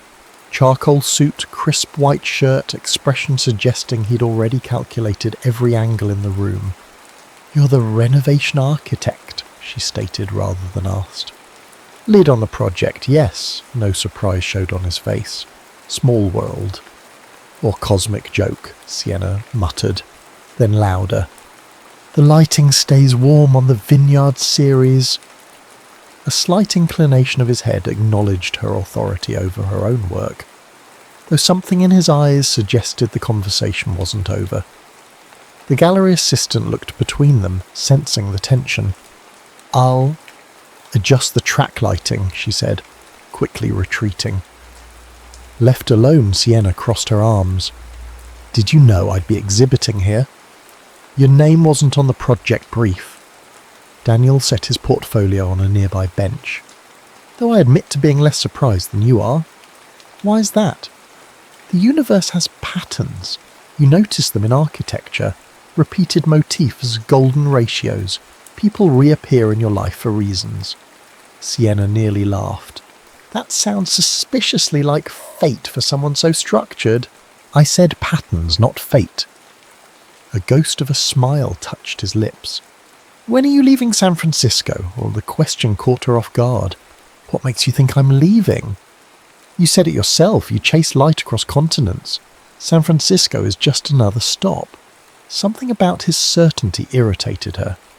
"Actually, I've taken a 6-month residency with the gallery, teaching master classes, curating, exhibiting my work." Now she had surprised him.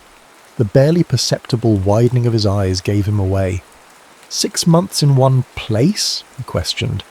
"That's practically settling down for someone like you." "Someone like me," she echoed, voice cooling. "You've spent all of 3 hours with me, Daniel. You don't know what kind of someone I am." He inclined his head, acknowledging the rebuke. "Fair enough. Perhaps we could remedy that." "Remedy what?" "The limited hours." He maintained steady eye contact. "Dinner tonight? There's an excellent restaurant near my office."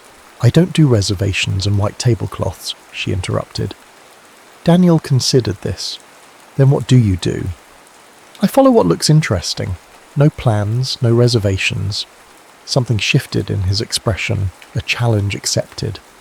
"All right, no plans. Meet me at the gallery entrance at 7.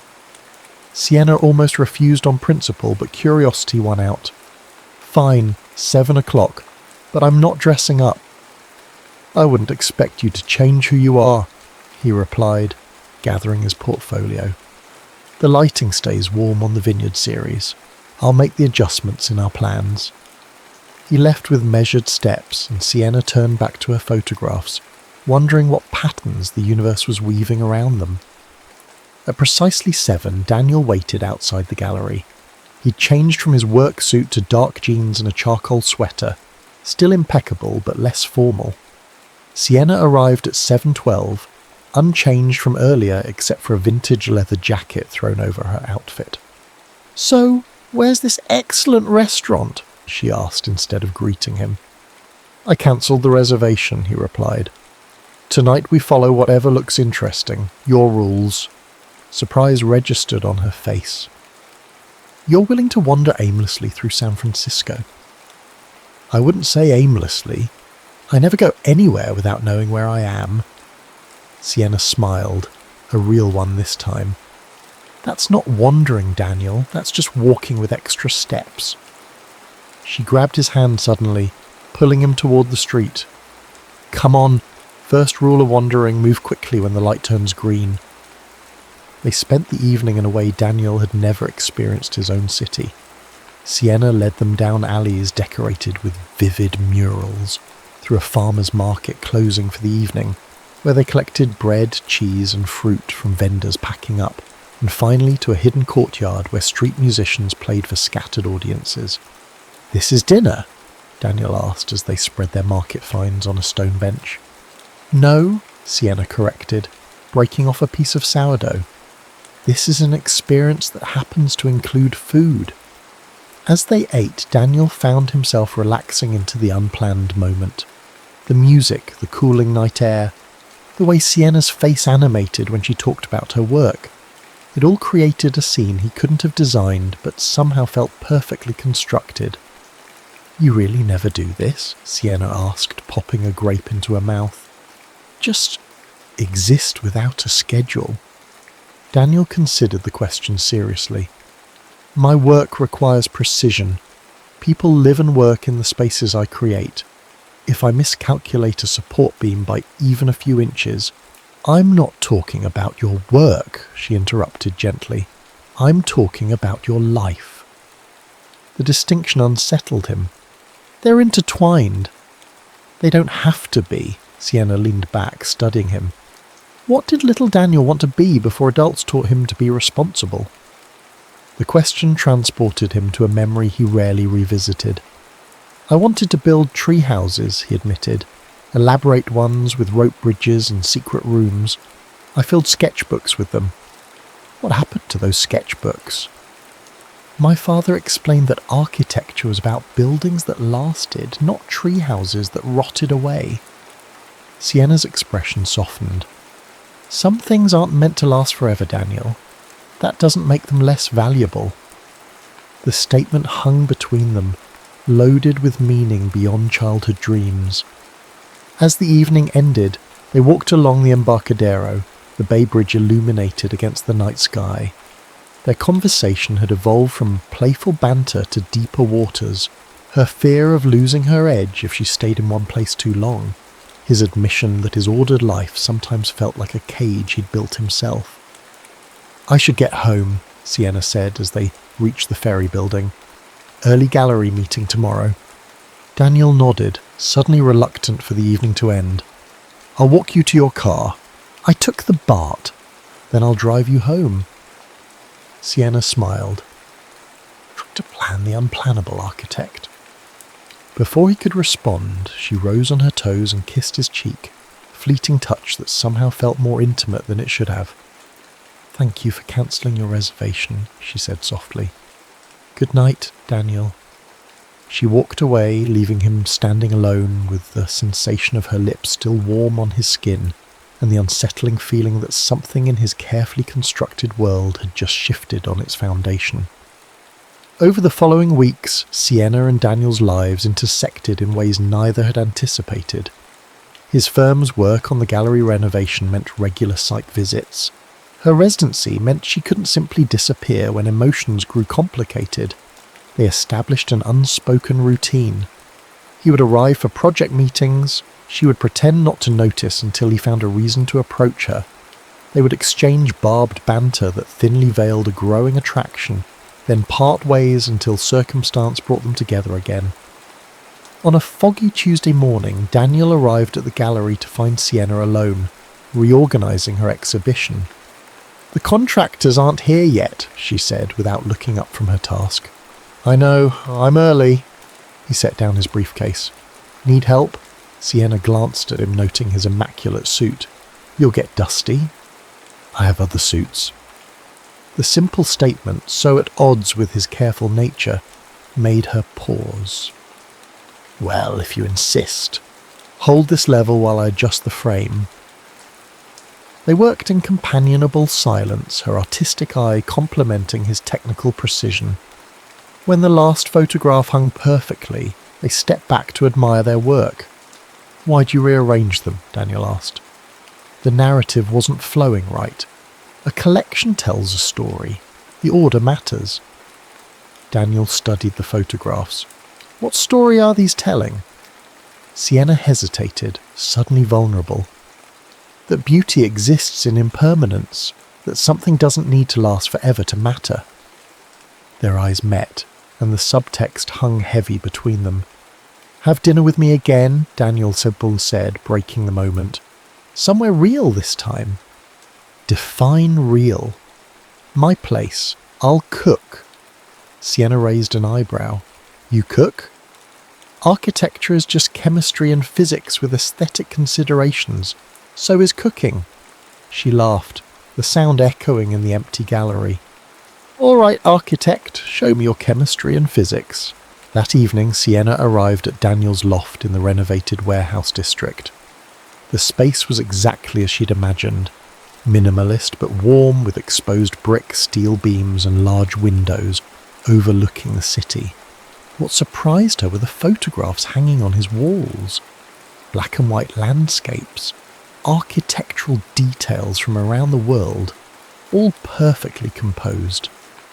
These are good, she said, examining them closely. Who's the photographer? I am. Daniel handed her a glass of wine. Another hobby my father thought impractical. Sienna turned to him, re-evaluating everything she thought she knew about Daniel Carter. You're full of surprises. I prefer to think I'm more complex than my suit suggests. Dinner was simple but perfect. Handmade pasta with heirloom tomatoes, fresh herbs from his rooftop garden, bread still warm from the oven. They ate at his balcony table as lights blinked on across the city and fog rolled in from the bay. Why architecture? Sienna asked as they finished the wine. If you love photography too? Daniel considered his answer carefully. I believe in creating spaces that last. Photography captures what's already disappearing. I wanted to build what remains. There's nobility in capturing the fleeting, Sienna countered, in reminding people to appreciate what won't endure. Is that why you never stay in one place? Because you don't believe anything endures? The question hit a nerve Sienna hadn't known was exposed. I stay in motion because that's where I find truth. The moment you settle, you start building illusions of permanence. And what's wrong with permanence? Daniel's voice remained gentle despite the challenge in his words. Nothing, if it's honest. But most permanence is a comforting lie we tell ourselves. Daniel set down his glass. Is that what you think I'm doing? Lying to myself? I think you've built a life around the idea that control equals safety. That if you design everything perfectly, nothing can hurt you. His expression tightened. And you're different? Always ready to leave before anything gets too real? The accuracy of his observation stung. Sienna stood suddenly needing space. Maybe this was a mistake. The dinner or the conversation? Both. Neither. She ran a hand through her hair in frustration. I don't know how to do this, Daniel. Do what? This. Whatever's happening between us, it doesn't fit any pattern I recognize. Daniel rose, moving closer but not touching him. Maybe that's the point. Maybe we're building something new. The word building hung between them. His verb, not hers. Sienna fought the urge to run. I have an assignment, she said abruptly. 3 days in Big Sur shooting coastal landscapes for a conservation magazine. Daniel absorbed this information, his face unreadable. When do you leave? Tomorrow morning. He nodded once, processing. Then, surprising her, he asked, Do you want come? The question was so unexpected that Sienna could only stare. You want to come to Big Sur? What about work? I have accumulated vacation days, 3 years' worth according to my assistant. You'd take unplanned time off just like that? A smile touched his lips. Not just like that. For you. The simple honesty of his statement disarmed her completely. This man who measured twice and cut once, who calculated load-bearing capacities and stress tolerances, was offering to step into her unpredictable world without blueprints. "It won't be luxury accommodations," she warned. "I booked a cabin, 1 bedroom." His eyes held hers steadily. "I'm not concerned about the accommodations." The weight of what they weren't saying filled the space between them. Sienna took a deep breath. "Pack light. We leave at dawn." The drive down the coast the next morning was a study in contrasts. Sienna drove with the windows down, music loud, changing stations whenever a song bored her.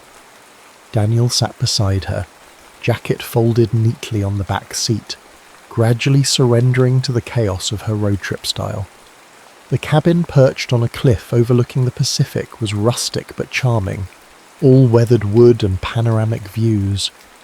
While Sienna immediately unpacked her camera equipment, Daniel explored the space, his architect's eye noting the clever use of natural light, the way the structure seemed to grow from the landscape rather than impose upon it. "It's beautiful," he admitted, joining her on the deck where she was already photographing the sunset, though the support beams in the main room show concerning wear.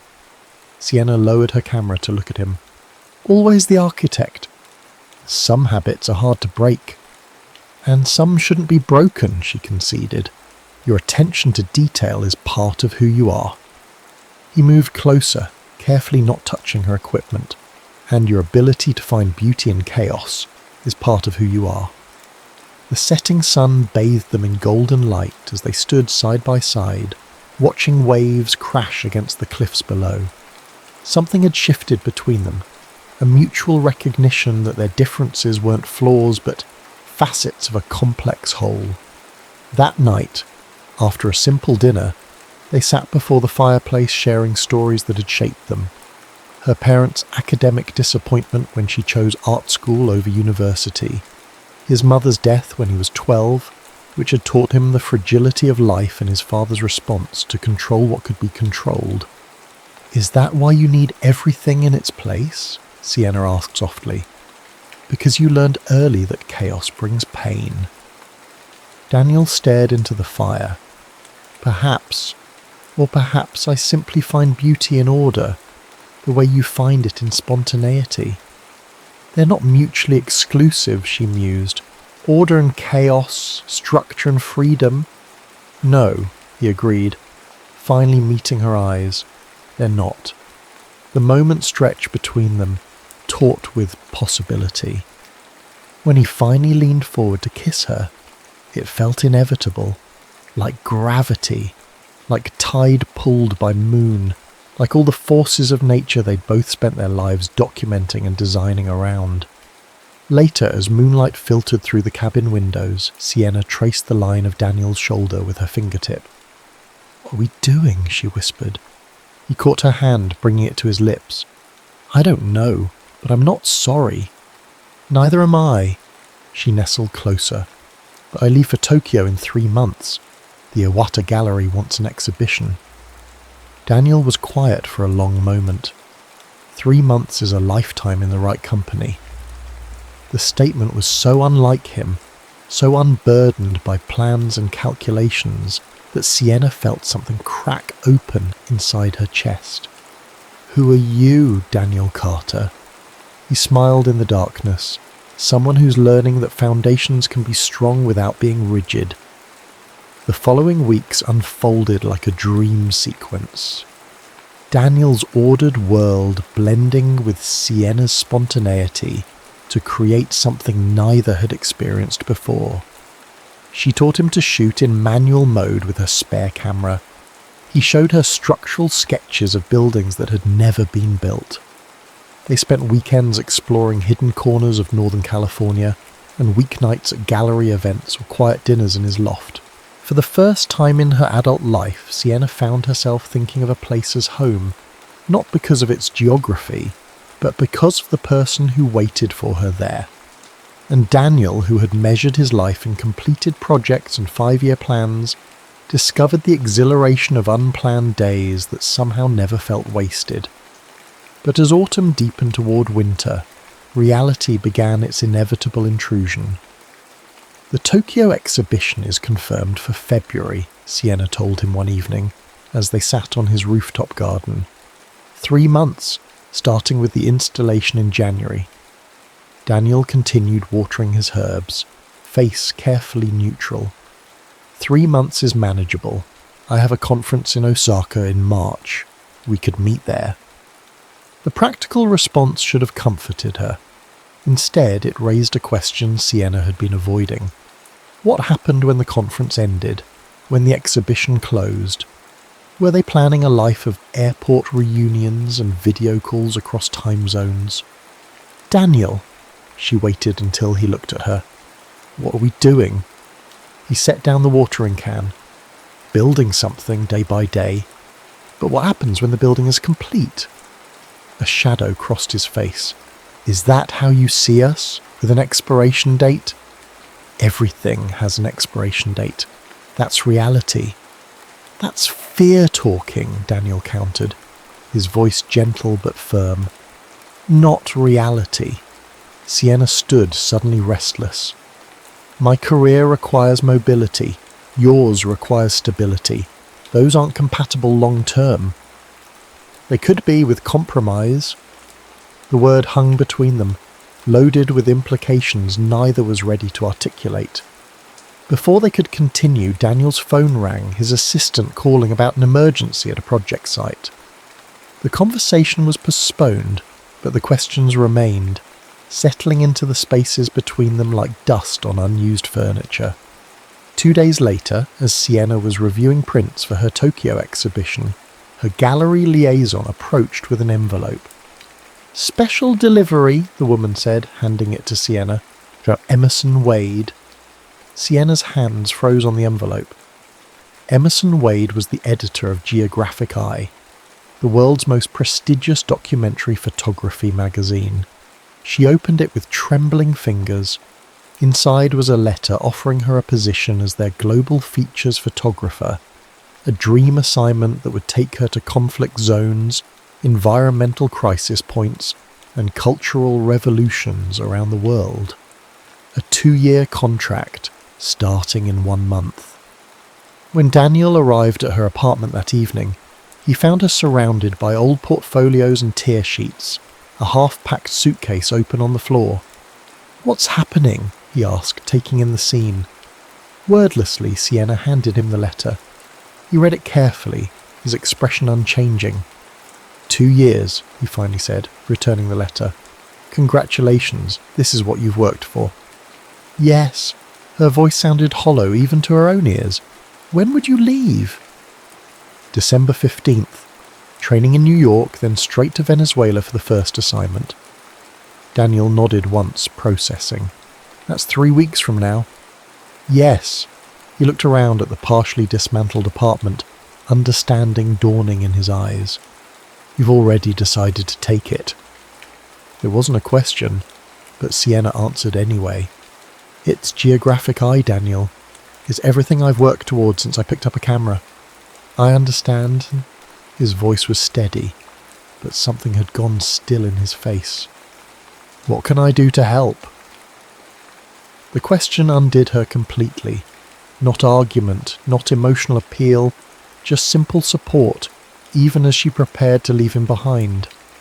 Daniel, she moved toward him, but he took a small step back. I think we both need time to process this.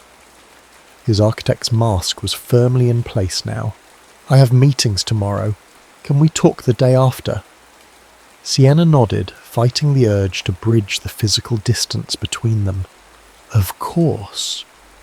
He left without touching her, his footsteps measured and even on the stairs. Sienna sat among the scattered evidence of her nomadic life, feeling for the first time that the freedom she'd cultivated might actually be another kind of cage. Daniel didn't call the next day or the day after. When Sienna finally reached him at his office, his assistant informed her that he'd flown to Chicago for an emergency client meeting. The pattern repeated for a week. Brief, polite texts explaining his unavailability, always with legitimate reasons that nonetheless formed an impenetrable barrier. 10 days after she'd received the letter, with her departure date looming, Sienna made a decision. She took a taxi to his loft, used the key he'd given her months earlier, and waited. It was past midnight when Daniel finally returned home, looking exhausted. He stopped short at the sight of her sitting on his couch. "Sienna," her name sounded rough in his throat. "I didn't know you were coming." Clearly, she stood studying the man who'd somehow become essential to her. "You've been avoiding me." "I've been working." The defense sounded weak even to his ears. "You've been hiding," she corrected gently, "and I understand why." Daniel set down his briefcase, removing his jacket with careful movements. "Do you?" "You're protecting yourself. Building walls before I can leave you." He looked at her then, really looked at her, his composure finally cracking. "What would you have me do, Sienna? Beg you to stay? Ask you to choose between me and the career you've worked toward your entire adult life?" "No," she said quietly. "I'd never ask you to give up architecture for me. I wouldn't expect you to ask me to give up photography for you." "Then we've reached an impasse. Have we?" Sienna moved closer. "Or have we just failed to imagine an alternative design?" Something flickered in his eyes. Hope, perhaps, or at least willingness to listen. "I'm taking the geographic eye position," she continued. "It's 2 years, and yes, I'll be travelling constantly, but that doesn't mean we have to end." Daniel's laugh held no humour. "Long distance for 2 years? With your schedule? Mine? It won't be easy," she admitted, "but nothing worthwhile ever is." "And after the 2 years, what then? Another assignment in another part of the world?" The question hit the heart of their dilemma, not just the immediate separation, but the fundamental difference in how they viewed life. Home for him was a physical place with foundations. For her, it had always been wherever her camera led. Until now. "I don't know what happens after 2 years, Sienna admitted. But I know that for the first time in my life I'm scared of leaving somewhere. Someone! She reached for his hand, relieved when he didn't pull away. "I'm not asking you to wait for me, Daniel. I'm asking if we can find out what this is without sacrificing who we are." Daniel looked down at their joined hands, the architect in him calculating structural integrity, stress points, the mathematics of a relationship stretched across continents. "I need time to think," he finally said. "Not to avoid you, but to actually think this through." Sienna nodded, releasing his hand. "I understand. I'll be at the gallery tomorrow, finalising shipments for Tokyo." She moved toward the door, then turned back. "For what it's worth, I never expected you. You weren't in any plan I made." "Nor you in mine," Daniel replied softly. "Perhaps that's why this matters so much." December arrived with unrelenting rain, turning San Francisco's hills into glistening rivers and the sky into a uniform grey that made Sienna's photographer's heart ache for contrast.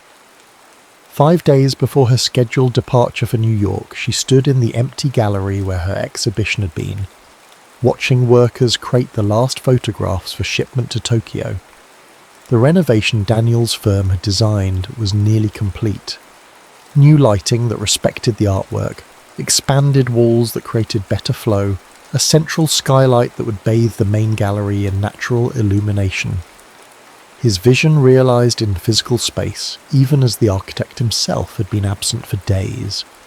"Miss Marchese," the gallery director approached. "There's someone asking for you at reception." Hope flared briefly, then died when a courier appeared instead, holding a small package. "Delivery for Sienna Marchese." The box contained a leather-bound book with no note. Opening it, Sienna found photographs. Daniel's photographs, spanning years. Shots of buildings he'd designed, architectural details from his travels, and mixed among them newer images. Her profile against a Big Sur sunset, her hands adjusting a camera lens, her silhouette in his loft doorway. The final page held a single image, the candid shot she'd taken of him in the vineyard during golden hour, their very first meeting. Beneath it, in architect's precise handwriting, the Napa Valley Vineyard, 7:15 p.m, September 12th. The moment my foundation shifted. With trembling fingers, Sienna turned to the book's last page, where she found not a photograph but a detailed architectural drawing, a treehouse elaborate enough for adults, with rope bridges and secret rooms perched in ancient redwoods. In the corner, GPS coordinates she recognised. Big Sur. Her phone rang. Daniel's name appeared on the screen. "You built it," she said instead of "hello," her voice barely steady. "I broke ground 2 weeks ago." His voice sounded different, lighter somehow. "It won't be finished for months, but the foundation is solid." "Daniel, let me finish." A deep breath. "I've taken a sabbatical from the firm, 1 year, possibly 2. I'll oversee current projects remotely, consult on new ones as needed." Sienna sank onto a nearby bench, mind racing. "What are you saying?" "I'm saying I've arranged my life to be more portable. I'll never be as free as you, but I don't need to be anchored to one city anymore. Technology makes it possible to design from anywhere. And the treehouse? A compromise. Something permanent but inherently connected to nature. Somewhere we could return to between your assignments." Tears blurred her vision. "You hate travel. You hate unpredictability." "I don't hate it," he corrected gently. "I just never saw its value until you. I'm not suggesting I follow you everywhere. You need your space, your freedom. But maybe we meet in the middle. 2 weeks in Venezuela, then a month in Big Sur. 3 weeks in Ukraine, then time together in Paris." The proposal was so unexpected, so unlike the rigid man she'd met in the vineyard, that Sienna couldn't immediately respond. "Where are you?" she finally managed. "Look up." Sienna raised her eyes to the gallery's entrance. Daniel stood in the doorway, phone still at his ear, watching her with an expression of such vulnerable hope that it stole her breath. "I can't ask you to change your entire life for me," she said, both into the phone and to the man now walking toward her. "You didn't ask," I offered. He stopped a few feet away, lowering his phone. "I've spent my life building structures that will outlast me, believing that was the only kind of permanence that mattered. You showed me there's permanence in fleeting moments too, if they're captured properly." He closed the distance between them, taking her hands. "I don't want to be the reason you stay, Sienna. I want to be the reason you always have somewhere to return to." "And if it doesn't work," she whispered, "if the distance is too much, then we'll have tried something extraordinary." His thumbs traced circles on her palms. "I'm an architect. I understand that sometimes the most beautiful structures require the biggest risks." Sienna looked into the eyes of this man who had reconstructed his entire worldview to accommodate her within it, and felt something settle in her chest. Not the weight of commitment, but the lightness of possibility. "When do we start?" she asked. His smile was like the first time she'd photographed him, illuminated by golden light, revealing the person behind the careful facade. "We already have." 3 months later, Sienna stood in a downpour outside a small cafe in Caracas, photographing children dancing in puddles after 6 weeks of drought. Her satellite phone buzzed with a message, a photograph of the treehouse now with walls and windows surrounded by towering redwoods. The caption read, "Home takes shape, as do I." She sent back an image she'd captured that morning, dawn breaking over the mountains, the first rays of sun turning raindrops into suspended gold. Beauty in transition, like us. That night, as she uploaded her day's work, Sienna opened the leather portfolio Daniel had given her. Behind the photographs, she found a sheet of his precise architectural graph paper where he'd written, "Conventional wisdom says a building cannot be both rooted and mobile, both structured and free. Conventional wisdom has not met us. We are building something unprecedented, a love that neither constrains nor abandons. You chase light across continents. I create spaces that hold it. Together, we've designed something that honours both. See you in the golden hour." Sienna touched the words, feeling the indentations his pen had made on the paper. Then she reached for her camera, and photographed the note in the warm light of her temporary home, capturing the moment when she finally understood that love wasn't about staying or leaving. It was about finding someone who made every place feel like exactly where you were meant to be. 6 different cities, 4 continents, and countless photographs later, Sienna returned to the Napa Valley vineyard where it had all begun. Daniel waited among the vines, just as he had that first evening, except now he welcomed her with the ease of someone who understood that her wandering always led back to him.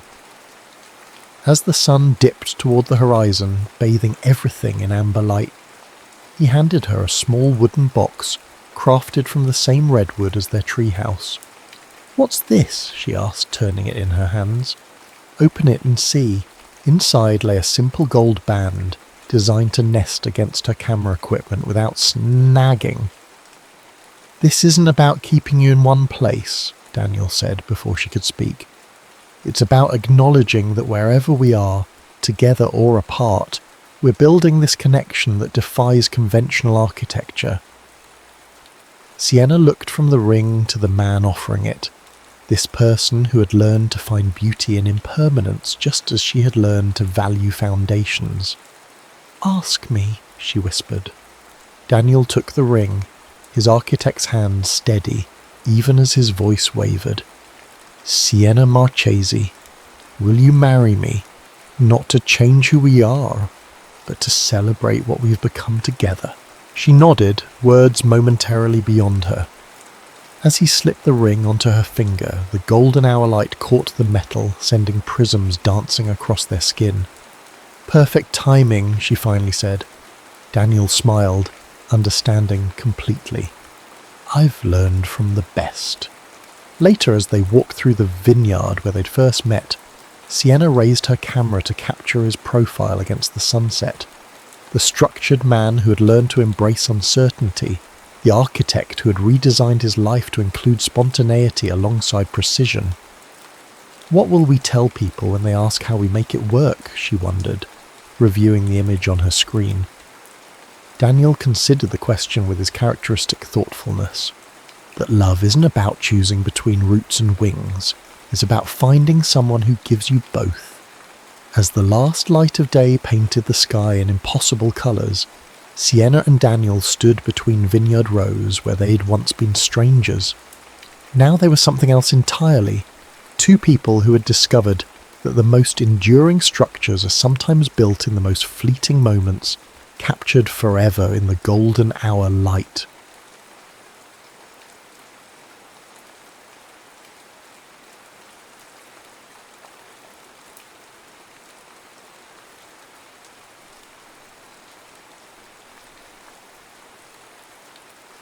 Maya Castillo's heels clicked against the polished marble of Wexler & Associates' lobby, the sound echoing in the empty space. It was nearly midnight, but the weight of expectation kept her tethered to her desk, long after her colleagues had gone home. 36 hours until the Donovan presentation, her chance to prove she deserved the associate partnership that had eluded attorneys twice her age. The fluorescent lights flickered overhead as she gathered her files, her reflection fragmented in the glass walls surrounding her. At 27, she had sacrificed everything for this career. Relationships, sleep, even the small pleasures that made life bearable. But it would be worth it. It had to be. Her gaslight blinked angrily as she merged onto the freeway. A detour sign redirected her through an unfamiliar part of East Los Angeles, streets she normally avoided. Maya gripped the steering wheel tighter, anxiety crawling up her spine as she pulled into the only gas station for miles. The place was a relic from another era. Neon signs buzzing with electrical imperfections, concrete stained with decades of motor oil. As she stepped out of her pristine BMW, Maya felt immediately out of place in her tailored suit and $100 blouse. "You lost?" The voice came from behind her. Maya turned to find a man leaning against a matte black Dodge Challenger, arms crossed over his chest. He wore faded jeans and a white t-shirt that did little to conceal the intricate tattoos winding up his forearms. His dark hair was pulled back in a messy knot, and there was a smudge of grease across his jawline. "I'm perfectly fine, thank you," she replied curtly, turning back to the pump. "Your gas cap is on the other side," he said, amusement lacing his voice. Maya closed her eyes, exhaling slowly before pulling back into her car and repositioning it. When she stepped out again, the man was still watching her, the ghost of a smile playing on his lips. "Rough day?" he asked. "Rough life," she muttered, immediately regretting the uncharacteristic honesty.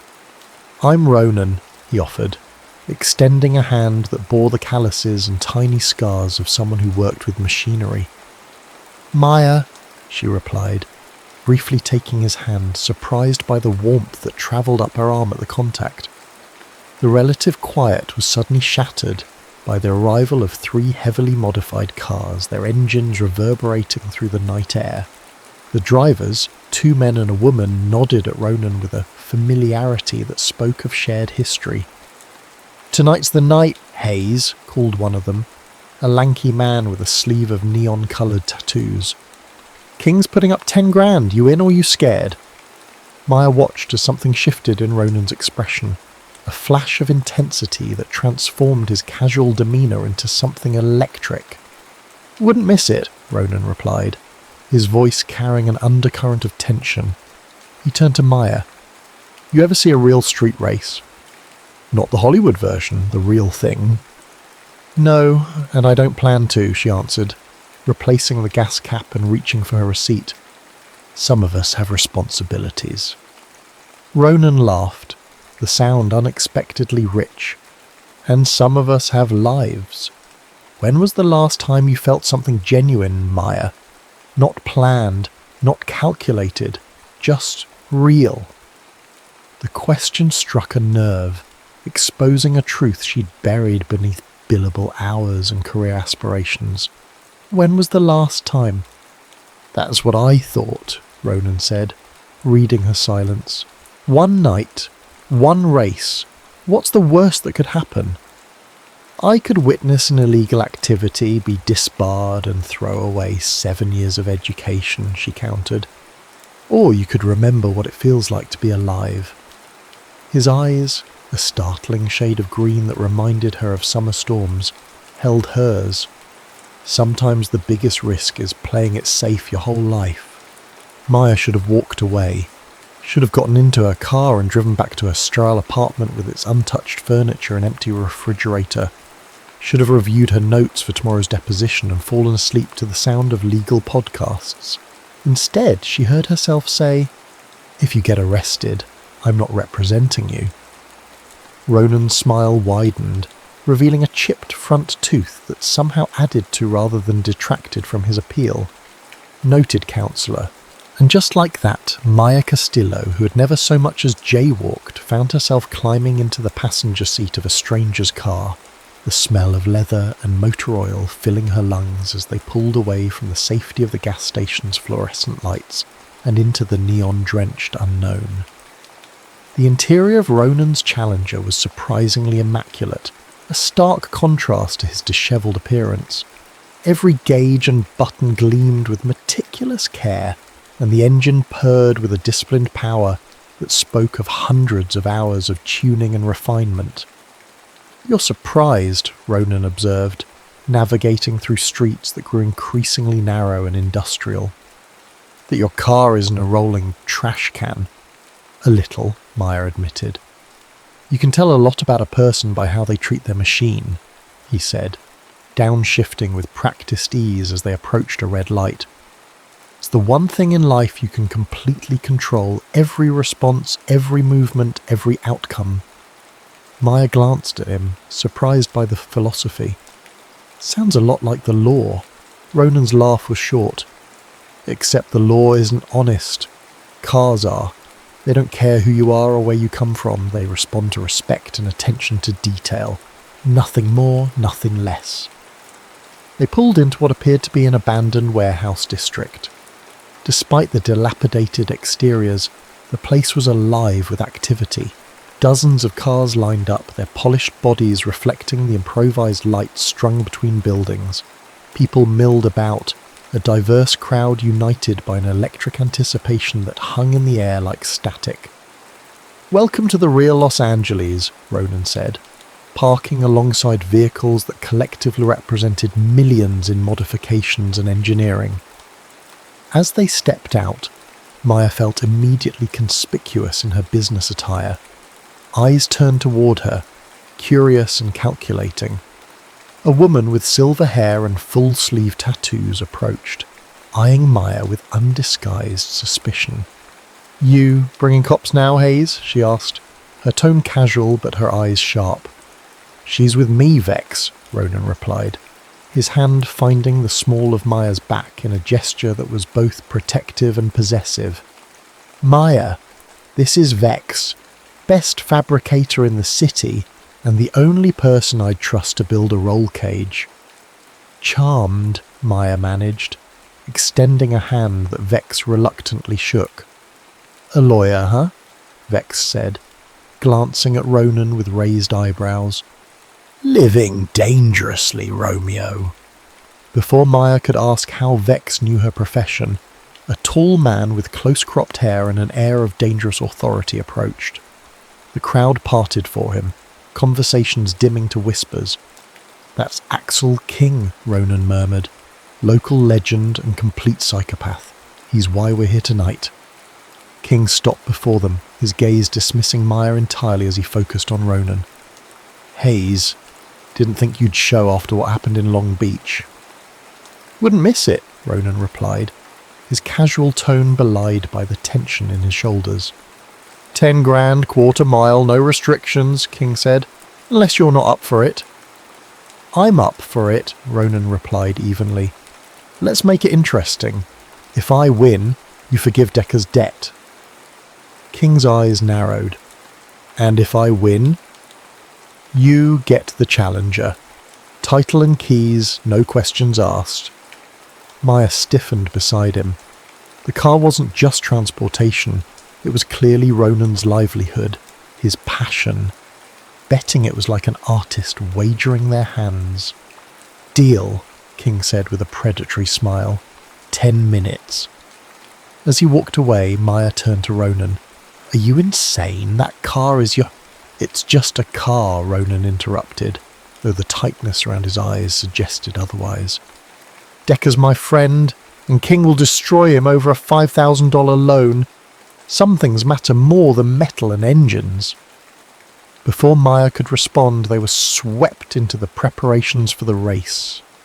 Ronan handed her his phone and wallet, their fingers brushing in a contact that sent an inexplicable current through her. "For safekeeping," he explained, his voice softer than before, "in case things go sideways."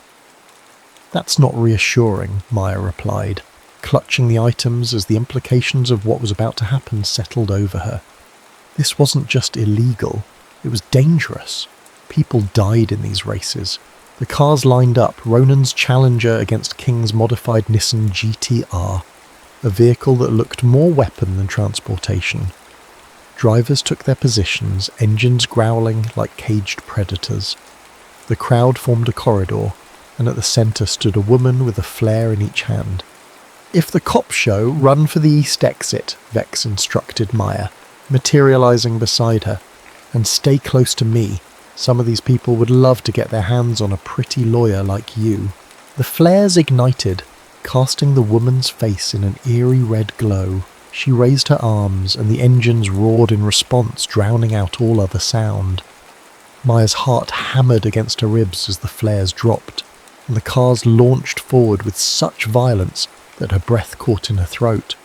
What followed was a blur of sound and light, screaming engines, squealing tyres, the flash of headlights as the vehicles reached impossible speeds down the improvised track.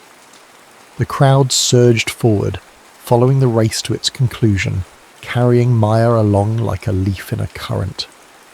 By the time she pushed through to the finish line, it was over. Ronan stood beside his car, face flushed with victory, as King slammed his door in undisguised fury. The crowd erupted, money changing hands as bets were settled. "You did it!" Maya breathed as she reached him, surprised by the relief flooding through her. "Did you doubt me, counsellor?" Ronan asked, his smile genuine for the first time that night. "Completely," she admitted, returning his grin. The celebration was cut short by the distant wail of sirens. The crowd scattered instantly, a well-rehearsed evacuation that spoke of frequent police intervention. "Time to go," Ronan said, grabbing her hand and pulling her toward the challenger. Maya found herself laughing as they peeled away from the scene, the adrenaline of the moment overriding her usual caution. They drove in companionable sense until the city fell away, replaced by winding roads that climbed into the hills overlooking Los Angeles. Ronan finally pulled over at a secluded viewpoint. The city sprawled below them like a circuit board of light. "What did you think?" he asked as they leaned against the hood of his car, the cooling engine ticking beneath the metal. "I think you're all going to end up in prison or the morgue," Maya replied honestly. "Probably," Ronan agreed with a surprising lack of concern. "But at least we'll have lived before we get there." His words hung between them, an indictment of the safe, controlled existence she had constructed. "Why did you bring me here?" she asked finally. "'Cause you look like someone who needed to remember what it feels like to not know what comes next," Ronan said, his gaze fixed on the horizon. "To feel something without analysing it first." In the dim light, with the city glittering below and the stars scattered above, Maya felt a dangerous shift in her carefully ordered world. This man, this stranger with his philosophical observations and reckless decisions, had seen through her in a way that was both terrifying and exhilarating. "I should go home," she said, the words lacking conviction even to her own ears. "Should and want are different things," Ronan observed, turning to face her. "What do you want, Maya Castillo?" The question hung between them, loaded with possibilities. What did she want? Not just in this moment, but in the life stretching before her, a life suddenly revealed as a series of safe choices leading to a predetermined outcome. "I want," she began, the words sticking in her throat. "I want to feel like this isn't a mistake." Ronan's smile was slow, understanding. The best things in life usually start as mistakes. When he kissed her, it wasn't gentle or hesitant. It was like the race, fast, intense, full of risk and reward. Maya found herself responding with an abandon that should have frightened her, her hands tangling in his hair as the night air cooled her heated skin. Later, as he drove her back to her car, reality began to reassert itself. This had been an aberration, a momentary escape from the pressures of her real life. Nothing more. "This was," she started as they pulled up beside her BMW. "A moment," Ronan finished for her, no trace of resentment in his voice. "A night you needed, but nothing more." Maya nodded, relieved by his understanding yet inexplicably disappointed. "Thank you," she said, the words inadequate for the strange gift he'd given her. A few hours of freedom from her own expectations. Ronan didn't push. He just smiled, that crooked smile that did something unusual to her equilibrium. "I'll see you around, lawyer." As Maya drove home, the taste of him still on her lips, she told herself it was over. An impulsive decision never to be repeated. By tomorrow it would feel like a dream, hazy and distant. But as she crawled into bed, the horizon already lightening with dawn, she knew with a certainty that terrified her. Nothing would ever be the same again. 3 days passed in a blur of depositions and client meetings. Maya moved through them with mechanical precision, her mind occasionally drifting to the memory of engine roars and a chip-toothed smile. By the 4th day, she had almost convinced herself it had been a stress-induced hallucination. "Earth to Maya," said Jerome, her paralegal, waving a hand before her face. "The Mitchell files? You asked for them an hour ago." "Right, sorry," Maya said, accepting the stack of documents. "Late night." "All your nights are late," Jerome observed, perching on the edge of her desk. "But you're usually laser-focused. What gives?" "Nothing," Maya replied too quickly. just the Donovan presentation. It's a big opportunity. Jerome studied her with the perceptive eye of someone who had worked alongside her for 3 years. This isn't about work. You've got that look. What look? The I did something I'm not supposed to talk about look. Last time I saw it was when Gabriella from accounting installed dating apps on your phone at the Christmas party. Maya's phone chimed with a notification, cutting short her denial. An unknown number had sent a simple message. Same time, same place me. Her heart performed an acrobatic manoeuvre that had nothing to do with arrhythmia. How had he gotten her number? Then she remembered. Her contact information was on the business cards in her wallet. He must have taken one when she wasn't looking.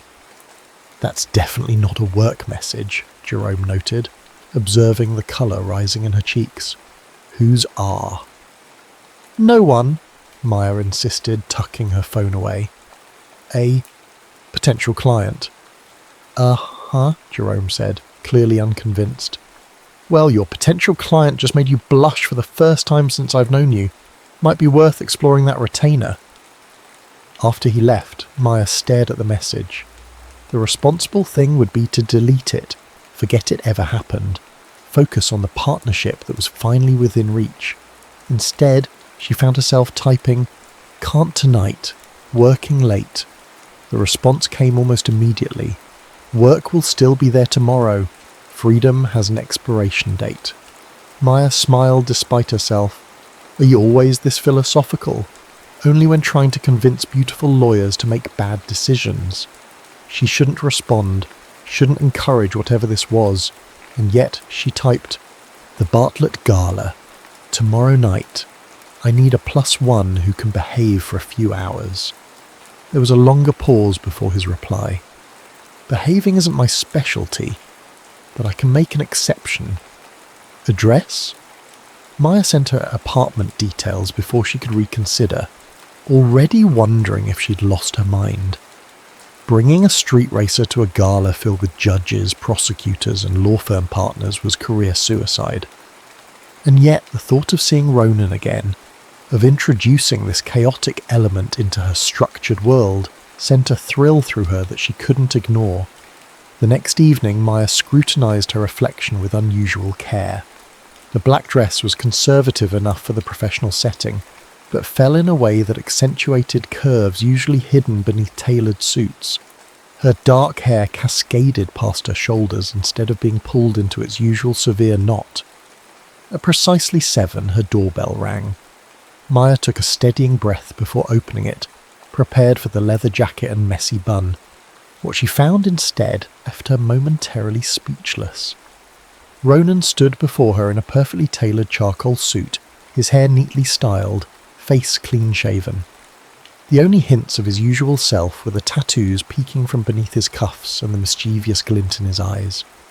"You look surprised again," he noted, his gaze travelling over her with an appreciation that made her skin warm. "I was expecting more grease," Maya admitted, stepping aside to let him enter. "I clean up when the occasion demands it," Ronan replied, handing her a small box. "For you." Inside was a corsage of deep blue orchids that complemented her dress perfectly. "How did you—" "I may have bribed your doorman for details," he admitted, without a trace of remorse. "He was very helpful once I convinced him I wasn't a stalker." "Just a criminal," Maya said lightly, allowing him to slip the corsage onto her wrist.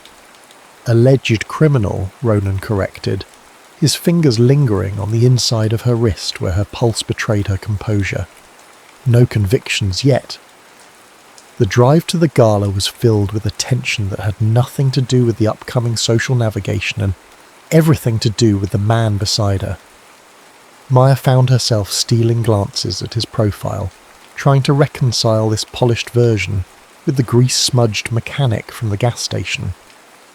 "How do you know how to tie a Windsor knot?" she asked finally. Ronan smiled, keeping his eyes on the road. "My father insisted all his sons learn. Said you never know when you'll need to look respectable." "And your father is—" "Deceased," Ronan replied, the word clipped. Heart attack 6 years ago. My mother remarried and moved to Switzerland. I'm sorry, Maya said, sensing the complex emotions beneath the simple statement. Don't be. We weren't close, Ronan said, his tone lightening as they pulled up to the hotel. So, what's my cover story? Ex-convict turned paralegal? Professional escort, long-lost cousin twice removed. How about we stick as close to the truth as possible, Maya suggested. You're a mechanical engineer I met recently. Boring but plausible, Ronan agreed as the valet opened her door. I'll try not to mention the illegal racing and near arrests. The Bartlett Gala was held in the grand ballroom of the Alexandria Hotel, a space dripping with old-world elegance. Crystal chandeliers cast prismatic light over marble floors, and the state's legal elite mingled in expensive formal wear, their laughter carrying the practiced cadence of people accustomed to performative social interactions. Impressive crowd, Ronan murmured, as they accepted champagne flutes from a passing waiter. So these are the people who decide who goes to prison. Some of them, Maya confirmed, already scanning the room for her colleagues. Others just make obscene amounts of money interpreting laws written by people who don't understand them. And that's your aspiration? Ronan asked, genuine curiosity in his voice. Before Maya could respond, a hand clasped her shoulder. Maya Castillo, boomed the voice of Judge Raymond Holbrook, a man known for his harsh sentences and harsher opinions. Your opening statement in the Westlake case was magnificent, had Prosecutor Simmons sweating through his shirt. Thank you, Your Honour, Maya replied with practised humility. This is my friend Ronan Hayes. The judge extended a hand which Ronan shook with perfect poise. Hayes, any relation to Edward Hayes of Hayes Automotive? Maya glanced sharply at Ronan, whose expression revealed nothing beyond polite interest. My grandfather, sir. Fantastic man, the judge continued. Revolutionized American muscle cars in the 70s. Your father must be Christopher then. Shame about his passing. Brilliant engineer. You knew my father? Ronan asked, his casual tone belied by the tension in his shoulders. Served on several charitable boards with him, the judge confirmed. Your family's contributions to the Children's Hospital wing were most generous. Are you following in the family tradition? In my own way, Ronan replied diplomatically. As the judge moved on to greet other guests, Maya turned to Ronan with wide eyes. Hayes Automotive, the luxury car empire? That Hayes, Ronan took a long sip of his champagne. It's not something I advertise. So all that talk about not having advantages was true, Ronan interrupted, his voice low but intense. I walked away from that life. Haven't taken a dime from the family trust since I was 22. Why? Maya asked, genuinely confused. The Hayes fortune was estimated in the billions, their custom vehicles the choice of celebrities and royal families worldwide. Because it came with conditions I couldn't live with, Ronan replied, his gaze sweeping the room. A predetermined path, expectations, board meetings, and shareholder concerns. Sound familiar? The parallel to her own life wasn't lost on Maya. Before she could respond, her boss materialized beside them, his smile not reaching his eyes. Maya, a word. Gregory Wexler didn't wait for a response before steering her away from Ronan, his grip on her elbow just shy of painful. What are you thinking bringing him here? He's a family friend, Maya lied smoothly. Is there a problem? The problem is that you're up for the Donovan case. A senator campaigning on a platform that includes cracking down on illegal street racing, Wexler hissed. And you're parading around with Ronan Hayes, who's been arrested 3 times for exactly that. Do you think the legal community doesn't gossip? Maya's stomach dropped. You've done research on him? The moment I saw him with you, Wexler confirmed. His family may have influence, but he's a liability. End this, whatever it is, or you can forget about the partnership. As Wexler strode away, Maya felt as though the floor had tilted beneath her. Everything she'd worked for was suddenly at risk, and for what? A man she barely knew, whose world was the antithesis of everything she had built her life around. Maya turned to find Ronan watching her, understanding in his eyes. Without a word, he offered his arm, leading her through the crowd and onto the terrace where the cool night air offered temporary reprieve from the suffocating atmosphere inside. "Your boss seems charming," Ronan said dryly, loosening his tie. "He says I should stay away from you," Maya replied, deciding honesty was the simplest approach. "Smart man," Ronan agreed unexpectedly. "I'm definitely bad for your career trajectory." "Is that all you have to say?" Maya asked, surprised by his calm acceptance. "What do you want me to say? That he's wrong?" "He's not." Ronan leaned against the balustrade, the city lights reflecting in his eyes. "I am a liability to someone like you. I have arrests on my record. I race illegally. I fix cars under the table for people who can't afford legitimate shops." "Then why did you agree to come tonight?" Maya demanded, frustration rising. "Because I wanted to see your world," Ronan replied simply. "Wanted to understand what keeps you so tightly wound, what makes you afraid to live beyond the lines." The assessment stung precisely because it contained truth. Maya had spent her entire adult life constructing a persona of control and ambition, sacrificing spontaneity and joy in pursuit of a goal that kept shifting just beyond her reach. "You don't know me," she said, the words lacking conviction. "I know enough," Ronan countered. "I know you were the first person in your family to go to college. I know you worked through law school and graduated with honours despite holding down 2 jobs. I know you haven't taken a vacation in 3 years because you're afraid someone will take your place while you're gone." Maya stared at him. "How could you possibly—" "I have a cousin who works in admissions at UCLA Law," Ronan explained with a shrug. "And Google exists. You're not the only one who can do research." "So we've been investigating each other," Maya said, unsure whether to be flattered or disturbed. "I was curious about the woman who got into my car despite every instinct telling her not to," Ronan admitted. "The woman who looked at street racing and saw something beyond criminals and chaos." "What did I see?" Maya asked, genuinely curious about his perception. "Freedom," Ronan said simply. "The thing you want most and fear most at the same time." The words settled over her with the weight of undeniable truth. For a long moment they stood in silence, the sounds of the gala muted behind them. "I should go back inside," Maya said finally, though everything in her wanted to stay in this moment, suspended between worlds. Ronan suggested, a familiar mischief returning to his expression. "You could come with me." "Where?" "To see how the other half lives," he replied, extending his hand. "No races this time, something different." Maya knew what the responsible choice was. She should rejoin the gala, network with the partners, secure her position. She should nod politely to Ronan and walk away, back to the life she had carefully constructed. Instead, she placed her hand in his, the simple action feeling like the most reckless thing she'd ever done. "Lead the way," she said, and followed him into the night. Days turned into weeks, and what had begun as a curiosity transformed into something neither of them had anticipated.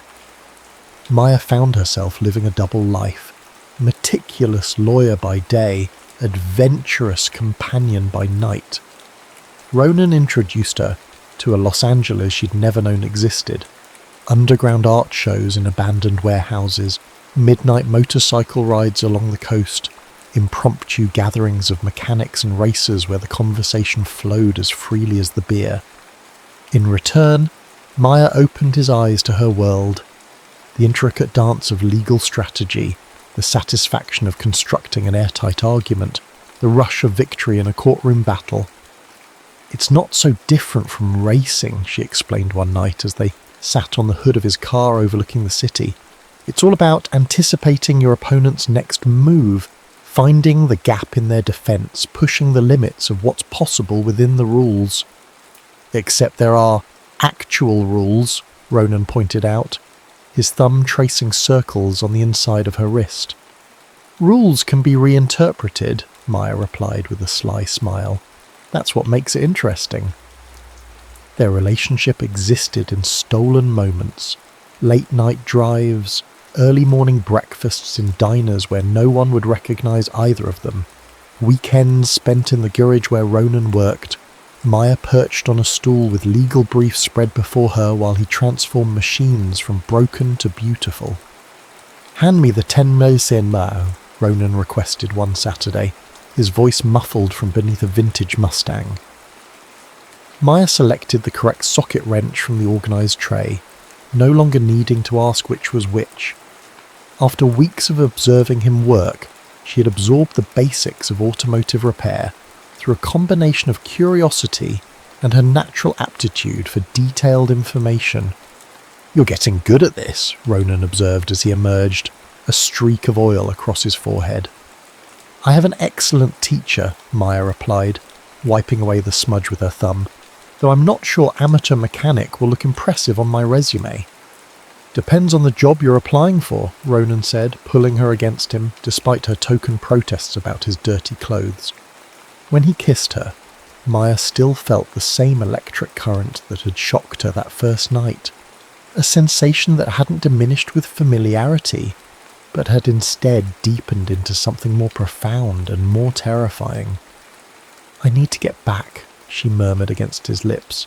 "The Donovan brief is due Monday." Ronan released her with a reluctant sigh. "The Donovan case, still fighting the good fight against dangerous street racers like me." It was a point of tension between them, the fact that Maya's biggest career opportunity involved working with a senator whose pet project was eliminating the very subculture that had given Ronan purpose and community. "It's just a case," Maya insisted, though they both knew it was more than that. It was the culmination of years of sacrifice, the validation she had sought since entering law school. "Keep telling yourself that," Ronan said, turning back to the Mustang. "One day, you might believe it." They parted with the unspoken understanding that hung between them like an approaching storm. This couldn't last. Their worlds, briefly intertwined, were pulling them in opposite directions. The crisis came sooner than either expected. 3 days later, Maya sat in Wexler's office, fighting to maintain her professional composure as he delivered the news. "Senator Donovan was impressed with your preliminary strategy," Wexler said, sliding a folder across his desk. "He wants to take it a step further. Not just legislation, but actual prosecutions, high-profile cases to set precedents." Maya opened the folder to find surveillance photos, police reports, and a list of names. Her blood froze when she saw Ronan's among them, along with several people she'd met through him. Vex, Decker, others who had cautiously accepted her into their circle. "We have informants who've provided details on upcoming races," Wexler continued, oblivious to her distress. "The senator wants coordinated raids, arrests that will make the evening news. Show the public he's serious about cleaning up the streets." "These are just kids mostly," Maya heard herself say. "Working-class people blowing off steam. There are actual criminals out there." "These are actual criminals," Wexler interrupted, his expression hardening. "People die in these races, Maya. Innocent bystanders. This isn't victimless." She couldn't argue with that. She'd seen the risks firsthand, had felt the adrenaline rush that came from pushing machines and bodies to their limits, had witnessed the allure that drew people back again and again, despite the dangers. "The raids happen this weekend," Wexler said, closing the subject. "I expect you'll be there to observe, take notes for the cases you'll be building." Maya nodded mechanically, her mind racing faster than any car she'd seen. The moment she left the office, she pulled out her phone, typing a warning to Ronan. Her finger hovered over send, ethics warring with emotion. Sending this message would be a direct violation of her professional obligations, potentially ending her legal career before it truly began. Before she could decide, a text from Ronan appeared. Big race tonight. King's final offer. 50k. Can't say no. Maya's heart sank. The location listed in the raid documents was the same industrial district where she'd first watched Ronan race. King would be there, the primary target on the senator's list. She tried calling, but the call went straight to voicemail. Ronan was already preparing, already committed to a race that could end with him in handcuffs. Or worse. Maya made her decision. She deleted the warning message and instead typed, "Need to see you. Important. Where are you?" His response came an hour later. "Garage. Final tuning. Come by." The garage was a hive of activity when Maya arrived. Ronan's crew, a mix of professional mechanics and amateur enthusiasts, swarmed around the Challenger, making minute adjustments to a vehicle that had been transformed from merely exceptional to something approaching perfection. "Maya," Ronan greeted her with surprise, wiping his hands on a rag. "Didn't expect you till later. We're kind of in the middle of something." "I can see that," she replied, taking in the focused intensity of the preparations. "Can we talk privately?" Ronan led her to the small office at the back of the garage, closing the door on the mechanical symphony outside. "What's going on?" he asked, his expression shifting from focused to concerned as he took in her tense posture. "You can't race tonight," Maya said, the words tumbling out before she could frame them more diplomatically. Ronan's eyebrows rose. "That's not your decision to make." "There's going to be a raid," she said, lowering her voice despite the closed door. "Police, federal agents, news cameras, the works. Senator Donovan is making his big move and you're all walking into a trap." Understanding dawned on Ronan's face, followed quickly by suspicion. "And you know this how?" Maya hesitated, the weight of her professional oath pressing against her conscience. "I can't tell you that." "Can't or won't," Ronan challenged, stepping closer. "You're working on the Donovan case, the case specifically targeting people like me, and now you're warning me about a raid that hasn't been publicly announced." "I'm trying to protect you," Maya insisted, "by betraying your client, breaking attorney-client privilege." Ronan shook his head. "That's not you, Maya. You don't cross those lines." "Things change," she said quietly. "People change." Ronan studied her face, his expression softening. "You're risking everything by telling me this." "I know." "Why?" The question hung between them, demanding an answer Maya wasn't sure she was ready to give. Because somewhere between that first night at the gas station and now, the line between their worlds had blurred. Because the thought of him in handcuffs, or worse, in the path of a desperate racer trying to evade arrest, was unbearable. "Because I care about what happens to you," she said finally. "More than I should." Ronan ran a hand through his hair, conflict evident in his posture. "I can't back out now. Not from this race." "Why? What makes this one so important?" Maya demanded, frustration rising. "Because King has something I need," Ronan replied, his voice dropping to a near whisper. "Something I've been working toward for 2 years." "Money? Is that worth going to prison for?" "Not money," Ronan corrected. "Proof. Documentation that he's been fixing races, threatening drivers, running a chop shop out of the East Side. The kind of evidence that would put him away for a long time." Maya stared at him. "You're collecting evidence? Against King?" "I'm not just racing for the thrill, Maya," Ronan said, a shadow passing over his features. "King killed my friend Marcus 2 years ago. Forced him off a canyon road during a race when Marcus refused to throw the competition. Made it look like an accident, but we all knew." "Why didn't you go to the police?" Maya asked, though she already knew the answer. "With what? The word of illegal street racers?" Ronan gave a bitter laugh. "Besides, King has half the local precinct in his pocket. Small payments, looking the other way, the occasional tip about rival operations, the system you believe in so much, it failed us a long time ago. The revelation threw Maya's carefully constructed worldview into disarray. She had always seen the law as imperfect but fundamentally sound, a system that, for all its flaws, strived toward justice. Yet here was Ronan pursuing justice through means the law would condemn. "So what's your plan?" she asked. "Win the race, get the evidence, then what?"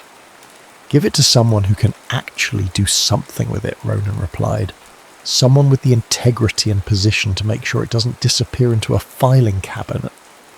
The implication was clear. He had been planning to give it to her, had been watching her, evaluating her, from the moment they met.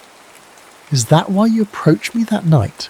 Maya asked, the possibility sending a cold ripple through her. "Was I just convenient?" "No," Ronan said firmly, reaching for her hand. "That was coincidence, pure chance. But the more I got to know you, the more I realized you might be the answer I'd been looking for. Someone inside the system who still believes in what it's supposed to stand for." Maya withdrew her hand, a tangle of emotions too complex to unravel in the moment. "You should have told me. Would you have believed me? Would you have even listened before you knew me?" Ronan challenged. "Or would you have dismissed me as just another criminal with a grudge?" He was right, and they both knew it. The Maya of 3 months ago would have directed him to file a police report and walked away, secure in her belief that the system would handle it. "I need to do this, Shay," Ronan continued. "I need what King has, but I'll tell the others about the raid, get them to stay away, minimize the collateral damage." "And what about you?" Maya demanded. "If you're caught—" "I won't be," Ronan said with a confidence that didn't reach his eyes. "I'm pretty good at disappearing when I need to." The unspoken implication hung in the air. If he ran, she wouldn't see him again. This fragile connection they'd built would be severed, sacrificed to the divergent paths they'd chosen long before they met. "Don't do this," Maya pleaded, one final attempt. Ronan's response was to brush his lips against hers, the gesture both tender and resigned.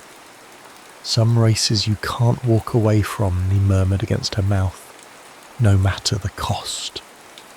As Maya left the garage, the bright afternoon sun incongruous with the darkness gathering in her chest, she realized she had reached a crossroads of her own. Continue on the path she had mapped out for herself, secure the partnership, build the career, maintain the safety of the known, or risk everything for a man whose world challenged everything she thought she wanted. By the time night fell, she had made her decision. The industrial complex pulsed with energy, the atmosphere electric with anticipation. Unlike the chaotic gatherings Maya had witnessed before, this event had an organised precision that spoke of high stakes and serious money.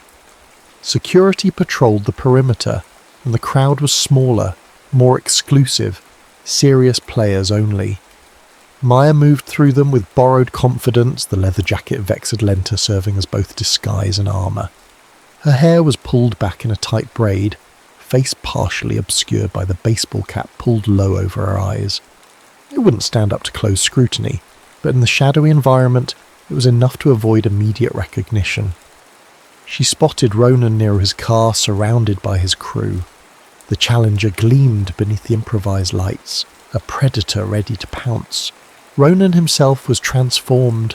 Gone was the philosophical mechanic, replaced by a focused competitor whose entire being seemed honed to a single purpose. Maya kept her distance, knowing her presence would only distract him. The raid was scheduled for midnight, giving her less than an hour to find a way to either stop this race or ensure Ronan wasn't caught in the inevitable chaos. "You're either very brave or very stupid," came a voice from behind her. Maya turned to find Vex, leaning against a stack of pallets, arms crossed over her chest. "Possibly both," Maya admitted. "He said you'd come, despite the risk," Vex said, her tone neutral. "Said you couldn't help yourself any more than he could." "Did he also tell you about the raid?" Maya asked, keeping her voice low. Vex nodded. Word spread. Most of the usual crowd stayed away. The only ones here are King's people and those with too much on the line to walk away. Like Ronan. Like Ronan, Vex agreed, her gaze drifting to where he stood, though his reasons are better than most. A commotion near the starting line caught their attention. King had arrived, flanked by the men whose posture and alertness suggested more than casual racing enthusiasm. The crowd parted for him, a combination of respect and fear creating a path to where Ronan waited. Haze, King's voice carried across the space, the single word laden with history and antagonism. Last chance to back out. Not a chance, Ronan replied, his tone deceptively casual. Unless you're having second thoughts. King's laugh was cold. About taking your car, never. It'll look good in my collection. If you win, Ronan countered. I always win, King said, his confidence absolute. One way or another. The implied threat hung in the air as they moved toward their respective vehicles. Maya felt a chill that had nothing to do with the night air. He's going to try something, she murmured. Always does, Vex confirmed grimly, but Ronan's ready for it. He's been preparing for this moment for 2 years. As the drivers took their positions, Maya checked her watch. 30 minutes until the raid. Not enough time for the race to conclude and everyone to disperse. The trap was perfectly timed. The race format was simple but brutal. 3 laps around the industrial complex, through narrow alleys and around tight corners, a test of skill as much as speed. No rules beyond reaching the finish line first. As the signal was given and the cars launched forward with a violent surge of power, Maya realised she had never actually seen Ronan drive at his full capability. What she witnessed now was a revelation, a preternatural connection between man and machine, reflexes that seemed to anticipate rather than react, decisions made at speeds that defied human limitations. For the first lap, the cars remained close, neither driver willing to show their full hand too early. By the second lap, Ronan had gained a slight advantage, his car taking corners with a precision that spoke of countless hours of practice and preparation. It was during the final lap that King made his move. As they approached a particularly narrow section, his car swerved deliberately into Ronan's path, metal screaming against metal as the Challenger was forced toward a concrete barrier. Maya's heart stopped as Ronan's car fishtailed, tyres struggling for purchase on the uneven surface. For a moment, disaster seemed inevitable. Then, with a manoeuvre that defied physics, Ronan regained control, dropping back to avoid another collision. King's victory seemed assured as they entered the final stretch, his car pulling ahead with the advantage gained through his dangerous tactics. The finish line approached, the crowd's energy building to a crescendo. What happened next occurred so quickly that Maya would later struggle to piece it together. Ronan's car suddenly surged forward with impossible speed, drawing even with King's. As they approached the final turn, King once again swerved toward him, but this time Ronan was ready. His car dropped back just enough for King's manoeuvre to miss, causing King's vehicle to momentarily lose traction. It was all the opening Ronan needed. He slipped past on the inside line, crossing the finish seconds before King, whose car skidded to a stop amid a cloud of burning rubber and frustrated rage. The crowd erupted, money changing hands as the unexpected outcome was confirmed. Maya found herself moving forward without conscious decision, drawn toward Ronan as he emerged from his car, face flushed with victory.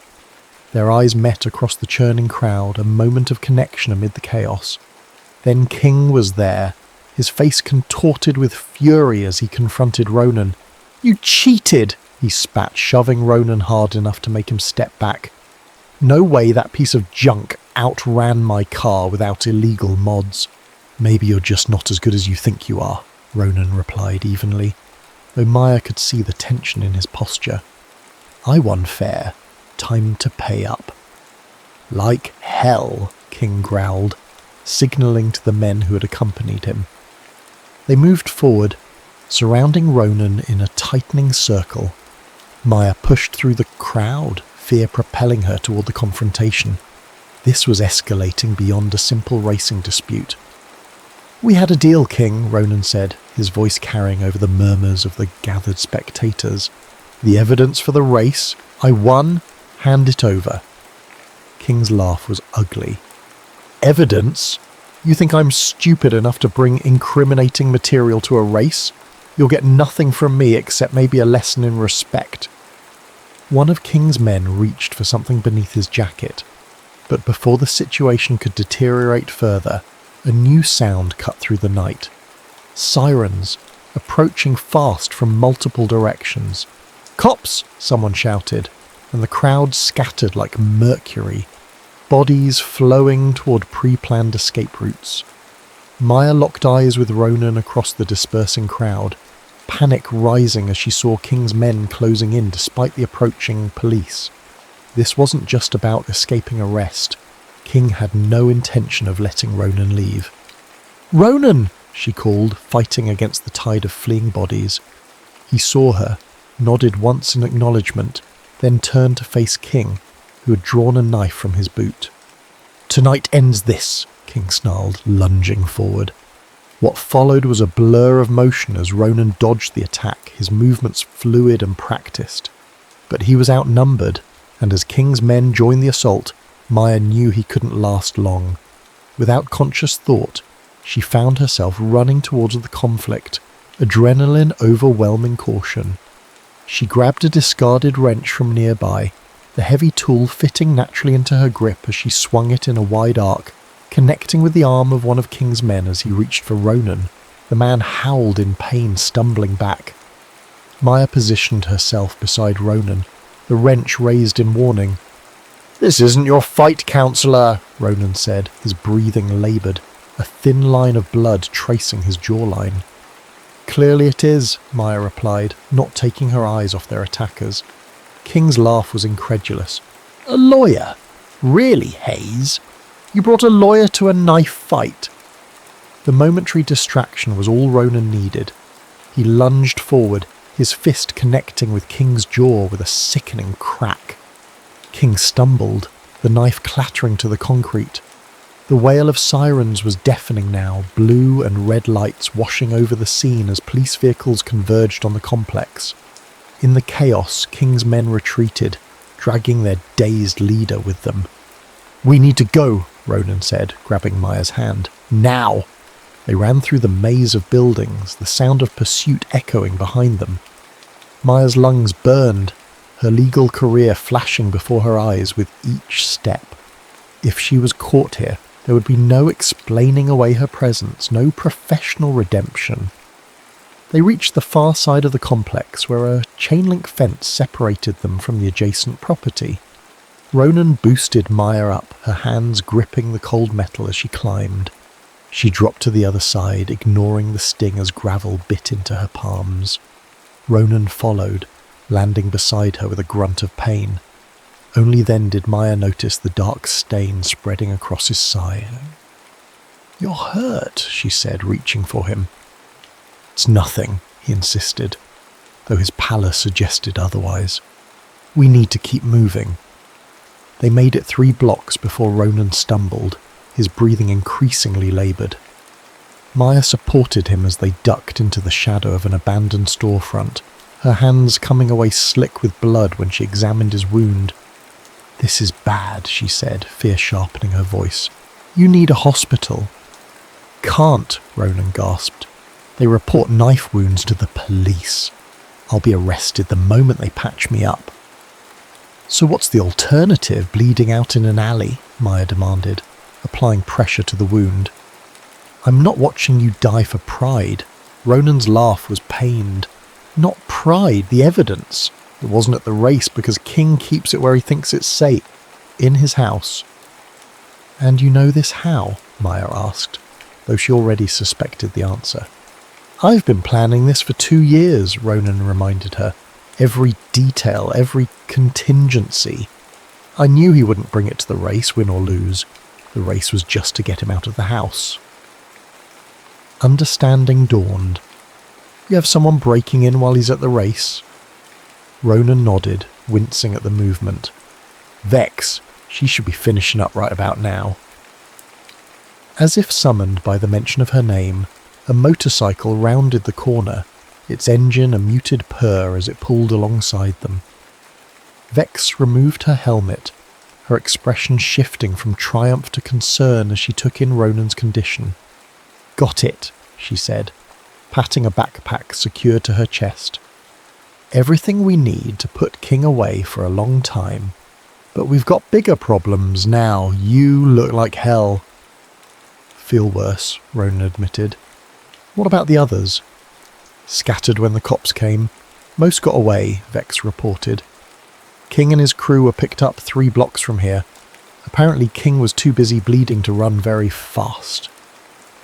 Despite the pain, Ronan smiled. Couldn't have happened to a nicer guy. Vex turned her attention to Maya, her gaze assessing. You went back for him? It wasn't a question, but Maya nodded anyway. I couldn't just leave him. Guess you're not what I expected, lawyer, Vex said, the words carrying a weight of reluctant approval. Come on, I know a place. The place turned out to be a veterinary clinic in East Los Angeles, its lights dim but not dark. The veterinarian, a middle-aged woman with kind eyes and a no-nonsense demeanour, asked no questions as she examined Ronan's wound. Not as bad as it looks, she declared after a thorough cleaning. Missed anything vital, but you've lost blood. You'll need rest, antibiotics, and no sudden movements for at least a week. As she stitched the wound, Maya stood by the window, watching the street for signs of pursuit. Her phone had been buzzing incessantly, calls from Wexler, from colleagues, all wondering where she was as the raid unfolded without her presence. What happens now? She asked Vex, who was organising the contents of the backpack on a countertop. Now we use this, Vex replied, indicating the files, memory drives and photographs spread before her. Bank records, race-fixing documentation, evidence of the chop shop operation, even a video of King threatening a driver. It's everything we need. And how exactly do you plan to use it? Maya asked. You can't just walk into a police station. No, Vex agreed, her gaze direct. But you can walk into a prosecutor's office. The proposal hung in the air, its implications clear. They had obtained this evidence illegally. Using it meant implicating herself in that illegality. It could end her career, her future, everything she had worked for. But it could also bring justice for Marcus and everyone else King had harmed. It could dismantle a criminal operation that the traditional justice system had failed to touch. I need to think, Maya said, stepping outside for air that didn't smell of antiseptic and hard choices. The night was cool, stars visible despite the city's light pollution. Maya leaned against the brick wall, closing her eyes as she tried to centre herself amid the chaos of the past hours. The door opened behind her, and Ronan emerged, moving carefully but steadier than before. You should be resting, Maya said without opening her eyes. Never been good at following doctor's orders, Ronan replied, easing himself against the wall beside her. Or any orders, really. They stood in silence for a moment, the events of the night settling between them like sediment. I'm sorry, Ronan said finally, for putting you in this position, for risking your career, your future. I put myself here, Maya corrected him. Every step was my choice. Still, Ronan insisted, this isn't what I wanted for either of us. Maya turned to look at him, really look at him, illuminated by the distant streetlight. Despite the wound, despite the exhaustion etched into his features, there was something unbreakable in his posture, a core of purpose that had drawn her to him from the beginning. What did you want? She asked softly. Ronan's smile was tinged with melancholy. Justice for Marcus. Closure. Maybe redemption in some way. And after, Maya pressed. If you'd gotten the evidence without complications, without me involved, what then? I don't know, Ronan admitted. I've been so focused on the goal that I never really thought about what comes after. The honesty was refreshing in its simplicity. No grand promises, no elaborate plans, just the acknowledgement of a future not yet defined. That makes two of us, Maya said. I've spent my entire adult life on a predetermined path. Every decision, every sacrifice, all aimed at a specific outcome. And now you're standing outside a veterinary clinic at 3 a.m. with a street racer, and evidence that could bring down a criminal empire, Ronan finished for her, a trace of his usual humour returning. Not exactly the partnership track. Maya laughed despite herself, the sound surprisingly light in the heavy night. Not exactly. Their hands found each other in the darkness, fingers intertwining with a familiarity that belied the brevity of their connection. For all the chaos, for all the danger, this simple contact felt like an anchor in a storm. I can't ask you to risk everything for this, Ronan said, his grip tightening. For me. You're not asking, Maya replied, the decision crystallizing as she spoke. I'm choosing. We got the evidence legally or not, but what we do with it now, that's where I can help. There are channels, procedures that could protect the source while still using the information.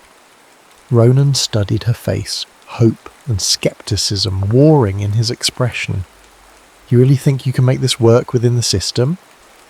I think the system is imperfect, Maya said carefully, but it's still the best tool we have for justice if used correctly, and I'm pretty good at using it correctly. The first hint of dawn was lightening the eastern sky, a new day emerging from the chaos of the night. Maya knew that with daylight would come consequences, explanations and hard choices, but for now, in this moment between worlds, she found a clarity she had been seeking her entire life. What now? Ronan asked, mirroring her thoughts. Maya smiled, squeezing his hand. Now we live. The words were simple, but they contained multitudes. A recognition of the paths not taken, the rules not followed, the unexpected joy found in the spaces between structure and chaos. As they walked back into the clinic, toward Vex and the evidence and the complicated future awaiting them, Maya felt something she hadn't experienced since childhood. The exhilarating uncertainty of a life not planned to the minute. Whatever came next, justice for Marcus, professional consequences, the evolution of this unexpected connection between them, they would face it together, under the neon sky that had witnessed their collision of worlds.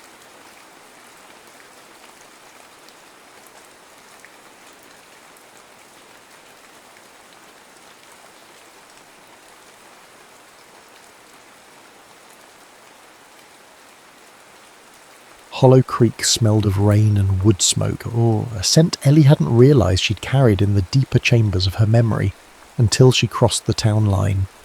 The familiar green canopy of the Appalachian foothills closed in around her rental car, a borrowed sanctuary from the relentless California sun. Years melted away, leaving her feeling strangely adrift, as if she'd stepped back into a half-remembered dream. Her mother's stroke had been sudden, a sharp crack in the foundation of Ellie's carefully constructed life. 1 minute, emails about a piece on Moroccan spice markets. The next, a panicked call from the hospital, the doctor's voice gentle but grave. And just like that, successful travel writer Ellie Carter became just Ellie again, daughter returning home, or what was left of it. The town itself, it was smaller somehow than she remembered. Or perhaps she had just grown larger, her world expanding while Hollow Creek remained stubbornly, beautifully the same. The same clapboard houses lined Main Street, the same worn storefronts, the same gentle curve of the river where the ancient willow wept its leafy tears onto the bank. Familiar, yes, but also foreign. Like an old photograph, the colours muted, the edges softened by time. She was an outsider looking in, even though her roots were buried deep in this soil. The old Victorian house, her childhood home, sat on Sycamore Lane, its paint peeling like sunburnt skin, the porch swing hanging lopsidedly, a silent testament to neglect. Her mother, strong and vibrant just months ago, was frail in the hospital bed they'd set up in the downstairs parlour. The silence in the house was heavy, punctuated only by the rhythmic beeping of medical equipment and her mother's shallow breaths. Days blurred into a routine of hospital visits, lukewarm coffee, and the Sisyphean task of sorting through her mother's accumulated belongings. Each object, a faded photograph, a chipped teacup, a hand-stitched quilt, whispered stories of a life Ellie had both shared and left behind. She found herself avoiding certain rooms, certain corners of the house where memories clung like dust motes in the afternoon sun, memories of laughter, of arguments, of a life lived fully, and of him. It was inevitable, of course, that she'd run into Adam. Hollow Creek wasn't big enough to avoid anyone, especially not someone as rooted as he was. She saw him first at the hardware store, the bell above the door jingling a tinny welcome as she stepped inside. The scent of sawdust and varnish hit her like a physical blow, a visceral reminder of her past.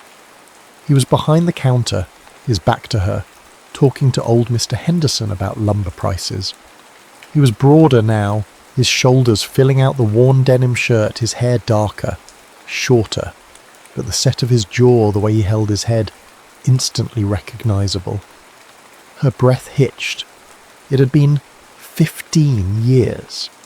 15 years of carefully curated silence, of unspoken agreements to remain strangers. She'd pictured this moment 1,000 times, in 1,000 different ways, each scenario ending with the same knot of unresolved emotion tightening in her chest. He turned then, sensing her presence, and his eyes, once bright with youthful exuberance, now held a depth she couldn't quite decipher. A flicker of recognition, then something, guarded, shuttered. "Ellie," he said, his voice rougher than she remembered, the single word carrying a weight of unspoken years. "Adam," she managed, her own voice a breathy whisper. The small talk that followed was stilted, awkward, a fragile dance around the elephant in the room. He asked about her mother, offered condolences, his words polite, distant. She reciprocated, asking about his work, about his life in Hollow Creek. He answered in monosyllables, his gaze fixed somewhere beyond her shoulder. The air between them crackled with unspoken tension, a live wire humming with the ghosts of their shared past. As she left the store, the bell jingling again behind her, she could feel his eyes on her back, a weight she carried all the way back to the silent, echoing house. Hollow Creek was familiar, yes, but Adam was a ghost. A beautiful, painful ghost haunting the edges of her return, and she knew, with a certainty that chilled her to the bone, that her carefully constructed plans for a short visit were about to unravel, just like everything else in her life seemed to be. Small-town gossip, Ellie quickly rediscovered, was a living, breathing entity. Whispers followed her like shadows, clinging to her presence in the bakery, the post office, even the quiet aisles of the grocery store. "Ellie Carter's back," they'd murmur, their eyes lingering a beat too long, a silent question hanging in the air. "Do you think she'll stay this time?" The question, unspoken but palpable, echoed her own internal turmoil. Stay? Here? In Hollow Creek? The very idea felt both suffocating and strangely comforting. Suffocating because this town held the ghost of everything she had tried to escape, the confines of small-town expectations, the weight of a promise broken. Comforting because it was home in a way that no sun-drenched beach in Bali or bustling market in Marrakesh ever could be. Adam remained a persistent, unsettling presence at the edges of her awareness. She saw him around town, a fleeting glimpse across the town square, His truck parked outside the diner, a figure disappearing into the hardware store. Each sighting was a jolt, a reminder of what was and what could have been. He kept his distance, a deliberate avoidance that stung more than she cared to admit. His eyes, when they did briefly meet hers, were different. The easy warmth, the playful spark she remembered, was gone, replaced by something colder, harder. Unspoken burdens, yes, that was the word. He carried the weight of Hollow Creek in his gaze, the responsibility of his father's legacy, the quiet acceptance of a life lived within these familiar hills, a life she had rejected. One sweltering afternoon, while sorting through her mother's overflowing attic, Ellie stumbled upon an old photo album. Dust motes danced in the sunbeams filtering through the grimy attic window, illuminating faded images of her past. There they were, frozen into time. Teenage Ellie and Adam, all gangly limbs and awkward smiles, their eyes bright with dreams as vast as the Appalachian sky above them. Hiking trails, summer festivals, stolen kisses beneath the willow tree, their laughter echoing in the faded photographs. They were vibrant, hopeful, together. A pang of something akin to grief twisted in her chest.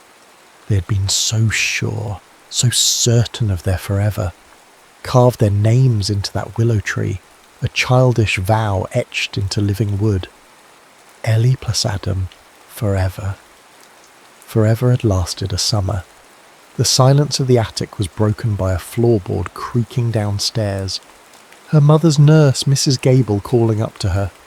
Ellie snapped the photo album shut, bearing it back in the box, as if hiding the ghosts of her past. She descended the creaking stairs, leaving the faded images behind, but the ache in her heart lingered, a dull throb of regret and unanswered questions. Later that week, her mother, in a moment of surprising lucidity, announced she wanted the house renovated. "That porch swing needs fixing," she'd murmured, her voice weak but firm, her gaze fixed on some distant memory. "And the kitchen needs updating." And of course, inevitably, predictably, her mother hired Adam. Small towns, Ellie thought wryly, were nothing if not circles. The phone call came from Mrs. Gable. "Mr. Sullivan will be by tomorrow to take a look," she'd said, her voice matter-of-fact. Ellie's stomach clenched. Forced interactions, awkward conversations, unfinished business brought brutally, unavoidably into the present. It was exactly what she didn't want. And yet, a small perverse part of her, a stubborn ember of curiosity, flickered to life. Confrontation, however painful, was perhaps a form of closure. Or maybe, just maybe, a chance to finally understand the ghost that haunted Hollow Creek, the ghost of first love that still whispered her name on the wind. Adam arrived the next morning, his truck rumbling to a stop in the driveway, a sound that resonated deep in Ellie's bones, a sound that screamed home. He walked up to the porch, tools hanging from his worn leather belt, his eyes meeting hers for the first time without the forced politeness of the hardware store. There was a flicker of something there, anger, maybe, or resentment, quickly masked behind a wall of professional detachment. "Mrs. Carter asked me to take a look at the house," he said, his voice clipped, businesslike. No Ellie this time, just a cool, impersonal distance. "Right," she replied, matching his tone, her own voice sharper than intended. "The porch swing and the kitchen." He nodded curtly, his gaze sweeping over the house, taking in the peeling paint, the overgrown garden, the general air of faded grandeur. "Needs work," he stated unnecessarily. "No kidding," Ellie retorted, crossing her arms, a defensive posture she hadn't even realised she'd adopted. They circled each other warily, like two animals sizing each other up after a long separation.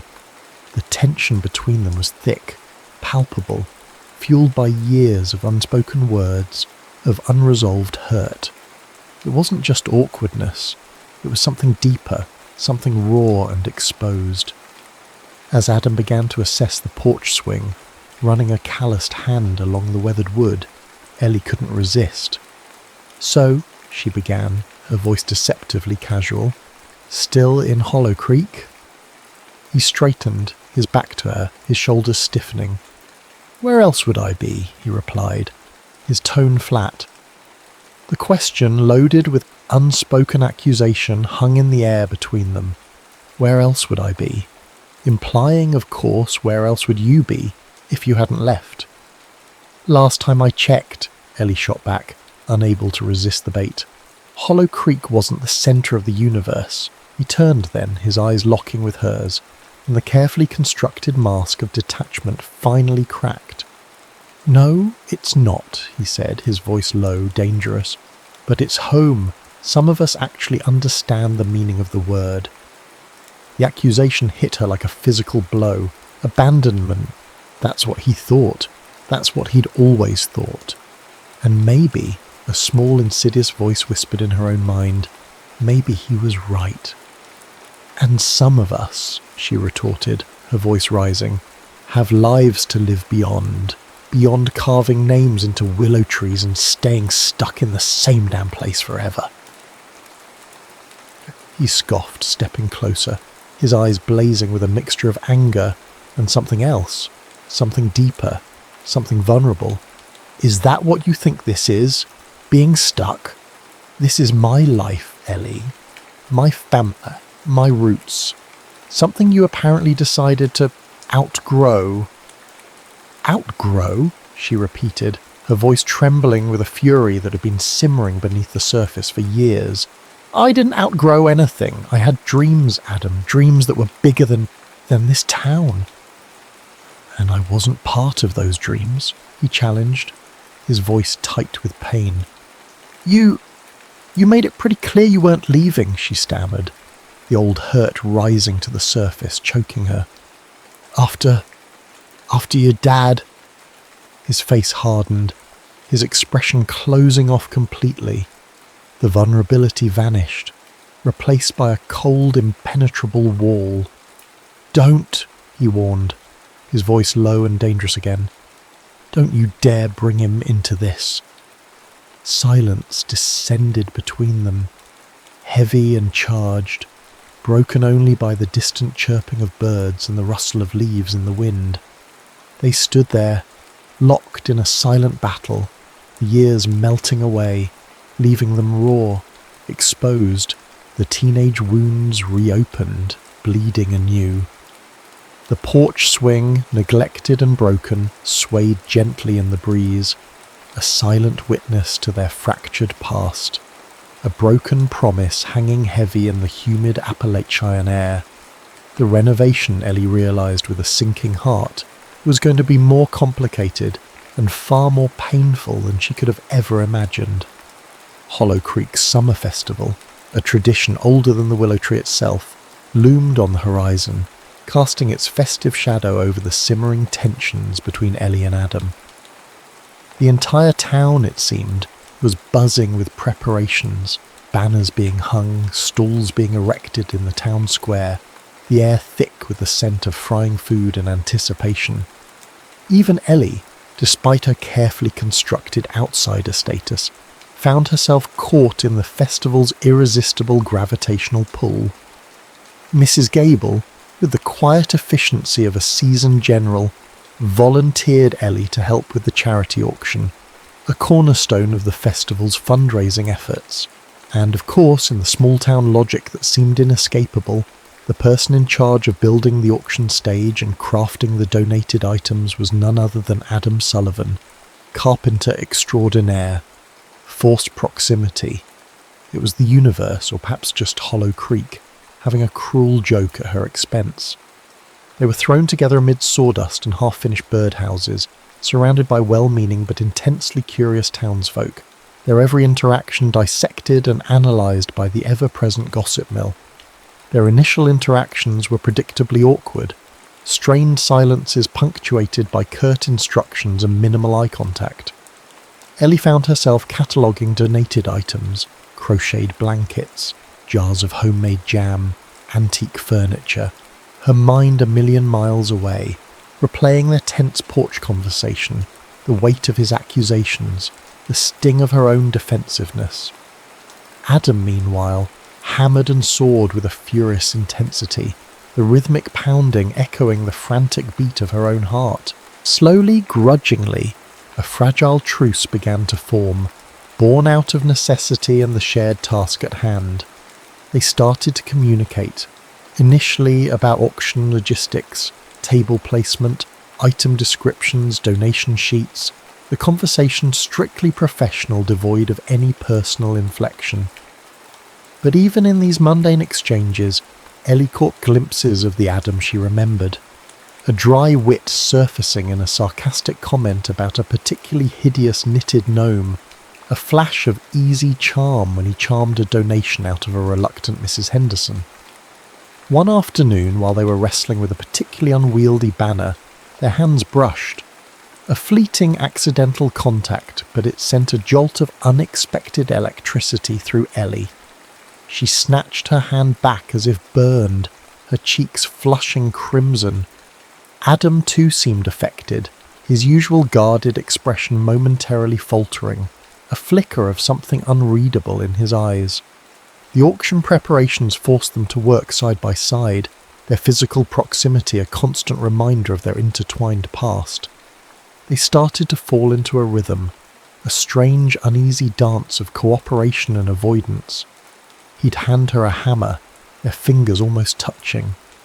She'd ask his opinion on the best way to display a quilt, his gaze lingering on her a beat longer than necessary.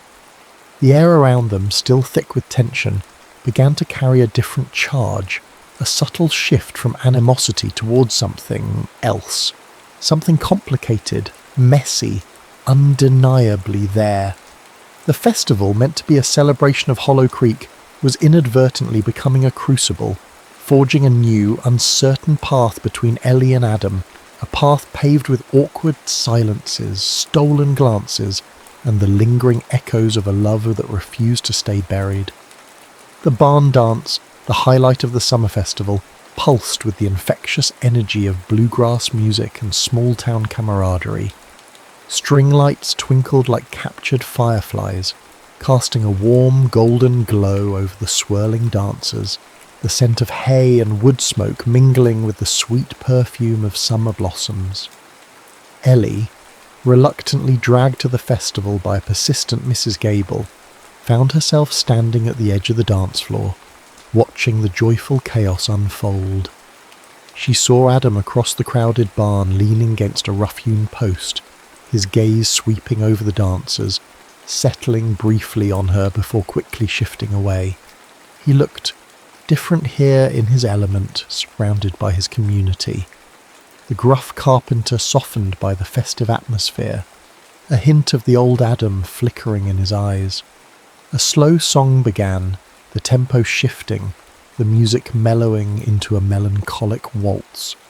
Couples swayed closer, their movements slower, more intimate, the barn suddenly filled with a different kind of energy, a quieter, more sensual hum. And then, he was there, standing before her, his hand outstretched, hesitant, uncertain. "Dance?" he asked, his voice low, almost a whisper, barely audible above the music. Ellie hesitated, her mind a whirlwind of conflicting emotions. Saying yes felt like crossing a line, acknowledging the unspoken pull between them, the simmering undercurrents of their shared history. Saying no felt cowardly, a retreat back into the carefully constructed walls she had built around her heart. She took his hand. His touch was warm, calloused, instantly familiar, sending a shiver of recognition down her spine. He led her onto the dance floor, their bodies moving together almost instinctively, as if they had danced just yesterday, not 15 years ago. The years melted away in the slow circling steps. His hand on her back, the scent of pine wood and something uniquely him filling her senses, the way their bodies fit together perfectly, effortlessly, like two halves of a whole. It was all there, the ghost of their past, the echo of their first love, suddenly vividly present. The world narrowed to just the two of them, the music fading into a background hum, the other dancers blurring into indistinct shapes. They moved in silence, their bodies speaking a language their words couldn't articulate, a language of shared memories, unspoken regrets, and a lingering, undeniable connection. He smelled the same, Ellie realised, a poignant ache tightening in her chest. Pinewood and home. He had always smelled like home, and for a fleeting, dangerous moment, in the warmth of the barn, surrounded by the music and the laughter and the familiar faces of Hollow Creek, she let herself imagine what it would be like to be home again. As the song neared its end, he pulled her closer, their faces inches apart, his gaze searching hers, something vulnerable, something raw, shining in his eyes. The near kiss hung in the air, charged with unspoken longing, with the weight of years, with the terrifying possibility of rekindled flames. And then, abruptly, he pulled away, stepped back, breaking the spell, shattering the fragile intimacy of the moment. "Thanks," he mumbled, his gaze shifting away, his voice rough, almost curt again. He turned and walked away, disappearing into the crowd, leaving Ellie standing alone on the dance floor, breathless, shaken, the ghost of a kiss lingering on her lips, the echo of a love she thought she had buried, suddenly, terrifyingly alive. Back in the quiet solitude of the old house, the energy of the barn dance still thrumming beneath her skin, Ellie sought refuge in the attic again, seeking distraction, seeking answers, seeking, perhaps unconsciously, to understand the ghost that Adam had become.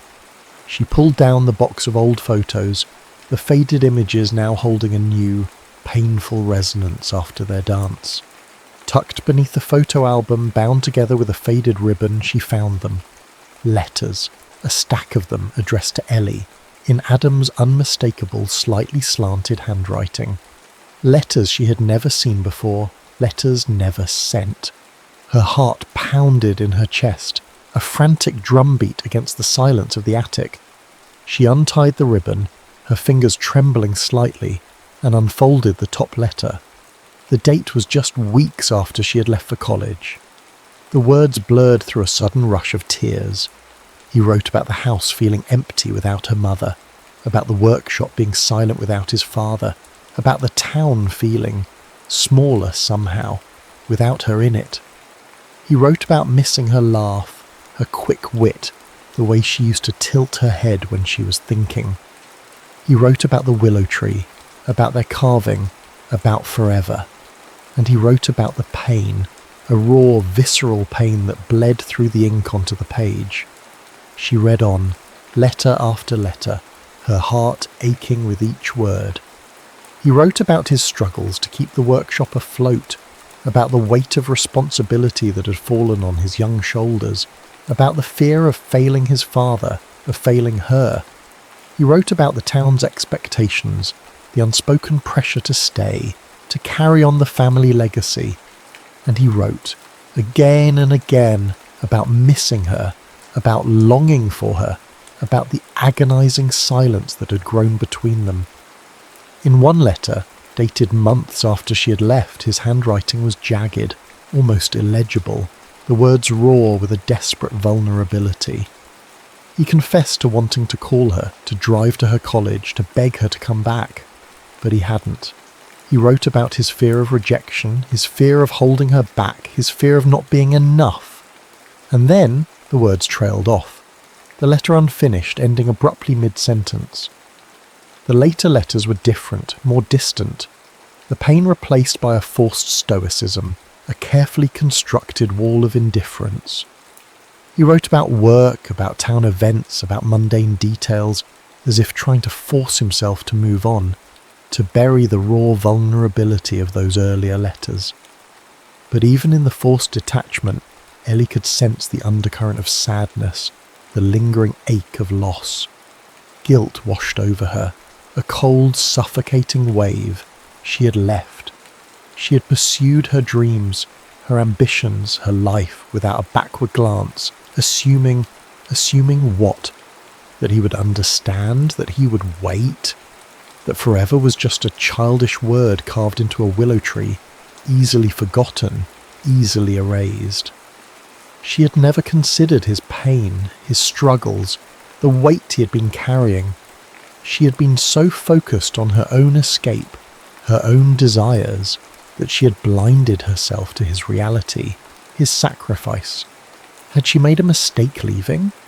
Had she thrown away something real, something precious, something that could have been forever?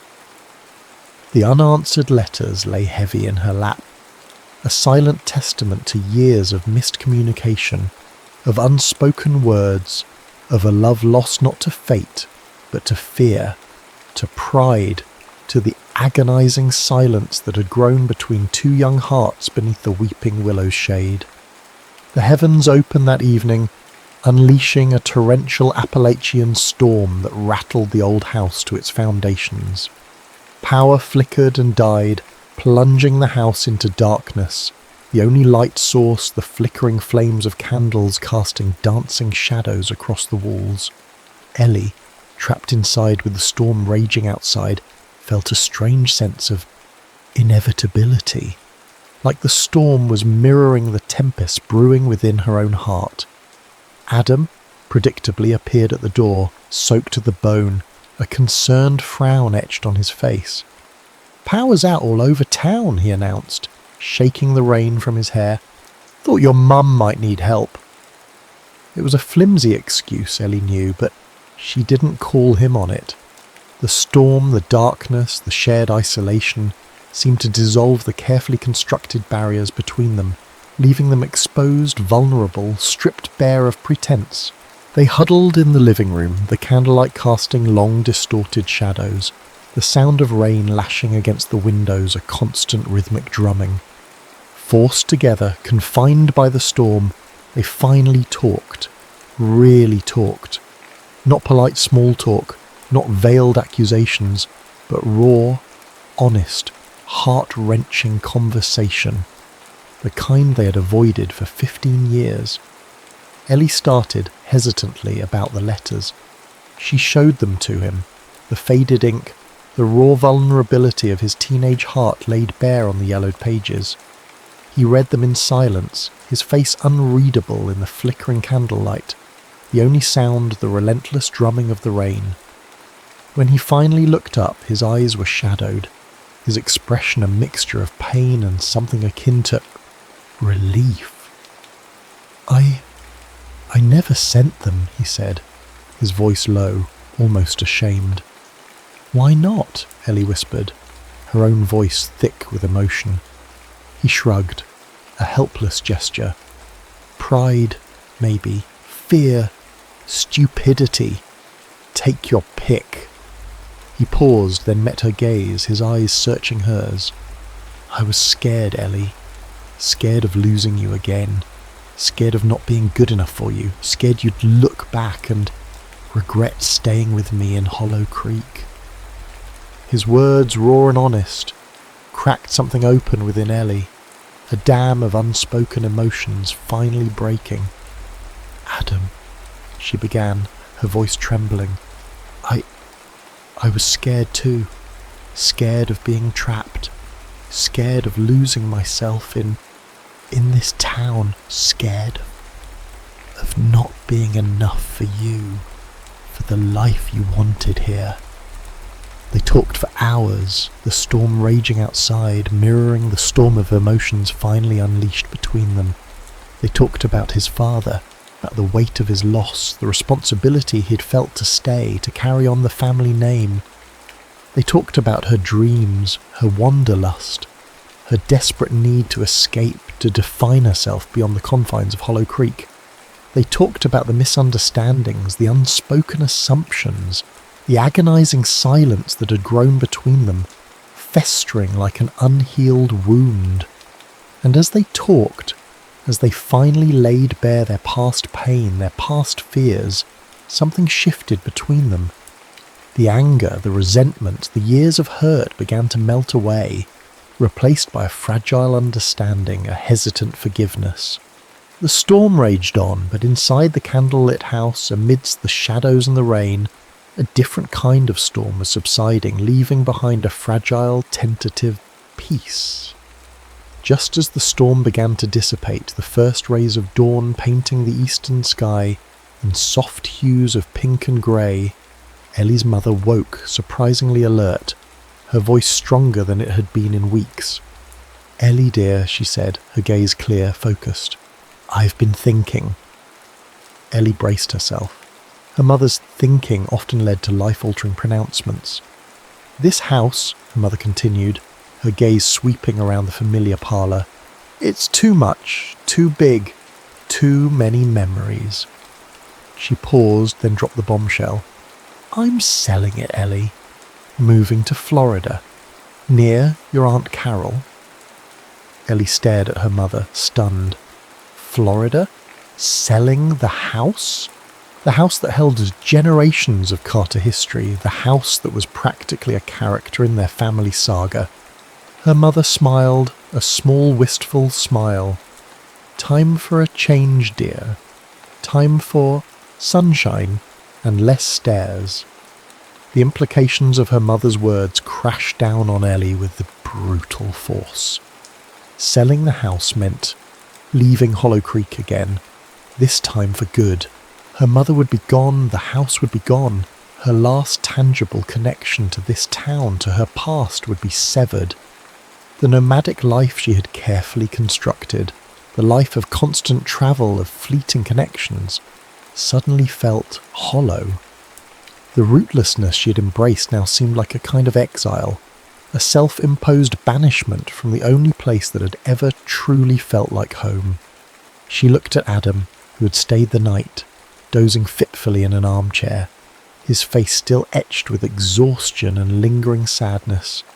He stirred, sensing her gaze, and looked up, his eyes meeting hers, questioning, vulnerable. He wouldn't ask her to stay. Ellie knew that with a painful certainty. He had been hurt too deeply, rejected too completely to risk opening himself up to that kind of pain again. Pride, fear, stupidity, he had said it himself. And she too was bound by her own fears, her own pride, her own stubborn refusal to be the first to break. The moment of truth had arrived. Stay in Hollow Creek tethered to her past, to Adam, to the uncertain possibility of a second chance, or return to her nomadic life, to the illusion of freedom, to the familiar ache of loneliness, knowing she was leaving a part of herself behind again. The decision, heavy and momentous, hung in the air between them, as silent and as suffocating as the pre-storm calm. The days that followed were a blur of packing boxes, real estate agents, and the bittersweet ache of saying goodbye to a life that was both familiar and fading. Ellie threw herself into the logistics of the move, a frantic flurry of activity to avoid facing the inevitable, the goodbye that loomed between her and Adam. They worked side by side on the house renovations, a strained silence settling between them, the fragile intimacy forged during the storm dissolving like morning mist. He fixed the porch swing, meticulously sanding and painting the weathered wood, his movements precise, economical, his expression closed off, unreadable. She packed boxes, carefully wrapping her mother's precious china, each delicate piece a sharp reminder of the life she was dismantling. Their interactions were polite, perfunctory, limited to necessary instructions and logistical updates. He'd ask about paint colours, she'd ask about the timeline for the kitchen remodel. They moved around each other like strangers, ghosts in the echoing rooms of the house that held the echoes of their shared past. The day of her departure arrived, grey and overcast, mirroring the leaden weight in Ellie's heart. Her rental car was packed, the engine idling in the driveway, ready to pull her away, back to her other life, the life that suddenly felt so pale, so insubstantial compared to the route she was leaving behind. Adam stood on the porch watching her, his silhouette stark against the grey sky. He didn't offer to help with her luggage, didn't offer a hug, didn't even offer a goodbye, just stood there, silent, stoic, a figure carved from the Appalachian stone itself. Ellie walked towards him, her footsteps heavy, each step pulling her further away from him, further away from Hollow Creek, further away from a possibility she was too afraid, too proud to grasp. She stopped before him, the silence stretching out between them, thick with unspoken words, with unacknowledged grief. She searched his eyes, searching for a sign, a flicker of hope, anything that would give her a reason to stay, a reason to turn back. But his gaze remained guarded, shuttered, reflecting back only her own fear, her own uncertainty. "Goodbye, Adam," she said, her voice barely above a whisper, the words tearing at her throat. He nodded once, curtly, his lips pressed into a thin, tight line. No words, no gesture, just a silent acknowledgement, a final, devastating goodbye. She turned away, blinking back tears, and walked to her car, each step feeling heavier than the last. She got in, slammed the door shut, a final echoing sound that seemed to reverberate through the silent house. She started the engine, the rumble filling the suffocating silence, and pulled out of the driveway, glancing one last time in the rearview mirror. He was still standing there, on the porch, watching her go, a solitary figure silhouetted against the grey sky, fading into the distance, disappearing from her life. Again. This time there were no words, no promises, no willow tree carvings. Just two broken hearts watching each other walk away, again, into the vast, uncertain expanse of forever. And this time it felt truly, irrevocably, like forever. The miles blurred past, highway stretching out before her like a ribbon of grey asphalt, mirroring the grey sky she had left behind. California felt a million miles away, both geographically and emotionally. The sun, when it finally broke through the cloud cover, felt harsh, unwelcome, lacking the soft, filtered light of the Appalachian foothills. Ellie drove in a daze, replaying her goodbye with Adam, the agonizing silence, the unspoken words, the final, devastating emptiness of his gaze. Had she made a mistake leaving? Again? Had she been so blinded by fear, by pride, that she had walked away from her second chance, from the only thing that had ever truly mattered? She pulled into a rest stop, needing coffee, needing to clear her head, needing desperately to escape the suffocating weight of her own regrets. As she stretched her legs, the scent of pine needles and damp earth momentarily transported her back to Hollow Creek, back to the familiar embrace of the Appalachian woods. And then she remembered the willow tree, the carving. Ellie plus Adam, forever. Childish, foolish, but a promise she had broken, a promise she had dismissed, a promise that perhaps had been more real than she had ever allowed herself to believe. A sudden, irrational urge seized her, a desperate need to see the willow tree again, to touch the bark, to trace the faded carving with her fingers, to somehow reconnect with that lost, innocent version of herself, the girl who had believed in forever. She pulled out her phone, her fingers trembling as she typed Hollow Creek into the GPS. The route recalculated, a sharp U-turn back towards the east. Her heart pounded in her chest, a frantic mixture of hope and fear. Was she crazy? Turning back? Running towards her past instead of away from it? As she drove, the miles melting away in reverse, a memory surfaced, unbidden. A memory she hadn't consciously recalled in years. The summer they'd carved their names into the willow, Adam had shown her something else he had carved there, hidden beneath a tangle of weeping branches, a smaller, newer carving, barely visible. He'd been shy, hesitant when he showed it to her, his cheeks flushed, his eyes full of unspoken longing. She remembered tracing the new carving with her finger, the rough bark scratching against her skin, the simple words etched into the wood. Always. Always what? She had asked, her teenage heart fluttering with a mixture of anticipation and nervousness. He had just shrugged, his gaze shifting away, his voice a mumbled whisper. Just. Always. She pulled into Hollow Creek as dusk began to settle, the town bathed in a soft golden light that felt both familiar and achingly poignant. She drove straight to the riverbank, her heart pounding with each mile, each turn, each familiar landmark. The willow tree stood there, majestic, ancient, its branches weeping down towards the river, exactly as she remembered, exactly as she had always known it would be. She parked the car and ran to the tree, her breath catching in her throat. And there it was, carved into the trunk, just beneath their old carving, freshly etched into the wood, gleaming white against the dark bark. Not always, but something even more powerful, even more profound. No matter how far you go, it read, carved in Adam's unmistakable hand, you'll always be home to me. Tears streamed down Ellie's face, hot and cleansing, washing away years of doubt, years of fear, years of running from a love that had never truly faded.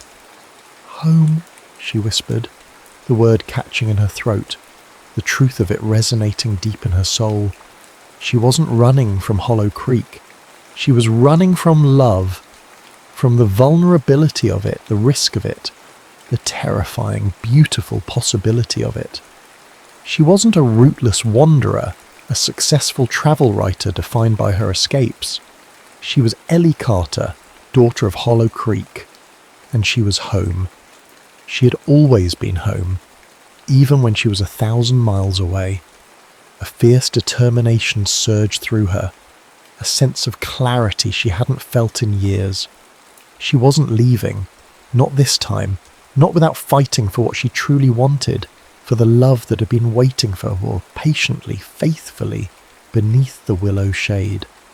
She turned and ran back to her car, her heart pounding with a newfound hope, a reckless, exhilarating leap of faith. She drove straight to Adam's workshop, the familiar scent of sawdust and pine wood pulling her closer, faster like a moth drawn to a flame. The workshop was dimly lit, the only light spilling out from under the closed door. She hesitated for a moment, her hand hovering over the doorknob, a tremor of fear, a flicker of doubt, momentarily halting her resolve. What if she was wrong? What if the carving was just a fleeting moment of sentimentality, a whisper in the wind, not a true invitation? What if he had moved on? What if she was just setting herself up for another heartbreak? But the memory of his eyes, searching hers under the candlelight, the warmth of his hand in hers on the dance floor, the raw vulnerability in his unsent letters, these were not fleeting moments. These were echoes of a love that ran deeper than fear, stronger than pride. She pushed open the door. The workshop was quiet, filled with the familiar scent of wood and varnish, the air thick with dust motes dancing in the single shaft of light from a workbench lamp. Adam was there, hunched over a piece of wood, his back to her, his shoulders slumped with weariness. "Adam?" she said, her voice a soft whisper in the stillness. He straightened, turning slowly, his eyes widening in surprise, then narrowing, suspicion flickering across his face. "Ellie, what are you doing here?" "Here." She walked towards him, her heart laid bare, vulnerable, her voice trembling but firm. "I saw the carving," she said, her gaze locking with his, unwavering. "Beneath the willow. You'll always be home to me." He stared at her, his expression unreadable, his eyes searching hers, probing, questioning. He asked, his voice guarded, hesitant. "And I don't want to leave," she said, the words tumbling out in a rush, a confession years overdue. "Not if staying means being home with you."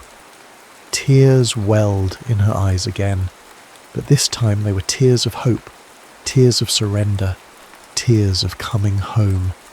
"I love you, Adam," she whispered, the words finally free. "I never stopped loving you." The silence in the workshop stretched out thick with unspoken emotion, with the weight of years, with the terrifying vulnerability of Ellie's confession hanging in the air. Adam stood frozen, his expression a mixture of disbelief, hope, and lingering fear. He searched her eyes, searching for truth, searching for forever. And then, slowly, painstakingly, the walls around his heart began to crumble. The guardedness in his eyes softened, replaced by a hesitant warmth, a flicker of the old Adam, the Adam she had loved, the Adam she had never truly let go of. He stepped towards her, his hand reaching out tentatively, cupping her cheek, his touch sending a jolt of electricity through her, a spark igniting the dormant embers of their love. "Ellie," he whispered, his voice thick with emotion, I never stopped loving you either." The confession, simple and profound, broke the last of the barriers between them.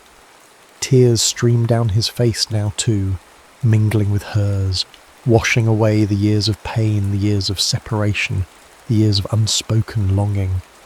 He pulled her closer, his arms wrapping around her, holding her tight, a fierce, possessive embrace that spoke volumes more than words ever could.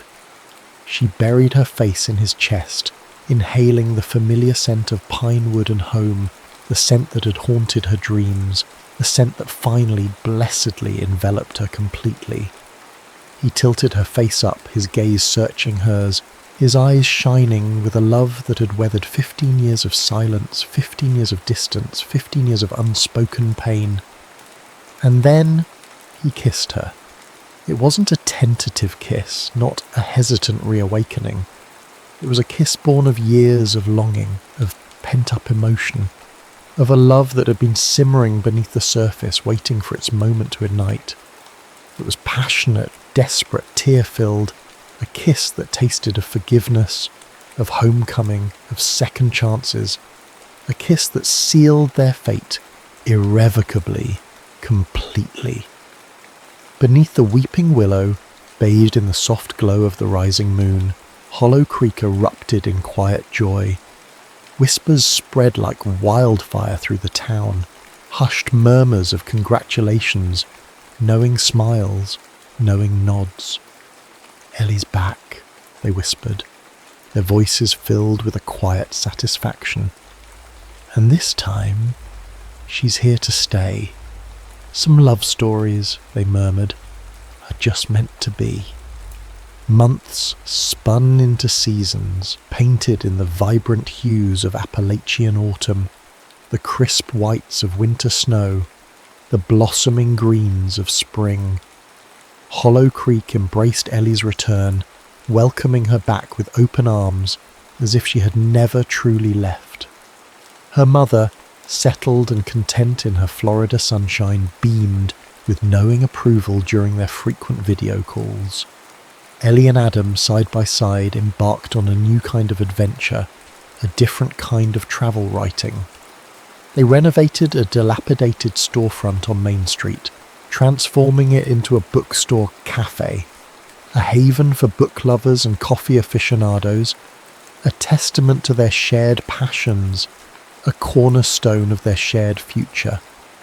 The Willow and Words, Ellie named it, a playful nod to their intertwined history. Adam's woodworking graced every corner of the cafe, hand-carved bookshelves, rustic tables, a cosy reading nook nestled by the window, overlooking the town square. Ellie's travel journals lined the shelves, alongside carefully curated selections of local authors and literary classics, her words weaving stories of far-off lands and the quiet beauty of home. The cafe became the heart of Hollow Creek, a place where locals gathered for coffee and conversation, where tourists lingered over pastries and pages, where the air hummed with the gentle murmur of community, of connection, of love. One warm summer evening, as the sun dipped below the Appalachian peaks, painting the sky in fiery hues of orange and purple, Ellie and Adam walked hand in hand to the riverbank, to their willow tree. The air was soft, fragrant with honeysuckle and river mist, the crickets chirping their evening serenade. They stood before the ancient willow, tracing the faded carvings, the echoes of their teenage promises, the testament to their enduring love.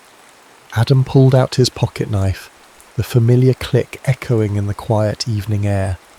He looked at Ellie, his eyes shining with a love that was no longer tentative, no longer fearful, but strong, confident forever. Together they carved a new message into the willow beneath their initials, beneath their childhood vow, a simple, profound promise etched into the living wood, a testament to their second chance, to their enduring love, to their homecoming, always.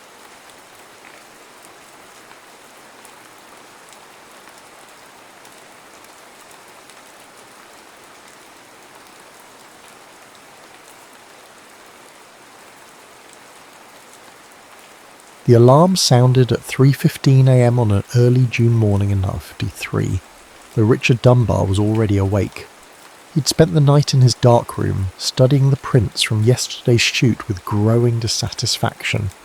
Each image was technically perfect, his work always was, but something essential remained stubbornly absent. The same emptiness that had been haunting his photographs for months now, like the ghost of something he'd forgotten how to see. He silenced the alarm and began his pre-dawn ritual. The Graflex View camera, his constant companion for 15 years, was already packed alongside 4 film holders, each containing 2 sheets of Kodak Tri-X. He'd loaded them the night before in total darkness, his fingers moving with the certainty of muscle memory. The sturdy wooden tripod, essential for the long exposures landscape work demanded, waited by the door. Everything was precisely where it should be, just as it had been every morning for as long as he could remember. The drive from his Lake Tahoe cabin to Yosemite Valley took just under 4 hours. He made it in 3.5, his 49 Packard eating up the empty roads as the stars slowly faded above the Sierra Nevada. The east was just beginning to pale when he parked at the Tunnel View Lookout, the iconic vista still shrouded in pre-dawn shadows. He wasn't surprised to find another car already there, a modest Ford sedan that had seen better days. Anthony Stewart's telegram had been specific about the time and place for the interview. What did surprise him was the figure silhouetted against the granite walls. A woman, working by flashlight, a large format camera already mounted on a tripod. Richard watched her for a moment, noting her methodical movements as she checked her composition through the ground glass. She wore trousers and a man's work shirt with the sleeves rolled up. Practical choices that would raise eyebrows in San Francisco but made perfect sense here in the wilderness. Her dark hair was tied back severely, and a light meter hung around her neck rather than a camera, another telling detail.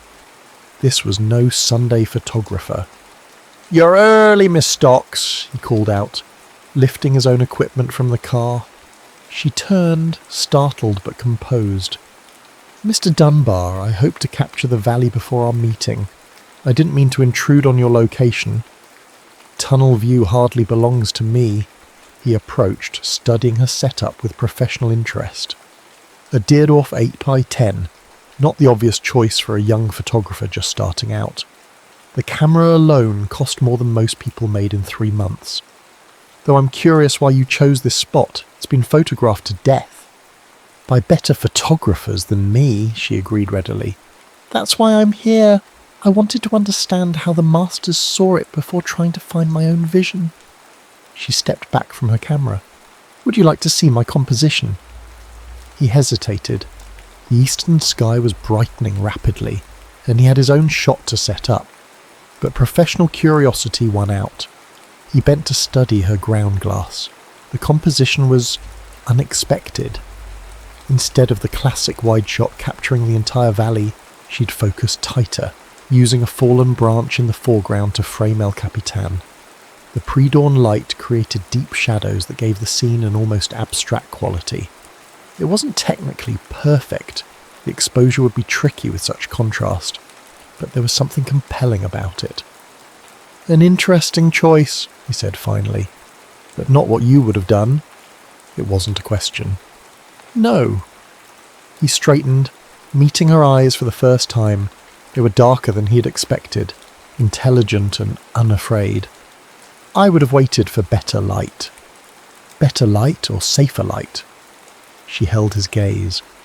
"Sometimes the shadows tell more truth than the highlights, Mr. Dunbar." He felt an unexpected spark of something. Irritation? Curiosity? Before he could respond, she was already moving, efficiently breaking down her equipment to make room for his. He found himself watching her hands, confident, precise, treating the expensive camera with the respect it deserved. "Mr. Stewart sent your portfolio," he said, beginning his own setup. "Your technical skills are adequate, but this project requires more than technical proficiency. It's about capturing the essence of Yosemite, not just its surface." "The essence Mrs. Stewart loved," she added quietly. Richard's hand stilled on his tripod. Margaret Stewart. He'd met her once, years ago, at a gallery showing. She'd spent hours studying his photographs, not just admiring them, but truly seeing them. Her death had hit the Bay Area art community hard. "Did you know her?" he asked. "No." Annie's voice held a note of regret. "But I studied her photographs, not the professional ones, her personal albums. Mr. Stewart shared them with me when I interviewed with him. She saw this place differently than you do." She paused, then added, "Differently than I do too. There was a joy in her images, even the technically imperfect ones, especially those maybe." The observation was unexpectedly insightful. Richard found himself studying her again, trying to reconcile her youth with the depth of her understanding. She couldn't be much over 22, yet there was something in the way she spoke about photography that resonated uncomfortably with his own recent doubts. "Why do you want this position, Miss Stocks? There are easier paths for a young photographer." "Because I want to learn from the best." She met his eyes again. "But also because I think even the best photographers can sometimes forget how to see with fresh eyes. You've mastered light, Mr. Dunbar. Your work is technically flawless. But lately," she hesitated, then pressed on. "Lately, your photographs feel like they're missing something. Like you're so focused on controlling every element that you've forgotten how to let the heart of a place surprise you." The words hit him like a physical blow. They were too close to his own midnight doubts, the ones that kept him awake studying prints that grew more perfect and more empty with each passing month. "That's a dangerous observation to make in a job interview, Miss Stocks." "I'm not here for a safe job, Mr. Dunbar. I'm here because photography matters to me, the same way it matters to you. And because I think this project deserves both technical excellence and emotional truth." She gestured to the valley, where the first rays of sun were beginning to paint the granite walls. "Look at that light. It's perfect, technically perfect. But what makes it beautiful is the way it struggles with the shadows, the way it reveals and conceals. That's what Mrs. Stewart saw, isn't it? The dance between light and shadow, between control and surrender." Richard felt something shift inside him, like a lens clicking out of focus. The valley was transforming in the dawn light, but for the first time in years, he found himself paying more attention to the photographer than the photograph. There was something compelling about her certainty, her willingness to challenge him even at the risk of losing the position. "The work will be demanding," he said finally. "Long hours, difficult conditions, most of it in backcountry, far from civilization." "I know." She smiled slightly. "I already bought hiking boots and had my mother let out my father's old work shirts." "Your father's shirts?" "He was a logger before the war. Taught me that anything worth doing is worth doing right." She turned back to her camera, beginning to pack it away. "He also taught me that the most beautiful things in nature don't wait for perfect conditions. Sometimes you have to wade into the shadows to find them." Richard watched her work, noting the efficiency of her movements, the way she handled her equipment with both strength and grace. She was young, yes, but there was something compelling about her vision, her quiet confidence, her willingness to push beyond the safe and technically perfect. "The project starts Monday," he said abruptly. "Dawn at this location. Bring your Deerdorf. And coffee." Her hand stilled on her camera case. "Strong coffee or safe coffee, Mr. Dunbar?" "Strong." He turned back to his own camera, hiding the unexpected quirk of his lips. "Very strong." The sun was fully up now, the valley awash in golden light. Richard Dunbar had spent his career pursuing technical perfection, believing that mastery meant control. But as he watched Annie Stocks pack her car, her movements sure and graceful in the morning light, he wondered if perhaps he'd been focusing on the wrong thing all along. Sometimes the most profound images emerge not from perfect light, but from the space between light and shadow, between control and surrender, between what was safely known and what remained to be discovered. The project ahead would test them both, not just their photographic skills, but their understanding of what it meant to truly see. And for the first time in longer than he could remember, Richard felt something stir in his chest that felt like anticipation, like the moment before pressing the shutter, when anything, absolutely anything, seemed possible. Their first month in the field tested them both. Richard insisted on starting in the back country, away from the tourist-crowded valley. Mrs. Stewart loved the hidden places, he explained, studying their topographical maps by lantern light.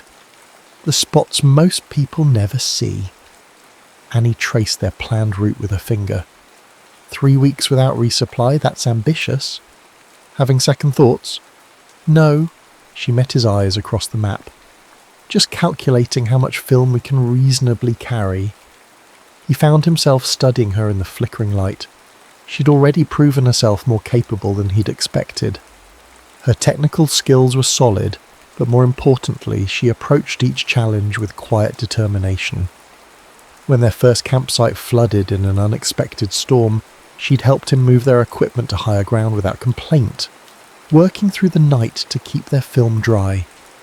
"We'll each take 6 film holders," he decided. 12 shots per day maximum. That's not much for what we're trying to capture. It'll force us to be deliberate. Every exposure has to matter. She nodded, understanding. In the warm glow of the lantern, her face held a softness he hadn't noticed before. Like Mrs. Stewart's personal albums, some of her best shots were the ones she waited days to take. Richard looked away, uncomfortable with how often he found himself watching her. She had a habit of making observations that cut too close to the truth. The backcountry changed them both. Days began before dawn and ended long after sunset. They developed a rhythm, working in companionable silence as they scouted locations, set up shots, packed and unpacked their heavy equipment. Richard found himself increasingly relying on her eye for composition, though he was reluctant to admit it. One evening, as they waited for the light to shift over a high alpine lake, Annie surprised him by asking about his early work. "I've seen your prints from the 30s, she said, adjusting her tripod. "They're different from what you do now. Less technically accomplished.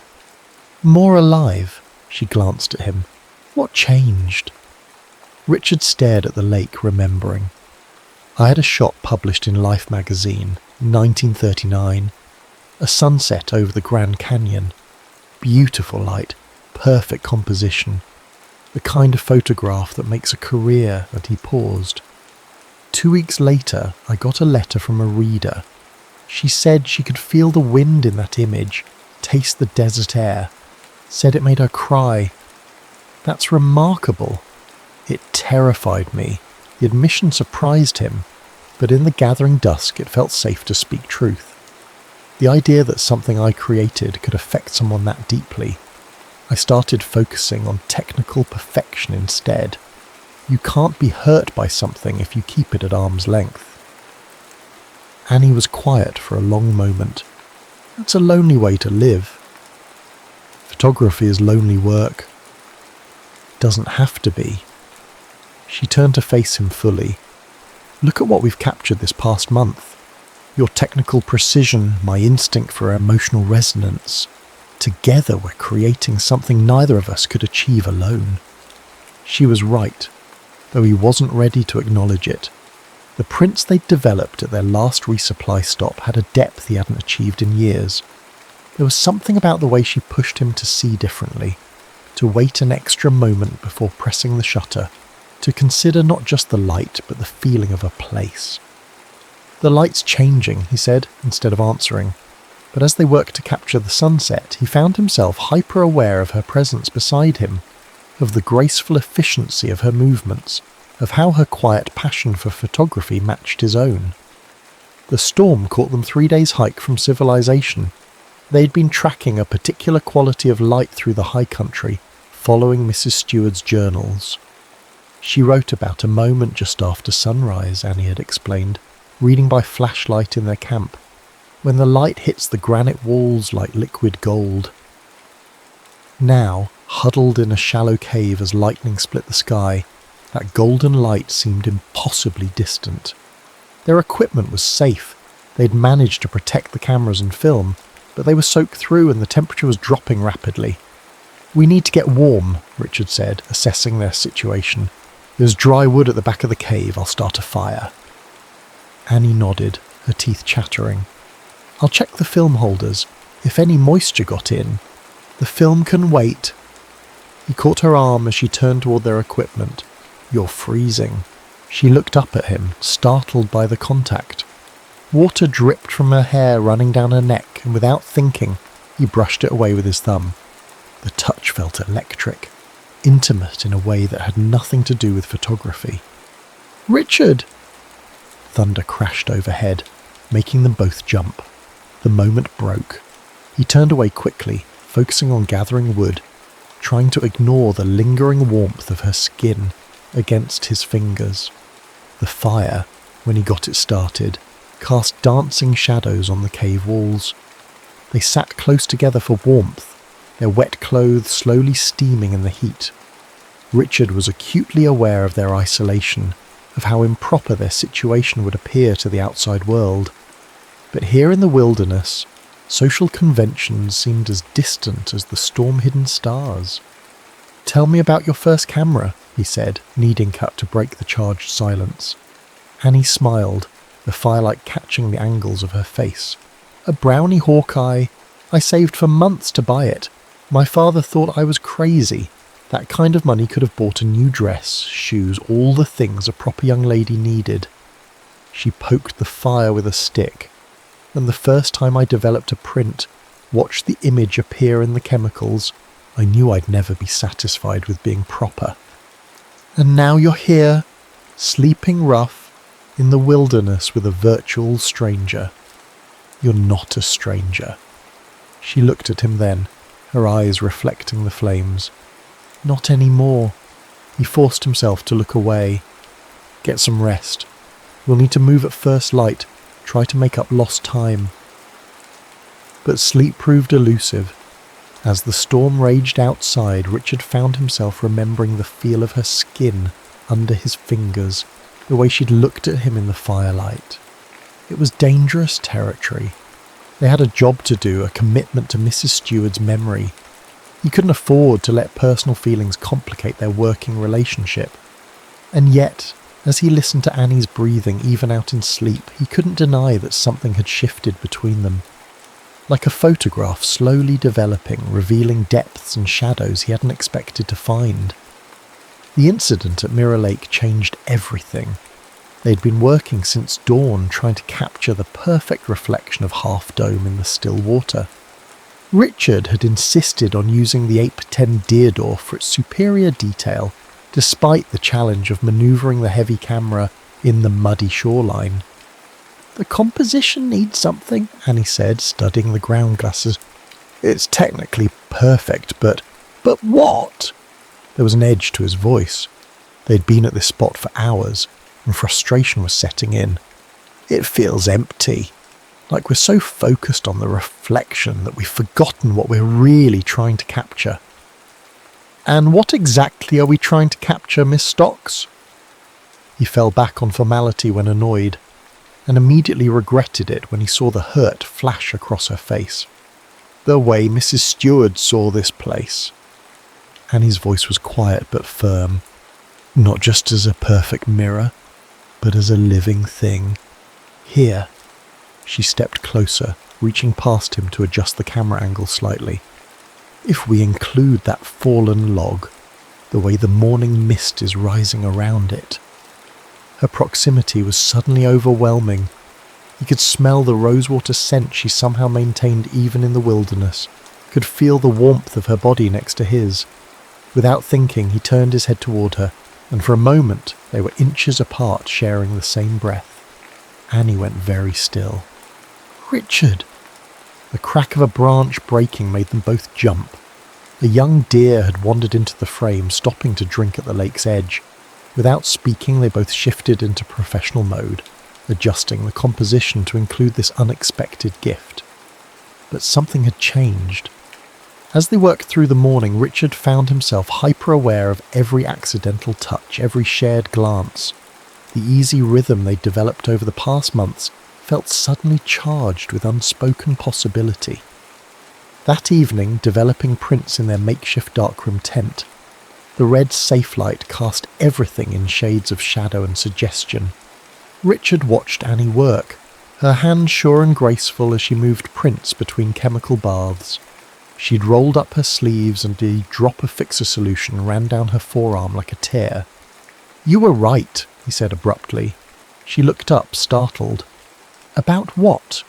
The composition, the deer, everything. He stepped closer, drawn despite his better judgment. You see things differently. You make me see things differently. Is that such a bad thing? Her voice was barely a whisper. It's terrifying. He reached out, brushed another drop of solution from her skin. This time his fingers lingered. Everything about you terrifies me.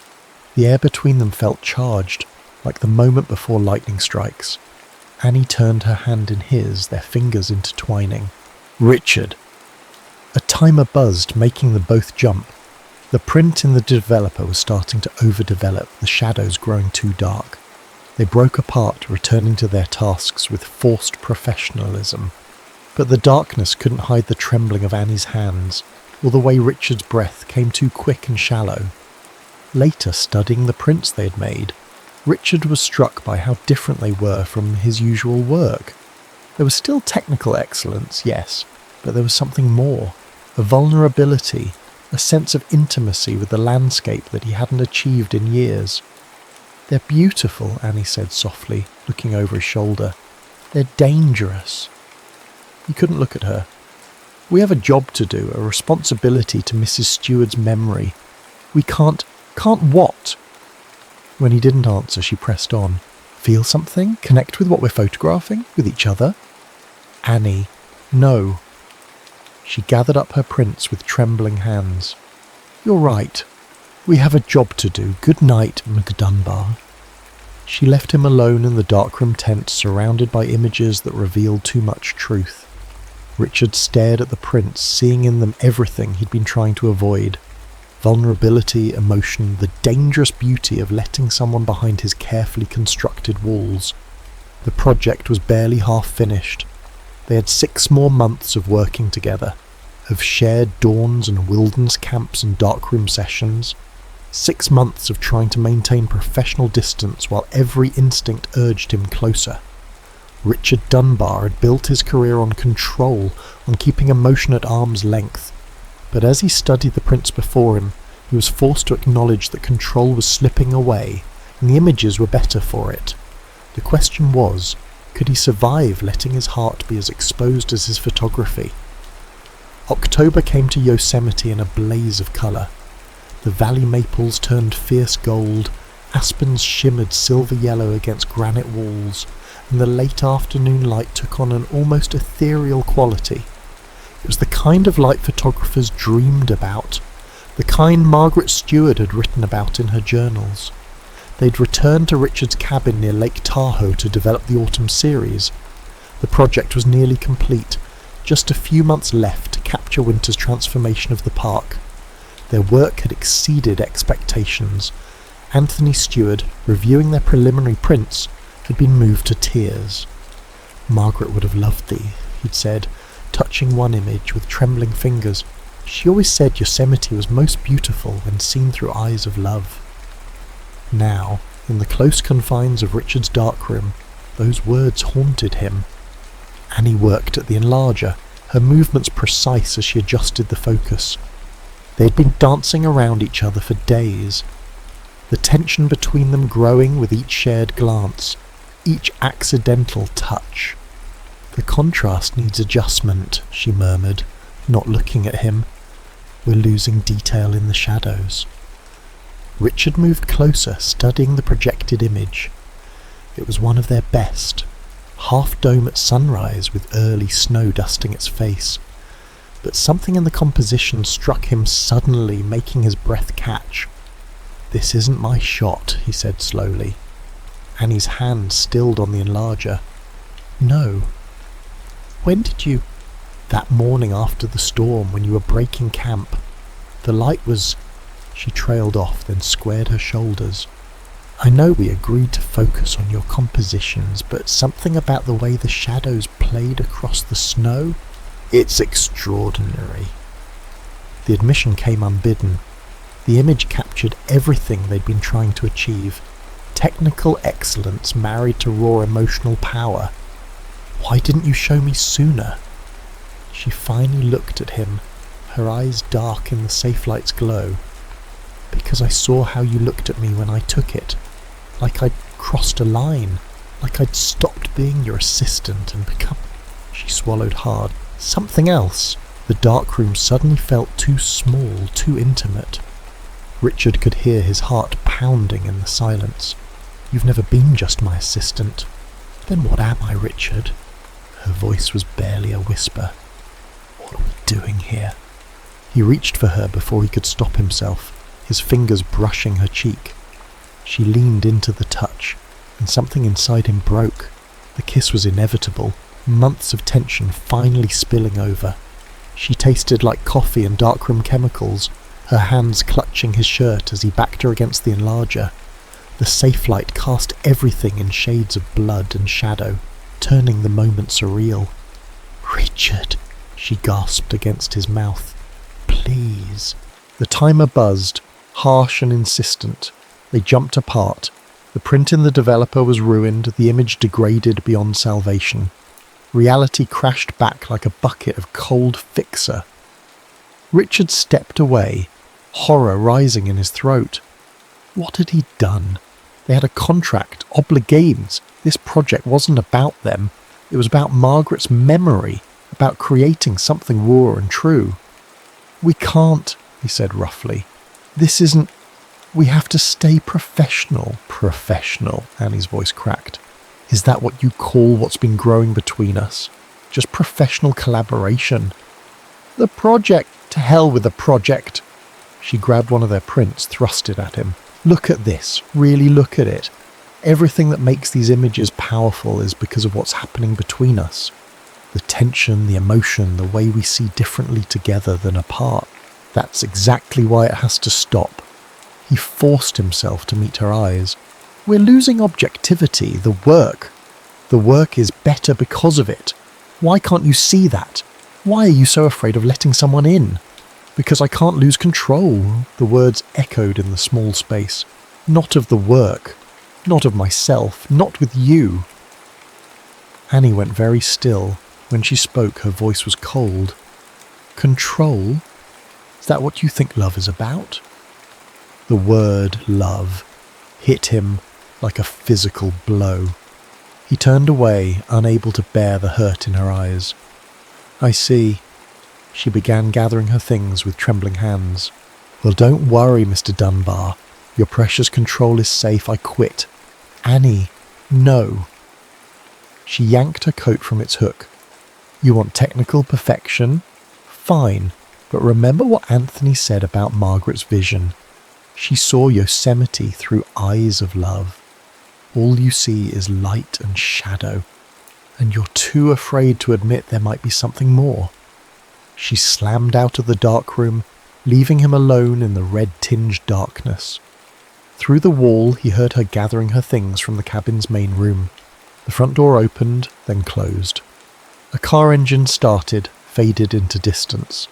Richard sank onto his stool, surrounded by their prints. In the safe light, every image seemed to mock him.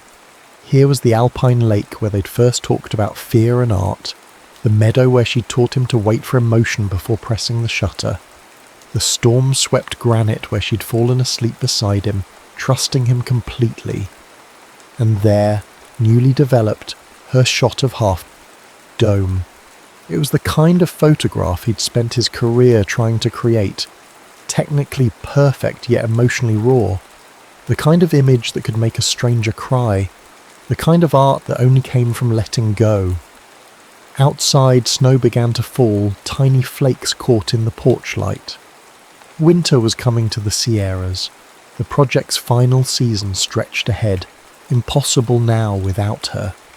Richard stared at her ruined print in the developer, watching the image fade to black, and realised that in trying to maintain control, he had lost the only thing that truly mattered.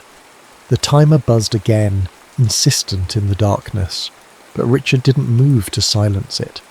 He sat in his perfectly controlled darkroom, surrounded by images of a love he'd been too afraid to grasp, and finally understood what Margaret Stewart had known all along.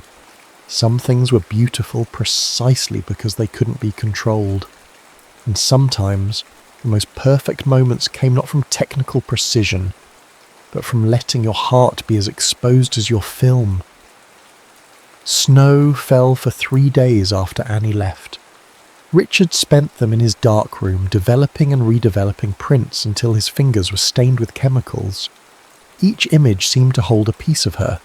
The way she'd frame a shot differently than he would, how she'd wait for emotional resonance before pressing the shutter, her intuitive understanding of what made a photograph more than merely perfect. On the 4th day, Anthony Stewart arrived unannounced. "Miss Stocks resigned," Anthony said without preamble, standing in Richard's living room. Snow fell outside the windows, turning the world soft and silent. "She sent me her letter of resignation along with this." He placed a large print on Richard's coffee table. It was Annie's shot of Half Dome, professionally mounted and finished. In the clean winter light, it was even more extraordinary than it had appeared in the darkroom. "She said you'd understand what it meant," Anthony continued quietly, that it was her way of showing what Margaret always tried to teach her about photography. Richard stared at the image, seeing now what he'd been too afraid to acknowledge that night. It wasn't just technically accomplished. It was emotionally raw, vulnerable, beautiful in its honesty. Like Margaret's personal albums, it captured not just the landscape but the feeling of the moment. "I've been a fool," he said finally. "Yes," Anthony's voice was gentle. "You know, Margaret used to say that the best photographs are like love letters. They're not about technical perfection. They're about showing someone else exactly how you see the world and trusting them to understand." Richard looked up sharply. "Did Annie tell you what happened?" "She didn't have to." Anthony picked up the photograph. "It's all here in this image. The way she sees Yosemite, the way she sees you." He paused. "The question is, what are you going to do about it?" Finding Annie proved harder than Richard expected. She wasn't at her San Francisco apartment or at any of the commercial darkrooms where she'd once worked. Finally, a colleague mentioned she'd taken a job with a small gallery in Monterey. The gallery was closed when he arrived, but light spilled from the windows. Through the glass, he could see Annie working late, mounting prints for an exhibition. She'd cut her hair shorter, and somehow the change made her look both younger and more confident. The bell chimed as he entered. She looked up, then went very still. "We're closed," she said, her voice carefully neutral. "I saw your print." He stepped closer, noting how she tensed. The half-dome shot. "Did you come all this way to critique my composition?" "No." He took a deep breath. "I came to tell you that you were right. about everything, about control, about vulnerability, about what makes a photograph and a photographer truly great. She set down her mounting tools but didn't speak. I've spent my whole career hiding behind technical perfection, he continued, believing that if I could control every element, I could avoid the messiness of real emotion. But looking at our work together, looking at your work, I finally understand what I've been missing. And what's that? Her voice was barely a whisper. Heart. He reached into his camera bag, withdrew a stack of prints. These are all the shots we took together. I've been studying them, really studying them, and I can see it now. The best ones, the ones that truly capture Yosemite's soul, are the ones where we weren't just photographers. We were artists, partners, people who saw the world better together than apart. Annie's hands trembled as she looked through the prints. These are different from the work you usually show, because they're honest, like Margaret's personal albums, like your half-dome shot. And he stepped closer, like what I should have said that night in the dark room. She looked up at him, and the hope and fear in her eyes nearly broke him. I'm not good at losing control, he admitted, but I'm learning that some things, some people, are worth the risk.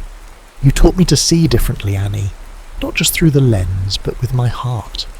And if you'll let me, I'd like to spend the rest of my life learning to see the world the way you do. Richard, I love you. The words, once so terrifying, felt like coming home.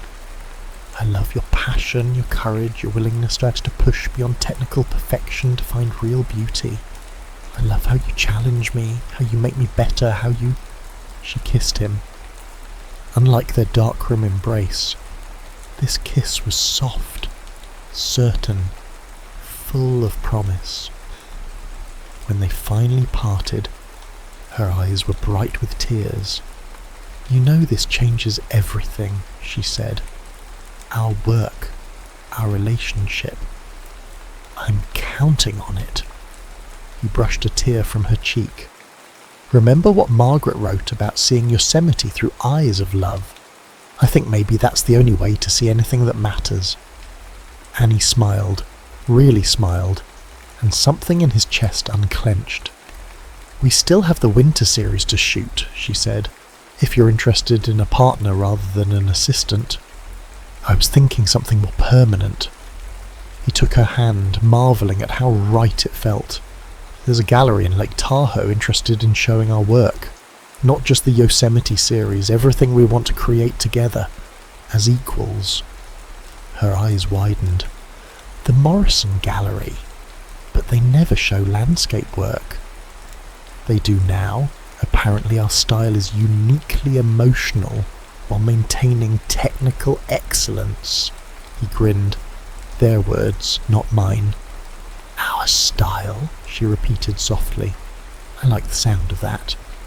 Outside, fog rolled in from the bay, softening the harsh edges of the world. Through the gallery windows, Richard could see their reflection. Not two separate people anymore, but a single image, perfectly composed. So, he said, partners? Annie reached up, straightened his ever-present tie with familiar hands. In photography and life? Everything. She smiled, and it was like watching the sun break through storm clouds. Then I suppose we should get back to Yosemite. Winter light waits for no one, Mr. Dunbar. Just Richard, he corrected, pulling her close. After all, perfect formality is overrated. Her laughter, warm and real, was better than any photograph he'd ever taken.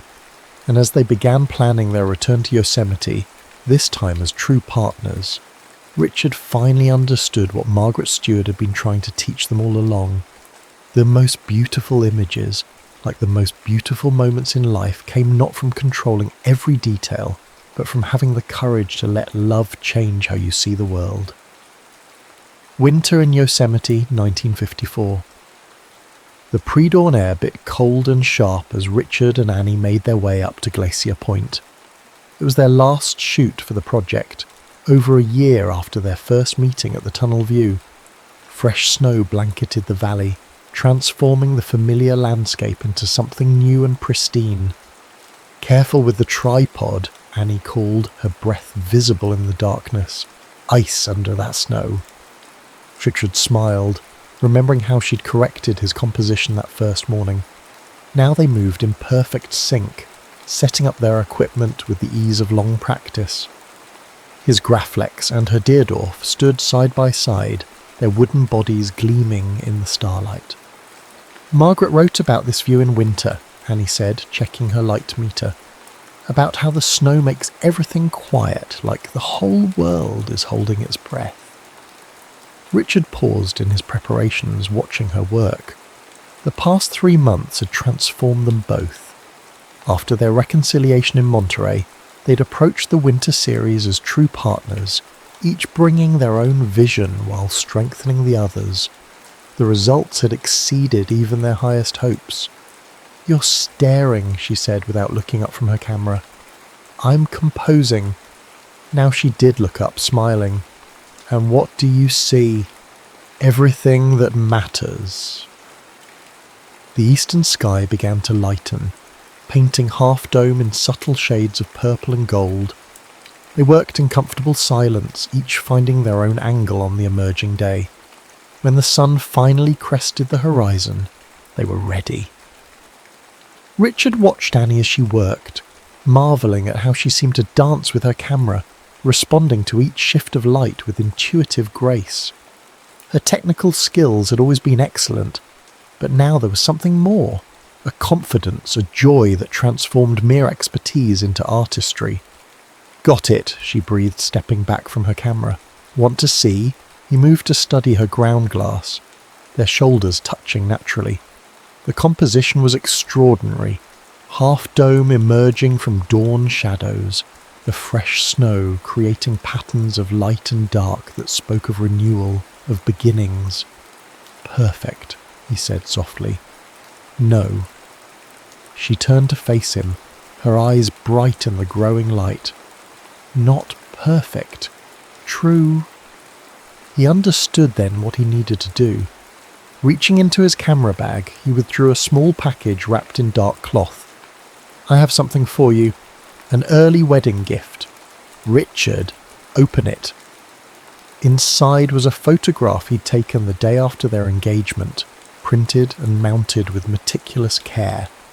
It showed Annie at work, her face lit by winter sunshine as she adjusted her camera. But it wasn't just a portrait. It was a love letter in silver and light, showing her exactly as he saw her. Brilliant, passionate, absolutely essential to his world. She breathed, touching the print gently. "You've never shown me your portraits before." "I've never taken one that mattered this much." He took her hand, marvelling at how perfectly it fit in his. "I spent so many years trying to capture technical perfection that I forgot what Margaret knew all along, that the most beautiful photographs come from loving what you see." Annie's eyes filled with tears, but she was smiling. "And what do you see now?" "My future. My partner. The woman who taught me that real art, like real love, isn't about control. It's about trust." She reached up to brush snow from his collar, her touch lingering. "Speaking of trust, I have something to show you too." From her own bag, she produced a small envelope. Inside was a letter from the Morrison Gallery. Richard read it quickly, his eyes widening. "They want to represent us, permanently." As partners, her voice was soft but certain. "They want the Yosemite series first, but after that, they're interested in everything we want to create together. No restrictions, no limits on subject matter. Just us, seeing the world our way."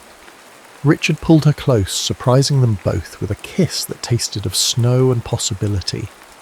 When they parted, the sun had fully risen, turning the valley into a wonderland of crystal and light. "We should start heading back home soon," Annie said eventually. "The reception's tomorrow at 2 and I still need to finish mounting the final prints for the exhibition." "Let me help with that," she laughed. "You? The man who once spent 3 hours adjusting a single print's contrast?" "I've learned a few things about letting go of perfection." He began packing up their equipment, movements sure despite the cold. Besides, I have a vested interest in making sure my wife's exhibition opening is everything she deserves. Our exhibition, she corrected gently. Everything we create now, we create together. The following afternoon, as their friends and colleagues gathered at the Morrison Gallery, Richard stood with Annie before the centrepiece of their exhibition. It was a diptych, his view and hers of the same Yosemite dawn, mounted side by side. Different perspectives combining to create something greater than either could achieve alone. Anthony Stewart studied the images with tears in his eyes. Margaret would have loved these, he said. She always said that the best photographs, like the best marriages, come from two people seeing the same thing differently, but loving it equally. Richard squeezed Annie's hand, feeling the simple gold band that now matched his own. Next month they would return to Yosemite for a new project, their first as husband and wife. But for now, surrounded by their work and their loved ones, they simply stood together, watching as others discovered what they had learned. That sometimes the most perfect moments are the ones you never planned, and the most beautiful photographs are the ones taken not with technical precision, but with an open heart. Through the gallery windows, snow began to fall again, soft and clean as a new paper in a developer tray.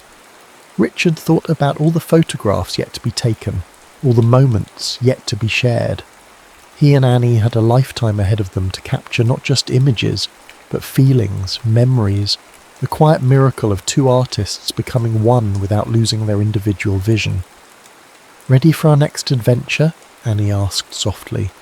Richard looked at his wife, his partner, his muse, and smiled. "With you, always." The snow fell harder now, transforming the Lake Tahoe street into something magical and new.